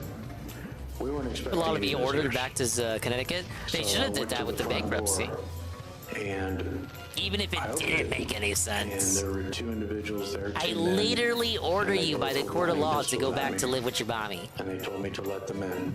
You're not fit to live on your own. I let them in. Legally. This would be traumatic. Recounting an event as terrifying as the one he has just begun to recount would be daunting, but again, he still has no emotion. His tone is almost comical, as if this is funny to him. When you testify in a jury trial, you want to get them on your side. You want them to see you in this hyper-specific way, and make your version of events so real that they can't help but agree with you. But everything that Richard has done is completely contrary to what he is saying. He doesn't seem to care about anything that he's talking about, even though his life hangs in the balance, as if he believes that he can win them over just by being there, and explaining this Where's this nonsensical hole story here? to them. Oh, it's for the... Okay, I think that's for the Dan hand. They were pointing pistols at me, so I let them in. I let them in. They shut the door. I got that ability now, About Goop. this time, my mother came to the foyer. The chalice can be where collected I was now. standing with these 2 individuals, and I still gotta find it, they though. said, "Head to the basement and don't say an effing word." So did you go to the basement? The taller of the individuals, he was older, probably in his 50s, about 6 feet, athletically built, walked past me, put the gun at my mother's lower back, and she... Yeah, we're watching Dreading Serial. It has been a minute, hasn't it? Basement. The fact they said head to the basement led me to think they knew we had a basement and cased the house before. Yeah, the gist of his spiel here is 2 guys came in, they threatened him, and then killed his mom, and then threatened him and said, don't investigate or we'll kill you too. Even though you're the guy we're after, we're gonna kill your mom. 2-step process to get down those stairs. You have prove a 4 or 5 point steps to or run down, something. There's a landing, and then you make the turn. And he cut off there's his the ankle longer monitor flat and stairs. ran away. Skipped They town. proceeded first. Made a My new life mother for himself. was crying. Hid for 8 months She was successfully because he was afraid, making scared for his sounds like life. She might But his argument here is he was too scared. He was threatened for his life. He was afraid. It completely wasn't because he didn't want to serve his jail sentence for defrauding literally elderly people. Who had the gun on my back made it to the landing. Oh, he was in fear. Two random max gentlemen who, like, and look at his face after saying who nobody that. ever saw. You know, everyone in the neighborhood having ring cameras and stuff because it's 2023. Nobody saw anything. Someone who believes that they are getting one over on Totally everybody real. It's actually happened, you guys. It was the worst. You don't believe this paragon of virtue here? She plunged headlong into the wall. I don't think it was this year, but you know what I mean. A lot of people have. Sitting here. And pretty much all your neighbors spy on you with their doorbells now. She was trying to get up and move around. The Chandler Halderson click case, that was the first thing they did, was scout the neighborhood for people who had ring cameras. It's free evidence. She certainly appeared to be. Free real estate. And as I moved like I was going to try to go down the stairs, the guy dug the pistol into my back and grabbed my shoulder. The gentleman who pushed her down the stairs put his pistol behind his back into the back part of his jeans. He ran down the stairs, turned the corner, and came back with I gotta redo that. 35 pounds. I was thinking, okay, I'd get all the limbs but one, then I collect the chalice, but I should probably do that the other way around. Where did the knife come from? Well, the knife came later. He just laughed. He laughed while recounting how his mother was viciously killed, but he seems entirely unaware that he's doing a bad job. Laughed. Richard is very, and it very sounded confident like in all of his bullshit. This monster took this dumbbell and proceeded to bludgeon my mother right in front of me. Yeah, the monster was you, Rue. She stopped moving at this point. He then attacked your mother in front of you, and you were too much of a coward to do anything about it. You just stood there and watched your mother be bludgeoned to death. I totally believe that. You would not be moved by emotion at all. Just completely frozen by fear. The big man, big lawyer man you are. You just sat there and watched. He came back a few minutes later with the kitchen knife. Your own mother took you in after you got convicted for defrauding the elderly. Went to go back to live with your mom at age 43. What? And you just stood there and watched her die. Why is any of this happening? It was a complete and utter nightmare. I am just so moved by the emotion on display, guys. I had a pistol to my back. I couldn't believe this was happening. Would this be like, by God, sorry if this is morbid and macabre, but would this be Dave and Linda? Would Dave just stand there? Would Dave not? Like, would Dave be so hard? I think even Dave would at least make an attempt if this scenario were legitimate. And if it was Dave and Linda, I didn't realize at the time that the knife was still stuck in my poor mother's face. He put the handle down on the tile across from the dumbbell. He then turned and looked at me, and he pulled out his cell phone. And he proceeded to show me a picture. Dave would think about tea so he could fake cry. Dropping Mia off at her school. A picture of Jack being dropped off or picked up at Dave would distract the attacker with the fish he just got. A picture of them all getting out of her van. Hey guy, look at this fish I caught. Ain't it neat? And a picture of her either the attacker would be like, wow, that is pretty neat. And he said, and I'll never forget this as long as I live. Oh yeah, I meant little Dave. They're next. I had no doubt who they were or what next meant. And then they left. Dave would gaslight the attacker. Believable. So, you're going to kill my mom, the person who gave birth to me, right? You're going to kill my mother after she, out of the goodness of her heart, took me in and allowed me to live with her again. You're just going to kill her, right? However, the very next Are you fucking dunce? Sentenced to 15 years in prison and to pay restitution to his victims. Then, 2 weeks later, the very day he is supposed to report to prison and begin serving his sentence, sentencing for the elderly people defrauding, that was come to his 15 house, years. brutally murder Potentially his mother 5 in years front with of good him, behavior, seemingly and because he of his didn't want to crimes, do that. And then tell him if So he just doesn't killed keep his mouth mom and shut, ran he would away. kill his entire Skipped family, town. which is What? ridiculous. It's If 5 someone years wanted at to best enact if you're a good revenge on boy. Richard, why would they What? go through the effort of not killing him? He had seen their faces, they had their guns drawn on him, and they had come there with the express purpose of killing him. But when push came to shove, they decided to kill his mother, threaten him a little bit, then leave him there completely unharmed. That doesn't make any sense, but we've seen defenses like this before, most notably in the case of Diane Downs. And then, did you call the police? No, I did not call the police. Why not? Because I just witnessed an unimaginable. I was afraid they would attack the body. Two unimaginable I need acts one of these. of violence. And then a man coldly looked at me after he's standing over the body. I gotta be afraid of the rats now? And bludgeoned, and shows me pictures of my family. So no, I did not call the police. How much longer did you stay there? Yeah, that makes sense. I was scared, you guys. I stood there numb. And You're certainly not numb now. Moving for it would seem like minutes. So back in These 2010, guys my are mother lost. was at a helicopter company. I went upstairs. All I could think about was food. Was Janine and the kids, and what these monsters could do. And I went and got a small backpack out of my room. I put a few clothes. I didn't pack much. Some basic toiletries. Oh, is this how you get back there? He was smiling during the first half of that statement. Check it out. I don't want to definitively state that that was a duping delight smile, but he's extremely pleased with himself. The majority of the testimony has been laying the groundwork for his defense, and he seems to believe now he is bringing everything home and really convincing everyone of his stupid-ass story. Now, why did you take your mother's car? I took my mother's car because it had more gas in it than my car. It had a bigger tank. And I think your had story no has the idea most hot air out of anybody where right I was now, going sir. or where I was going to end up. And it seemed to me in that state of mind that at least her car would be easier to sleep. And that's why I took her car. This statement alone is damning. He didn't state that he was in a mental crisis. He didn't claim to be going through a psychological 3 minutes to break finish, but as I a have all result of the- seeing I his got the mother being chalice. brutally killed. Instead, he says he chose to take her car because it had more gas in the tank, as well as better gas mileage, and it was easier to sleep in.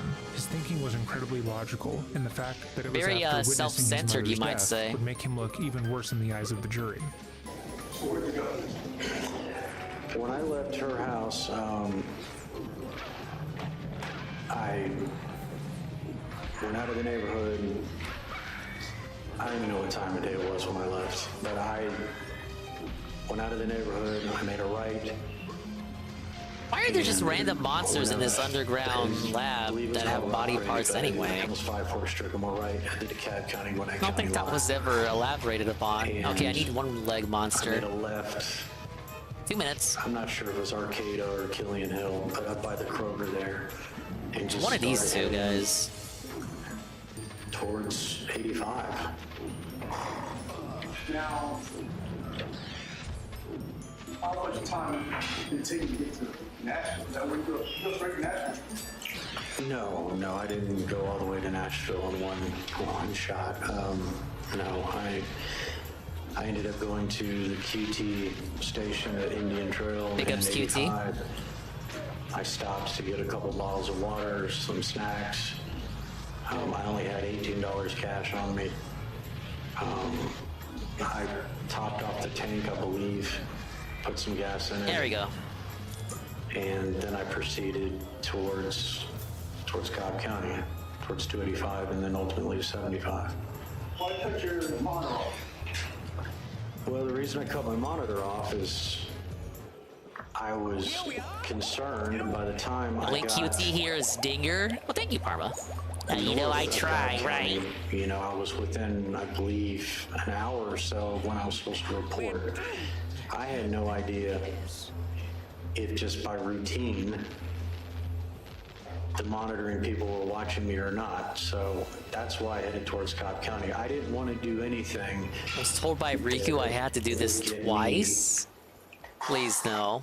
Involved with the police because okay, it just takes me back to the lab. Never mind. My family, if these guys found out and thought I had said something. Now, why did you take both phones? For that very reason. I had every reason to believe, based on this horrific event, that these individuals had a lot of hate for me. Whoa! Had been following We have me acquired and my ex-wife the and broadsword. And perhaps they had our numbers. Perhaps they were the ones who had been calling and hanging up. I didn't know. I wanted to have the phones in case they had demands. If they went back to the house, I had to know what was going on. And if Janine called either myself now we're really or playing my with mother, Power Pimp. I wanted to know what was going on with her, that she was okay, that the kids were okay. I completely replaced the small sword.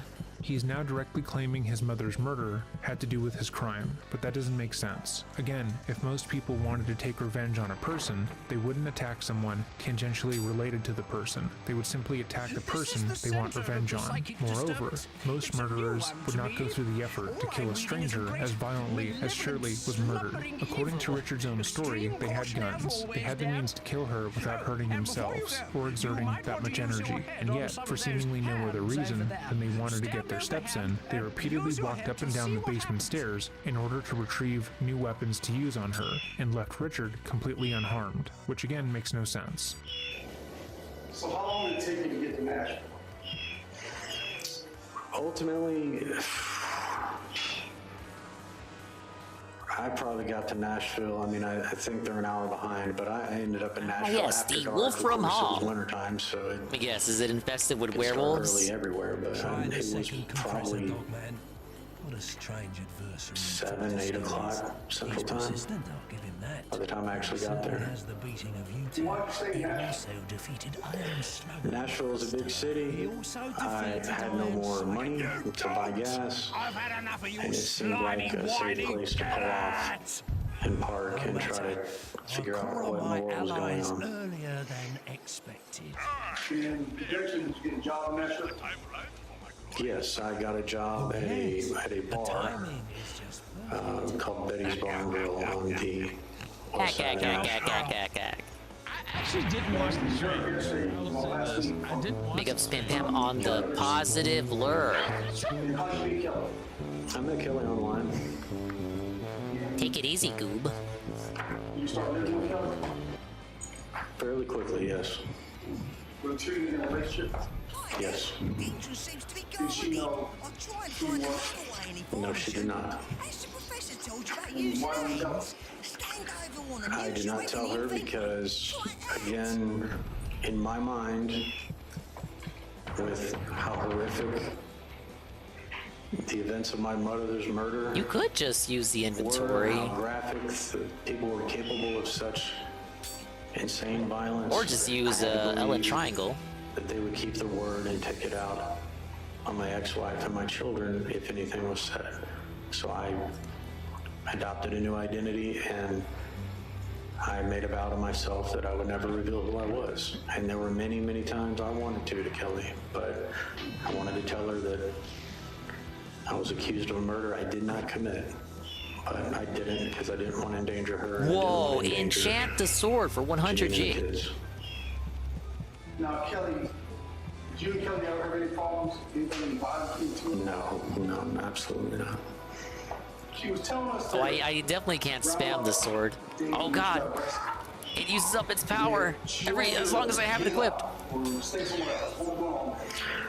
Kelly, at the time, was a PhD student in chemistry, and she had a lot of work to do, and she needed her space. It wasn't relationship space. It was, hey, just go find somewhere else to be for a day or two so I can get my project done.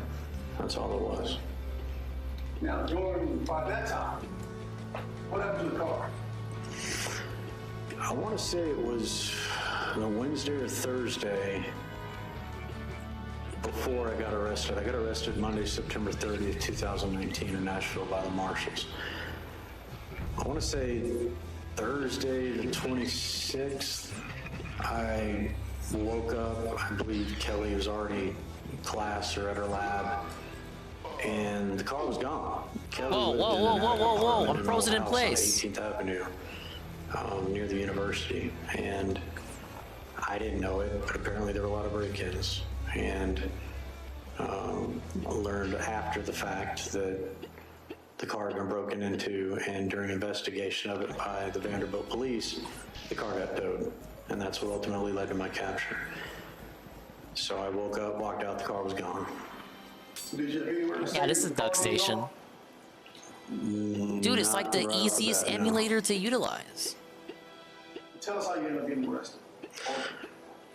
Yeah, on that Monday, I was, the I gotta make it out. It was getting cool at night. I was walking in West Nashville. How did he see in an area me? called Sylvan Park, where Betty's He was, saw me and a few across the other places that I room. knew. And there was the old Southern thrift shop, which I bought good cheap clothes before, and I was just looking for a light jacket because I didn't have one. And as I was done browsing through the store, I didn't see one. I started to walk out, and next thing I knew, I was surrounded by 5 or 6 marshals, and Run away! in the floor, looking up at them. They told me I was under arrest. So, Richard, getting back to February 1st. Yes. Did you kill your mother? Absolutely not. I loved my mother. She stood by me. I'm not a violent person. Never laid a finger on anybody. Imagine you're in Richard's position. Yeah, I love my mother, but I didn't do anything while she was murdered around you and that got it wasn't really you. It was actually these 2 identified people that there's no direct evidence of. You work on your story, so it fits all the evidence that was found at the scene, and you meticulously plan for your day in court. Besides, you're a lawyer. You know this. You can get away with this. And then, when you get in court, you try and assert your innocence. This is the best you can do. Richard has shown zero emotion when talking about his mother. When going over the horrific details of her death, he smiled and seemed pleased with himself. I personally gave a lot of shit to Nancy Brophy and Tony Todd when they took the stand in their own defense, but at the very least, they both pretended to cry. Personally, I think it's kind of funny how his narrative presents the fact that his mother's murder had the unintended consequence that he just had to skip town and not go to prison. It's almost as if he's saying, hey guys, I really wanted to go serve 15 years in prison, but I can't, which is a total bummer. That was it in terms of his direct examination. Richard had accomplished literally nothing he had set out to do, but he seems pretty satisfied with himself, so that's really all that matters. So now I just let's cannot watch the make it out with this cross-examination. fucking key. Mr. Merritt, what you said happened in front of your eyes on February 1st, 2019 must have been horrifying for you. Yeah, it was so scary, You said that guys. it shook you I was so terrified. I didn't know what I would You do. were afraid for your own life? I was so traumatized by what happened to my mother, I really wasn't worried about myself at that point. Okay, but you were concerned for your wife and your daughter and your son, Yes. and you were so scared that you got out of there as fast as you could. Right? I did. Okay. Made the decision not to turn yourself into the Cobb County Jail, right? Correct. And instead you cut your ankle monitor off. But before you even did that, Yeah, it's completely you made normal. some stops along the way. You stopped at a Kroger on. You stopped at a Kroger first, correct? No, I didn't actually stop there. Okay, but you stopped in the parking lot and you drove around the parking lot in Kroger, right? Correct, I did. Okay, because you didn't need gas at that point because your mom's car was full enough to get you out of there. That's what you testified to, correct? To get me most of the way there, yes. Okay, and then you stopped at a QT in Norcross, and we saw the video of that. Do you recall? Okay. Ain't And you nothing were but a there for Kroger how run, long? guys. Do you remember? I honestly don't remember. Okay. Did you feel that you were being chased at that point? At that point, no, I did not. Okay. Did you feel like your life was in danger at that point? Careful. I didn't know, honestly. Okay. So you bought waters in a candy bar. Okay, and then you drove around 285 We need west. to hydrate, come and on. you took the 75 north exit, right? Correct. Now, tell me if I'm wrong, but your wife's practice is over in Vinings, kind of on West Paces Ferry and Paces Mill. Is that correct? Okay, and so you passed that exit when you got onto 75 North. Correct. And you did not stop to tell your wife that you had just watched your mother being killed and her life was in danger. Oh, she's not Correct? important in the grand scheme. Okay, and your son's He's not really a school, character Love It, in this is just down the story, street from lady. that. It's on West Paces Ferry, is that right? Yes. And you did not make any efforts to take that exit, which is This is the bug-eyed exit anime before girl. the exit to your wife's veterinarian clinic. I wanna interact with to pick her. up your son from school or Hey, alert anyone Chalice. that his life was in danger. My son, I believe, was with his grandfather that day. He wasn't at school. Okay, but you never made any phone calls to your wife, correct? No, I did not. You never called Jack's school, right? No, I did not. You never called. No, I didn't do that. And I'm damn proud of it, man. No, I did not. And so Jack was with Sal. That's your previous father-in-law. Did you ever call Sal McCosey to let him know that you had seen this horrible event and that he and your entire family were in danger? I didn't call any of them because the killers told me don't say a word to anyone, so I took them at their word based on what they did. Okay, but they weren't following you, right? I don't know if they were following me or not. Okay. All right. So they could have very well been Very behind convenient you. for him. It's entirely possible. I have no idea what vehicle they were in. Okay, and a safe place to go would have been the Cobb County Jail, which you drove right past on 75 North. Is that correct? The instructions were, and I took them at their word based on what they did to my mother. Don't say a word to anyone. The last place to go would be to somewhere like the Cobb County Jail. Well, apparently Richard thinks this is still hilarious. The prosecution is pointing out all the narrative flaws in Richard's thinking. How if he believed everyone in his life was in danger, he would have stopped along the way and called someone to give them a warning. She points out all the times he could have, all the stops he made along the way, but he never did. And when responding, Richard begins to smile, as if this back and forth is funny, as if what she is saying is so comical because it's outlandish, despite the fact that everything he said for the past hour is clearly false. And why is that? Well, you have law enforcement there. If they have people in Cobb County they know a report, I'm more likely to say something because I'm in the safety of the jail. Oh, you That can't made kill no the little sense to me runt. whatsoever. Okay, so you didn't make any calls to anybody to warn them that their lives were in danger, right? They didn't want you killing These little kids in gentlemen this told game. me- Understandable. These gentlemen, very sarcastically, these monsters told me, don't say a word to anyone. After what they did to my mother, I didn't say a word to anyone, without qualification. Okay, so these monsters, do you think that they were? This ain't no the same child, it's a people demon. Seeing your house starting at the beginning of January. Well, they sure knew we had a basement right off the Yeah, road. multiple Okay, how many children. times have people Multiple driven children that all off look alike. around the cul-de-sac, or driven around the cul-de-sac as you testified earlier? Suspiciously, at least 20 or 30 times by my count. 20 or 30 times. Did you ever get any of their tag numbers? Likely story. It would have They're been obviously possible to run out there in the dark demons and get the imitating the tag numbers. form and shape of human "Oh style children. Following me. Did you ever do Actually, that? my mother and I did discuss it. You discussed it, but you never called the police, and you never made a report of people casing your house or running around the cul-de-sac in their cars, right? No, we didn't. Did you ever talk to any of the neighbors about what was going on? I didn't. I can't say if my mother did or not. Okay, so you weren't concerned at this point about these people riding around in the cul-de-sac because you obviously didn't do anything to prevent it from happening in the future. Quite the opposite, ma'am. I never told said my that. lawyer immediately when it happened who did absolutely nothing. Okay. All right, we got Nick Cage over here with the decimating responses, but there's a huge issue with what he's saying. He stated that his mother's home was being obviously cased, so much so that his elderly mother noticed as much. However, no one else in the neighborhood noticed any unusual cars in the neighborhood. No one else saw any suspicious activity, and the only person The ring besides camera the didn't pick decedent up that anything. knows about this alleged harassment is Richard's former lawyer, who did not report and cannot testify. It's basically the perfect excuse. It's like in middle school, when you lie and say you have a girlfriend who goes to another school, but no one else knows her. They don't have social media, but they totally are a model and they exist. But They're Richard's real, guys, entirely I swear! delusional about how poorly his story is coming across. He is absurdly confident, cocking his eyebrow up and trying to be snarky to the prosecution, as if what she's saying is ridiculous. All right, and you knew he did absolutely nothing. He told me he was actually going to reach out to his contacts at the DA's office where he used to work alongside the person person who prosecuted me, as well as his contacts with law enforcement and cop, they all did absolutely nothing. Okay, but did you ever Hey, call life bottle. DeKalb County Police? It would Because be cool that's if those where your mother's refilled house is the located. rest of my HP when I find them. Call, and neither did my mother, to my knowledge. Okay, and you understand that DeKalb County Police would have jurisdiction over your mother's house. Of course they would, ma'am, but the root of the activity was all indications sourced out of Cobb County. All right. So these two, you called them monsters, right? Yes. You've never seen these guys in your life. Never. And they were both kind of big. You said one was pudgy. What about the other one? He was athletic and thin. Okay, and could you describe what they were wearing?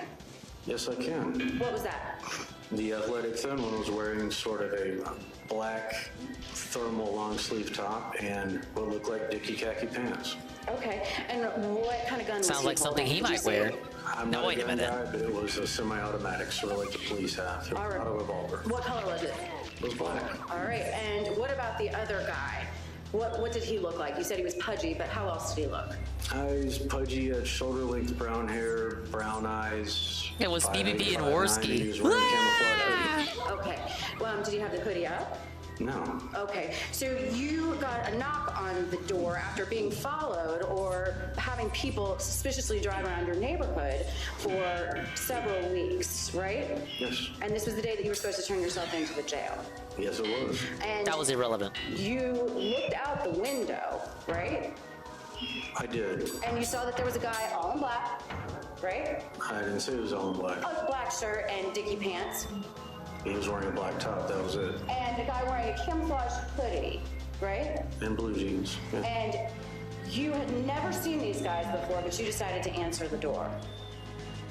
I opened the door. We did not have a peephole in the door. It was not uncommon to just open the door. Could have been a neighbor, could have been anybody. I certainly didn't expect that in the middle of the day. Okay, and they held you up at gunpoint? Yes, they said, let us in now. They didn't shoot you? No, they didn't shoot. They didn't shoot your mom? No, they did not. In fact, is it fair to Interesting say that they vampire killed her killing with mechanic a here. kitchen knife from her own knife block? I believe they did, yes. Okay. And Trying to you immolate you wrote as a letters last-minute to defense all there. who were in custody for this offense. Is that correct? Yes. You wrote many Forced letters to your tutorial to friends kill and family vampires? members, correct? Mainly family members, yes. Okay, specifically you wrote letters to Janine. Yes. And you wrote letters to your brother Rob. Yes. Okay, and you told them that it wouldn't be unlikely that your fingerprints would be on that knife, correct? From the standpoint that we all used the knives in the kitchen, I lived in the house, it very well could be on there. I don't know. Did you tell him any fingerprints that may exist are easily explained as the dumbbells were mine? Did you tell him that? Yes, I did. And I regularly use the knife in question to prepare food, correct? Yes, I did. And you said you worked out 3 to 4 times per month, and you were living there for 10 months, so it would not Oh, I be fucked up the hard puzzle. to explain that evidence away if it were to appear. Correct, because I knew what the murder weapons were, because I saw the gentleman use them, absolutely. Okay, but you never told him anything about the 2 guys who came into the house with guns and bludgeoned your mother to death. See, this is important. You would think that while in police custody for his mother's murder, a murder he claims he didn't commit because 2 strangers just so happened to kill her the day he was supposed to report to prison, you would think that he would tell his friends and family what actually happened. He would want to unburden himself of their I'm gonna fuck distrust now 'cause I and show can't that he move didn't it. I need to actually move do it the left. crime he's being accused of. You would also think he would now want to warn them of the danger they are supposedly in. But instead of doing that, he tried to justify why his DNA would be present at the scene of the crime and why his fingerprints would be on the weapons. You really don't have that Did it not kind of account for you getting it capacity stuck to like write this? from I can't being reset it. incarcerated. I told him the key facts. Oh, okay. You told him the key facts that 2 guys broke into your mother's house? Can I I pull don't it? recall if I told him that or not. Okay, and in fact, what you actually told him is the timing and substance of this disclosure will all make sense. Yes, because I knew that I didn't do it, and I would have to sit here in my defense one day, absolutely. But you never said anything to Janine about these 2 guys who were supposedly out and knew her whereabouts in Janine wasn't reading anything I sent her. Okay, and what about your brother? You never said, listen, these two guys are out, they've got photographs of our family on the phone, and you I didn't think it was important or relevant. Keep everyone safe. I had absolutely no confidence that law enforcement would do anything at that point because they took out the warrant for the murder of my mother the same day they found the body. You're a and lawyer. Investigated nobody else. But there was no need to investigate anyone else based on the crime scene and the circumstances. All the DNA that was found at the scene of the crime belonged to Richard and his mother. No neighbors stated they saw anyone suspicious or out of place when the murders took place, and no one person besides Richard had ever claimed that two men dressed suspiciously had been anywhere near the home at the time of the murder. Not only that, but he failed to call law enforcement and went on the run, spending 8 months living under a different identity. He's trying to state that the suspicion being placed on him by law enforcement is unjustified, when in reality, it would be ridiculous to ignore him. Time as to a waste these suspect. bottles in He had what, means, 5 motive, minutes? and opportunity, Couldn't but he even wants fill us to all of them. ignore all of that because he, the criminal who stole $500,000 from the elderly, swears he wouldn't have done this. Okay, and I'm a nice guy, you guys. I would never do something like this. You did take, so you said you took your mother's car, right? Yes. And you took your mother's phone as well, right? Yes, I did. And that doesn't make really a lot of sense. Can you explain why you took your mother's phone? I took my phone, of course, and I took her phone. I didn't think she needed it anymore. We had been getting on both my phone and her phone. I assumed that these were the same folks who had been calling us that had killed her. They might have some sort of demands. Janine might call my phone or my mother's phone if these guys made a move on her or the kids, and I wanted to know exactly what was going on. That's why I took both phones. You've seen the phone records that the state admitted into evidence, didn't you? Of course. Okay, both you, and you've had the opportunity to review those phone records, right? Yes. And there were phone calls made to both your phone and your mother's phone while you were on the run, right? I don't recall anybody calling me while I was on my phone anyway. She may have received I killed one inadvertently. SMS, not Works for me. phone calls. You never picked up any phone calls to your mother's phone on February 1st, 2019, did you? This one fell back but asleep. If I recall correctly, the calls that came in were people in her contacts, so I had no worries that they were the ones who killed her. Okay. And you got rid of those phones? Yes. You got rid of them before you even cut the ankle monitor off, or around the time that you cut the ankle monitor Yes, off. I don't dispute the data or your expert. So there was never any intent to turn them over to the police so that they could see whether anyone was Hello, Dracula? demands, as you mentioned. You all right there, buddy? No, because I took them at their word. Say nothing or this will He happen really to your doesn't want to family. step into the light. I really don't think he's a fan of the light. Responding to the prosecution like this, as if what she's saying is ridiculous, is lunacy, especially when he's blatantly telling the jury, in this case, I was that he supposed to had trick evidence him that everything he into was running saying was into it true, while but awake. He destroyed all the evidence while on the run. Sure, there's no proof that anything I'm saying happened, and no one can corroborate my story, but trust me, would I, a man who's going to prison for fraud and elder abuse, really do this? So whose idea was it to turn Mike Jeffcoat down that morning? It was actually my mother's suggestion. She says, I don't really need Mike to come today. And I said, okay, as long as you're able to drive and get yourself He head back to sleep already? That was the extent of the conversation. All right. What is he doing? And, but both you and she texted Mike. Are you aware of that? Of course. Okay. You Ran back went down to there. Nashville. Is that the first place you went, or did you stop anywhere else along the way? I believe I stopped in Chattanooga to use the bathroom at a Walmart. Okay.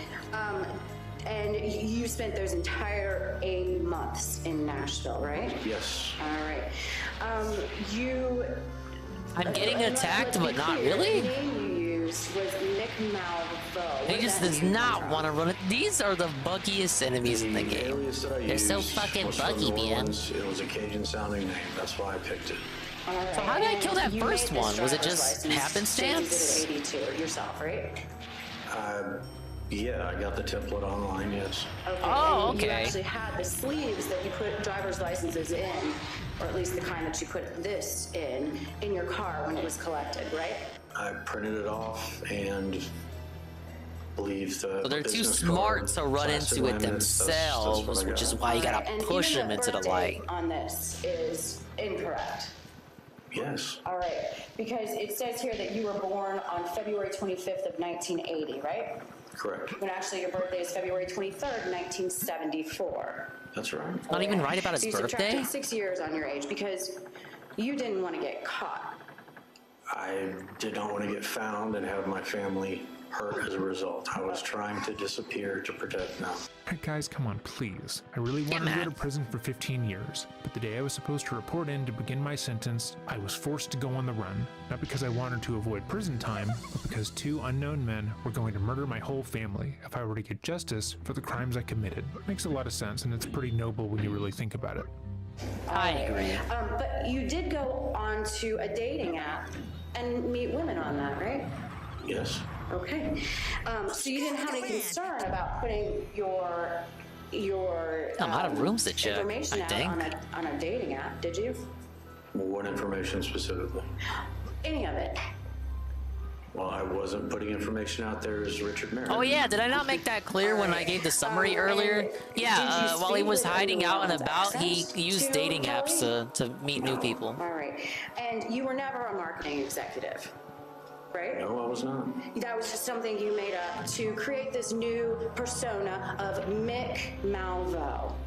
Yes, that's correct. All right, and you did not go to Yes, LSU. that's true. No. You were a Georgia fan, I went to Georgia, yes. and you weren't an LSU fan, No. and you were not a Saints fan. Actually, I have been a Saints fan my whole life. Okay, but you put those stickers on your mother's car. All right, cross-examination, you've been felted. You're obviously compromised. Yes, I did. Okay, so that was part of the deception, is that right? I would call it protection. All right, and you also put a stolen license plate on your mom's car. This is true, I did. All right, so that was part of the I was lie trying to as protect well, my because you bot, didn't want to be guys. found by these monsters Absolutely right. or the cops. That would lead to the monsters, absolutely right. Okay, and you said Yes, that that's you true. were staying Not a with good segue. cousins in Nashville, correct? I believe that is something I said, yes. But that's not true either, is it? No. What is true with this Wasn't true. guy? You didn't have any cousins or family in Nashville. Not to my knowledge, no. Okay, and so you didn't really have a place to stay in Nashville. Not at first, no. Okay, until you met Kelly. Correct. So you were using her for a place to live. Is that right? I wouldn't go that far, no. Okay. You told Kelly that you did not have any kids, correct? That's true. That was a And you said lie. you had a niece, though, with cerebral palsy. I did. And you never said anything about any kind of nephew. Pizza day, mother. Hey, thank you for the pizza day, Vinny. No, I did not. You said that your mom wish it was had pizza died day. of leukemia. Is that a lie that you told me? That's what I told Hey, you. that one's Okay. that one's free. And What about this one? You grew your hair and beard out while you were there? Yes. And again, that was part of the persona of Mick Malvo because you didn't want to get caught by these alleged It is Friday. That is monsters, true. right? Yes. That's And true. you didn't You won't want to hear get Noel talk arrested about pizza either. today. Well, that would definitely lead to compromising It's not my even family, technically. yes. It's literally Friday, unless you live in JC land. When you originally stole money, Wait, where's the from light your getting clients, revealed? You stole what, about $500,000, more or less, right? Correct. And most of these clients were elderly. Noel No, streams sure, on about a third. Rumble and About a Kick third, now. okay. You see Are if I you can aware link the this. average age of the clients who are who are Ah, listed as yes, your you can victims find in Mad is at the 61.2 internet. years old. I use the Rumble link because Rumble has you you can set different speeds for it, and you can't do it on Kick, like 2 times speed, 1.5 speed. Again, he's incredibly smug in He's his replies back to banned her, and it's off not making him look good. YouTube. He tries to one-up her and claim he didn't actually target the elderly, even though he absolutely did. Previously stated his practice worked mostly with the elderly in the direct examination, and when she points out that the majority of his victims were over 61, he never tries to stopped fight or took back with breaks. Technicalities. This The entire show time just he's got been on the difficult to stand, find he's with supposed each to come off as successive extremely week. timid and incapable Even of during the hurting people whole around him, but he's Drop failed KF so thing, he was still doing spectacularly shows. that I can't even put it into words. Okay, most of your victims were in their 60s and 70s. Is that right? I would hesitate on Okay, calling them they've been injured in victims. car accidents and other kind of insurance claims. That's kind of the meat of the folks that you were representing and that you stole from. Is that right? That's correct. And you would tell them, you would settle their claims with the insurance company and not tell the clients that you had settled, right? That's what I did. And so you would take their money from the insurance company and keep it as I your get some own. pizza with shellfish and mayonnaise and other traditional Japan-style toppings. That was good, man. Yes. Okay. Man at the Internet's a good way for me to keep up with the clowns of this circus of clowns who I don't keep more of a close eye on. And again, you didn't put any of that money in an escrow account. Pled to all of this in January of 2000. What do I do with these vampires? Okay. And you did this because the firm was in trouble. To trick them up here? Yes. Okay. In trouble. So, is it fair to say, Mr. Merritt, Farmer bragging about his that sushi pizza. when you're in Probably pretty good. trouble, you lie to try to get out of it? I don't believe that's fair to say at all. Yes, it is. Okay. Is it fair to say Sometimes I get tired of looking at clowns. Yeah, I get like that too. That's why often I won't restream the guy or not even really pay attention to what he's doing. Sometimes I'll skip whole pre-streams. It pays to not pay attention, especially when so much of the day-to-day is just the same fucking shit you've seen over and over and over again. The writers need a new script, Mayan. Betty's Grill as to your name and where you were from and who you were. Is that correct? That's correct, yes. Okay, and is it fair to say that you made up an entire story and told a lie to Kelly Richardson? Lied! Because Why? that would be a convenient way for you to get what you needed at that time. Hey, there we go. I genuinely cared for Kelly. I didn't need her for a place to stay. Okay, and yet, your entire relationship with her I get was what a they lie. were going for, but the puzzles here with the vampires can be a little bit janky. So is it But fair I to get say that what you the have intent lied was. and deceived to get out of trouble in the past? Oh, I didn't need to. No, I not don't back think that's fair here. to say. Hold up. This way.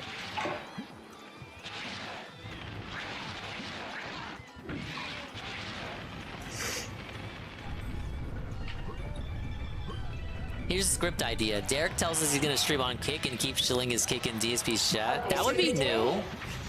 February 1st, 2019. Not even the Dutch these brothers two did guys that, came despite in, advertising that they killed were your gonna mother start with a streaming. knife. Nothing You came were of that eight, art. Right? Yes, in my ways. And they didn't steal anything from the house. Right, Derek, I get it. Good night. know if they did or Yes, not. you don't need to say it all the time. And, Thank you, Derek. They didn't break in. You said that It's you let them unnecessary, in Derek, but yourself. thank you. No, I'm not aware that Yes, they tried Derek, to I break love you in too. before. Okay, and they had never tried to break in prior to that. I can't say. No, Derek, I'm who not saying tried goodbye break to in Willow. at one point. Okay. Don't know. They're Because banned. nobody, as far as you know, had tried to break into your house prior to that. I'm not aware of anybody trying to break in. No. Okay, but they did not leave Oh, sorry, a they're scratch rich. Sorry. on you. Oh, sometimes I forget. They roughed me up a little bit going down the stairs, but no, they did. Okay.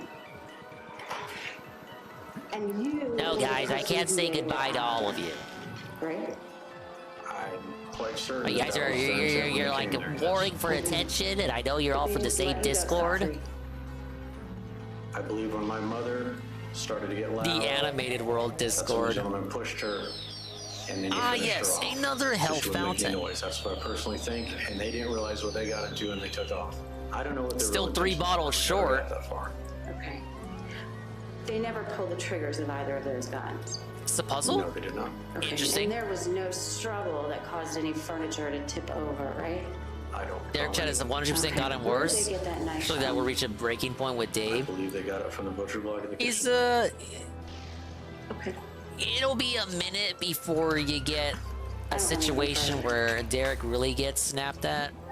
But we are seeing more and more situations in which he does kind of, Cross-examination, the defense rested their case. you know, Closing kind of arguments go were back, set go the at following Derek a day. bit. Richard had believed that he put on a stellar performance. Sure, he didn't cry or seem like he really cared about his mom that much, but he told the jury what to believe, and he felt that that was enough. He expected to be fully exonerated for all of his crimes and to walk out a free man. However, less than an hour later, the jury had reached their verdict, guilty on all counts. In the Superior Court of DeKalb County, State of Georgia versus Richard Vincent Merritt, defendant. Indictment number 19CR2141-4. Judge Courtney L. Johnson. Verdict form. As of count 1, malice murder. We, the jury, find the defendant guilty. As of count 2, felony murder. We, the jury, find the defendant guilty. As of count 3, felony murder. Oh, there goes one of the bottles. Just because I fell a little bit. As of count 4, aggravated assault. We, the jury, find the defendant guilty. Hey, push them all over here. As of count 5, aggravated assault. We, the jury, find the defendant guilty. As of count 6, possession of knife during commission of a felony. We, the jury, find the defendant guilty. Before receiving his sentence, Richard addressed the court. That you shall give in the case now pending before this court shall be the truth, the whole truth, and nothing but the truth, so help you God. Yes, ma'am, I do. Okay. Mr. Merritt, before you say anything, I want to make sure that you understand that you do have the right to appeal your conviction in this case. I am going to give you some more instructions about your appeal rights once we've concluded with the sentencing hearing. But I'm sure that Mr. Queen has discussed this with you, but I do want to make sure that I reiterate that to you for the record. Yes, Your Honor. May I proceed? Yes. Your Honor, I realize What final words we got? I'm a good guy, guys. What has occurred throughout the past week? Is this all a conspiracy against me? You guys know I would never do something like this. Raised right by two very good people. Beautiful people, my mother and father. I had a beautiful family that I've lost. I've long since lost them. I've lost them in the Cobb County case. Things were never the same after the arrest. I had, as I said, a beautiful family, beautiful children, a beautiful wife, inside and out, all of them. The world was truly our oyster, and I blew it. I just fell victim to the ultimate drug there is, and that's the green drug money. And it led to the green drug? Just bad behavior and bad money, yeah.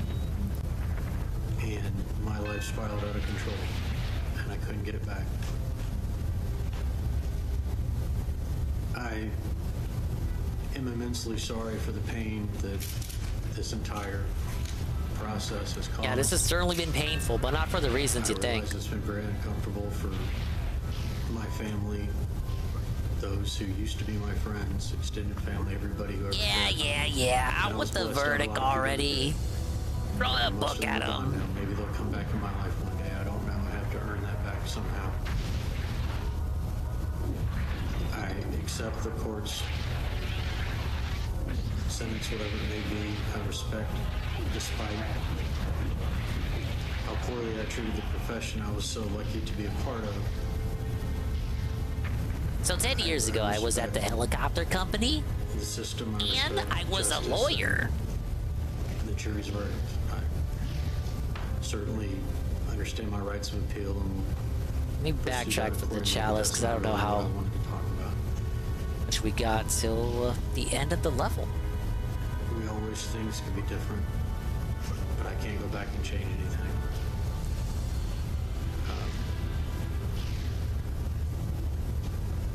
As I said, I just,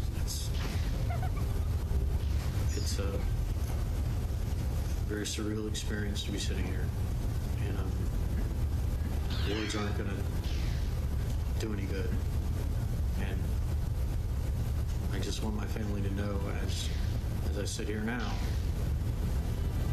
that I didn't do it, you guys. And endure the pain of this entire ordeal. And I hope that one day, when they're ready, if they're ready, that I'd be blessed to have them in some form in my life. I have Yeah, not that's had not gonna a happen. single interaction with either one of You my said you were children abusive. It's dumb, buddy. since being arrested in Nashville. I have no idea what their lives are like. Yep, that was the end of the level. Shit. If I went forward, that would have been it. Boss battle! Life is like. And I know it's hard for a lot of people to believe this, but I do love them more than anything, and I miss them terribly. Where's this bib at? He needs to enchant my sword.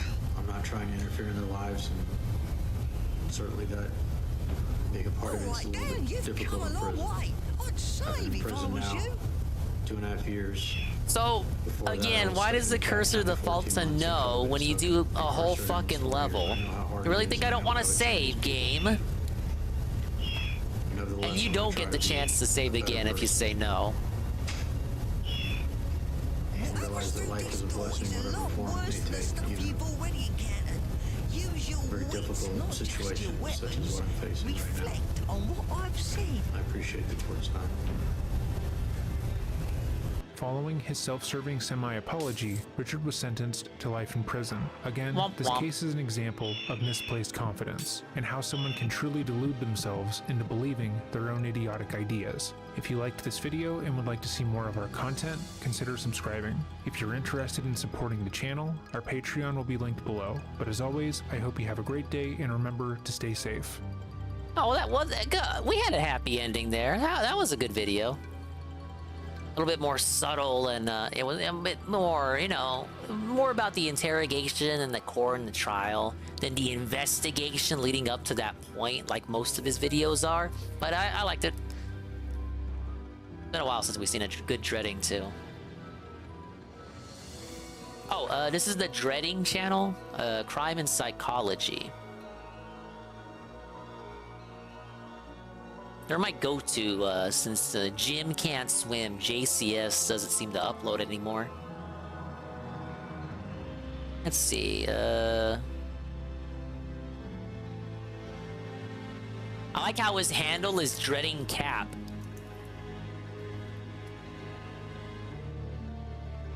It's no fucking cap, man. Alright, time to lose.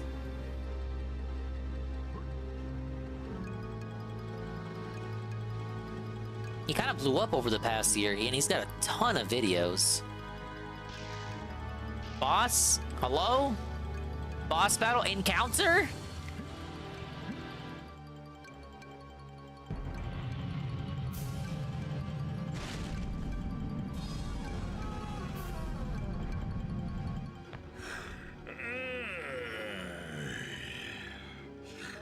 What manner of creature are you to disturb the Count's sleep? Why, before me I see nothing more than a reanimated bag of armor and bone. Wow, rude. Don't get this far, but the Count has walked this earth for 1,000 years, defeating hundreds stronger than you, and for 1,000 more I should... You interrupt me! For your insolence, you shall suffer beyond all imagining, my ugly little friend.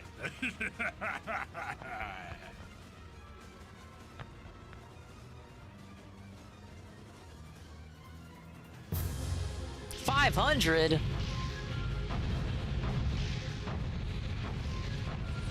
Dude, he's shooting projectiles at where I'm gonna be versus where I'm at. Wait, is it reflect the light at him? It's like the mugshot fight in the first Sly game.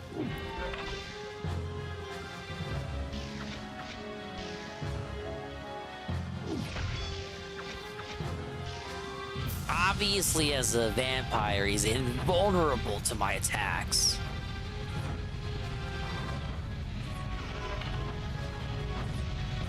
What did that do?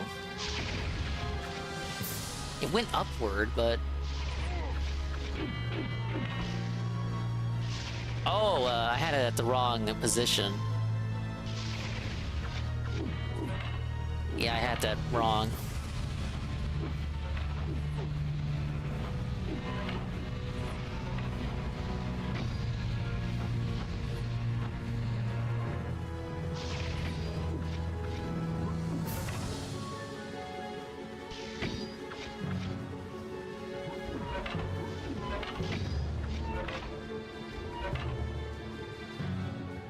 Alright, do your projectiles again.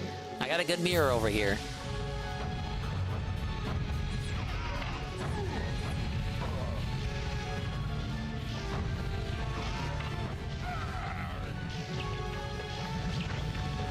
Flame bats? This is a bit played out.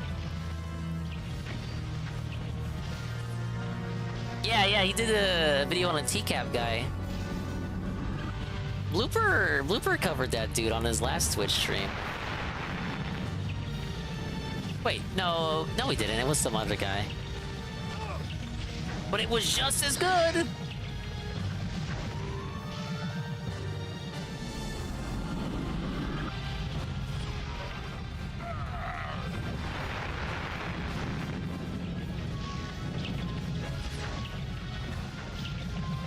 Deploy the lasagna that probably has garlic in it.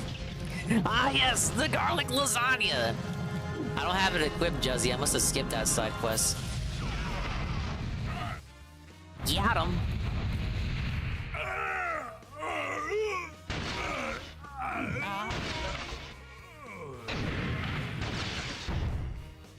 You have fought well, my bony friend, but all resistance is futile. You cannot defeat the Count. Came a detractor from seeing Blooper's TCAP stuff.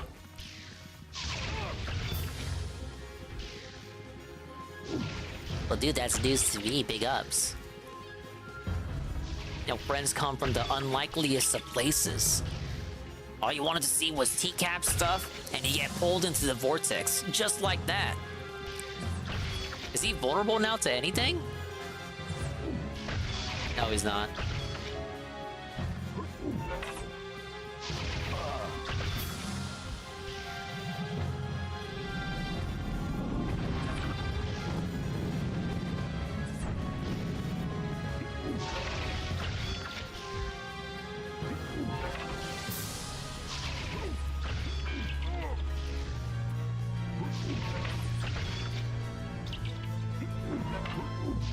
Oh, okay. I gotta do something new.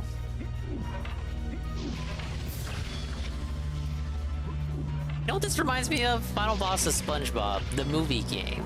It had the same idea, flipping tables.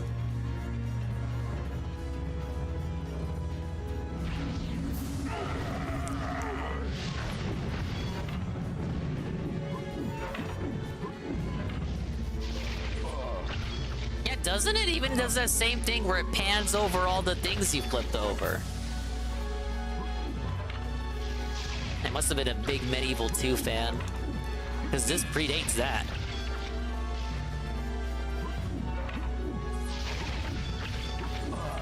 Shit. Oh, I got 2 life bottles left. It's got a bit more thought into this boss battle than the elephant machine you gotta, whose head you gotta squash. Rule of 2s?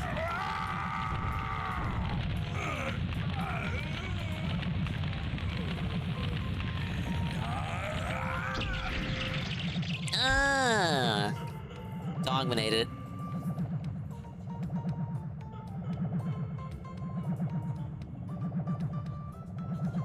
Thumbs up. You just yawned. That guy fucking sucked. Alright, where's my Egyptian princess at? I want to get all wrapped up, if you know what I mean. Now, Dan's just giving the signal. We're like almost 5 hours in. I said it couldn't go over 6 hours. I gotta keep to my word. What do you got? What do you got? Look what I've made with all that vampire juice. What is that? Oh, the lightning weapon. Oh, no. This is insanely powerful. But if this works like the first game, once you're out of ammunition, that's it. You can't recharge it. There's no, the merchant shouldn't sell any more ammo for it. Can't recall if it worked like that in the remake.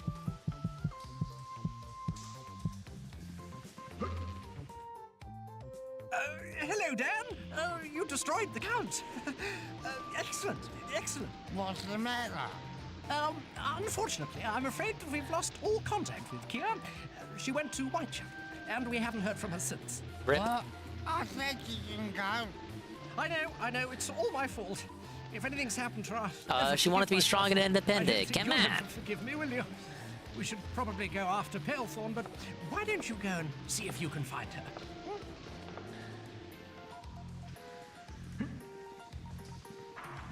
Gotta send a skeleton in to do a skeleton's job.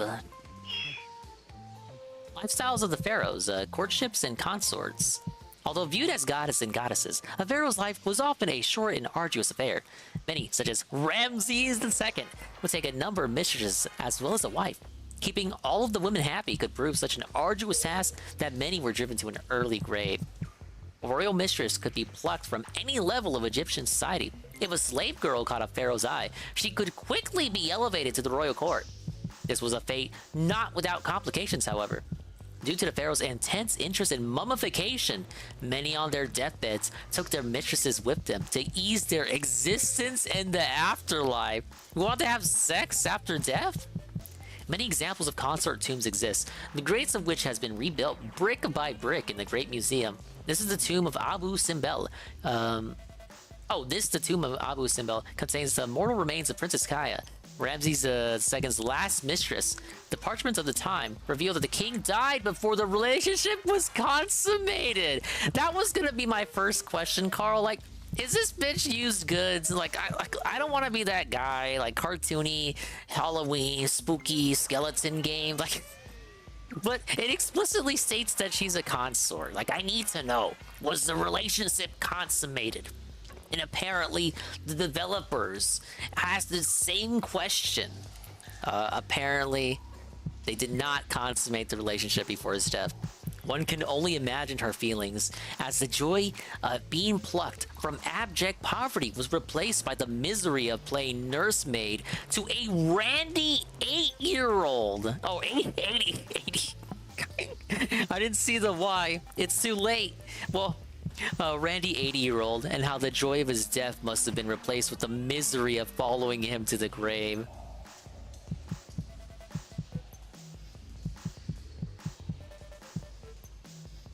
No, I missed the why. I would totally believe that. 8-year-old pharaoh already having mistresses. Does that sound does it sound out of the question to you? It doesn't to me. But it seems like he was already old as dirt by the time this lady came into his life. I just like that they have to make a point that she's not used goods. It's kind of silly. Like, come on, it's a silly PlayStation cartoon skeleton kids game. Who cares? They didn't want people to complain on the forums and whatnot.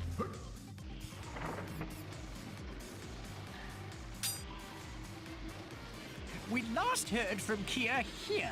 See if you can find her. My scans show something powerful has been collecting magic energy, so watch your back.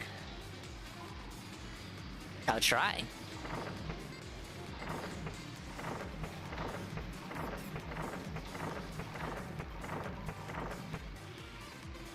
And we've come so far on our little London adventure. All right, but I'm keeping to my word. We're gonna stop it here for now and continue Dingerween with a Splatoween special collab of the century tomorrow evening, featuring the Ann Leet, Revi, and many other such people and the like. I'm debating on the Saturday boot. It could happen. It could not happen. We'll see. But for sure, I'll do something Sunday. And then isn't Halloween? Is Halloween Monday or Tuesday? Tuesday, okay, yeah, then Dingerween will continue Sunday, Monday, and obviously Tuesday. But we're gonna go Noit, and find someone to raid. We'll see if we do a Saturday boot. Maybe, maybe not. Who knows? Well, obviously we gotta get the save state in too, even though we already got the in-game save state. I gotta look into that Genesis emulator too. What the fuck? Why wasn't it working? Why? I'm gonna have to download a new one. Big ups, Goki. You came here at the end. You hate to see it.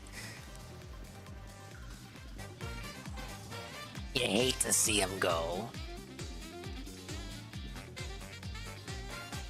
And you know what? The little thing where I had Chrome closed and the music playing on the phone, that actually worked out. It does obviously require the phone to be on and to drain the battery there, but I didn't get many encoding overloaded errors. So I'll see if I can keep this up going forward. The less things I gotta keep open, the better. Right. Alright, Pablo, you know what to do. No, that's a good thing, Goki. That's a good thing. We don't have to have Chrome open on the laptop anymore. We just have it open on the phone. You have it open on Stream Elements on the phone, you start playing the music, and by God, by the power of magic, beyond your own beliefs, it's able to play the music like that. It's like science. Science is so amazing. It's able to do so many things. It's like magic. It just works. And it's like Todd Howard. It just works. Try out the browser Vivaldi Dinger. Vivaldi. I'll take a look at it. I was trying Brave. People say, "Oh my God, Brave is so great," and it is great. We played the Garfield game on Brave, but it doesn't seem to use that much less resources compared to Chrome, at least from what I saw. Then again, I did have Chrome and Brave open at the same time for that, so maybe it's not the best experiment there. All right, whatever. Big ups to the Swollen __ ones who made it to the very end. Talk about Carl, D-Scythe, Goki. Bye, Carl. Moitus. Parmatech. Vinny. Golem. Juzzy51. JC. Seru. Rye _Drake _331. Ann Leet. Doomer Ziggy. Versus Lurkers Alpha Leet. Ghost MC. Peaches and Keem. Mr. _Punch. Shroom Dukeem. Algernaut, Arcadius, Bomber, Phoenix Tiger Zord, Heavy Metal Gamer, Hot Pockets, Ivan Zypher, J-Bomb, Krafen, Kian Goon, Pim Pam, Pray for Rock, Spanky Joe, Sweet Bean 96, Deadgy Air Bear, Uber Jill, Wigglebottom, and Zitra Zella C. Can't wait for the Splatfest collab of the century. Yeah, it's sure to be good. It's been ages since the last Splatoon stream. You know what happens. You do your 5 grinding streams in a row, Carl. You get to level 100. It's like, okay, I'm good for this. I'm good for the season.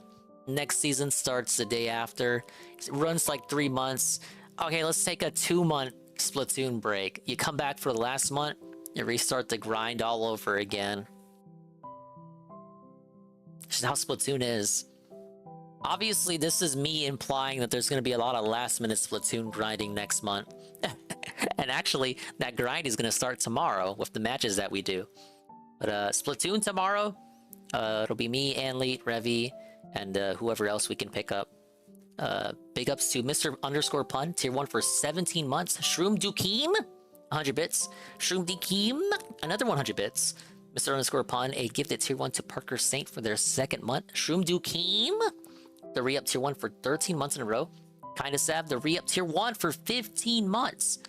Unit W1, the unfun one, rate with a party of 3. And Vinny Kills, re-up with their Prime for 2 months. They could have used it anywhere else.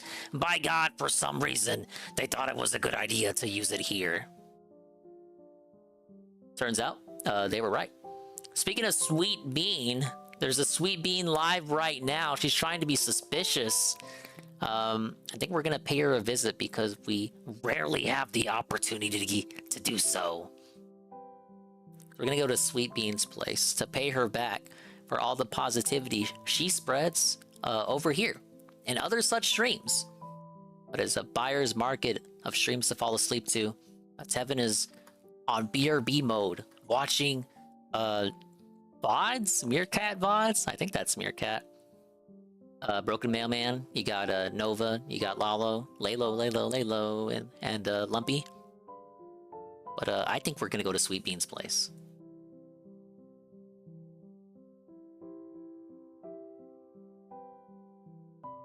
But bye-bye, adios, and Mimi time. We'll see you when we see you. And if we didn't see it, then we didn't see it. But if we did see it, then we saw it. And if we didn't see it, then hopefully we'll see it next time. I can see myself in the mirror each and every single day. Then hopefully I too can inspire people and viewers like you, Rue, to see themselves in their mirrors each and every single day. The raid message is...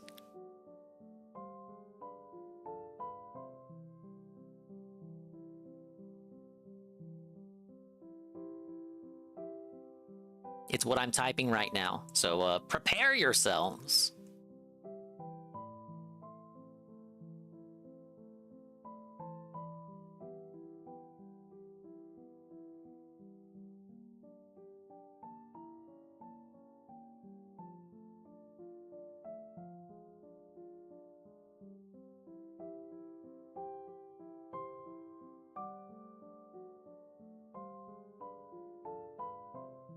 Alright, she's playing Overwatch 2. You guys like that game, right?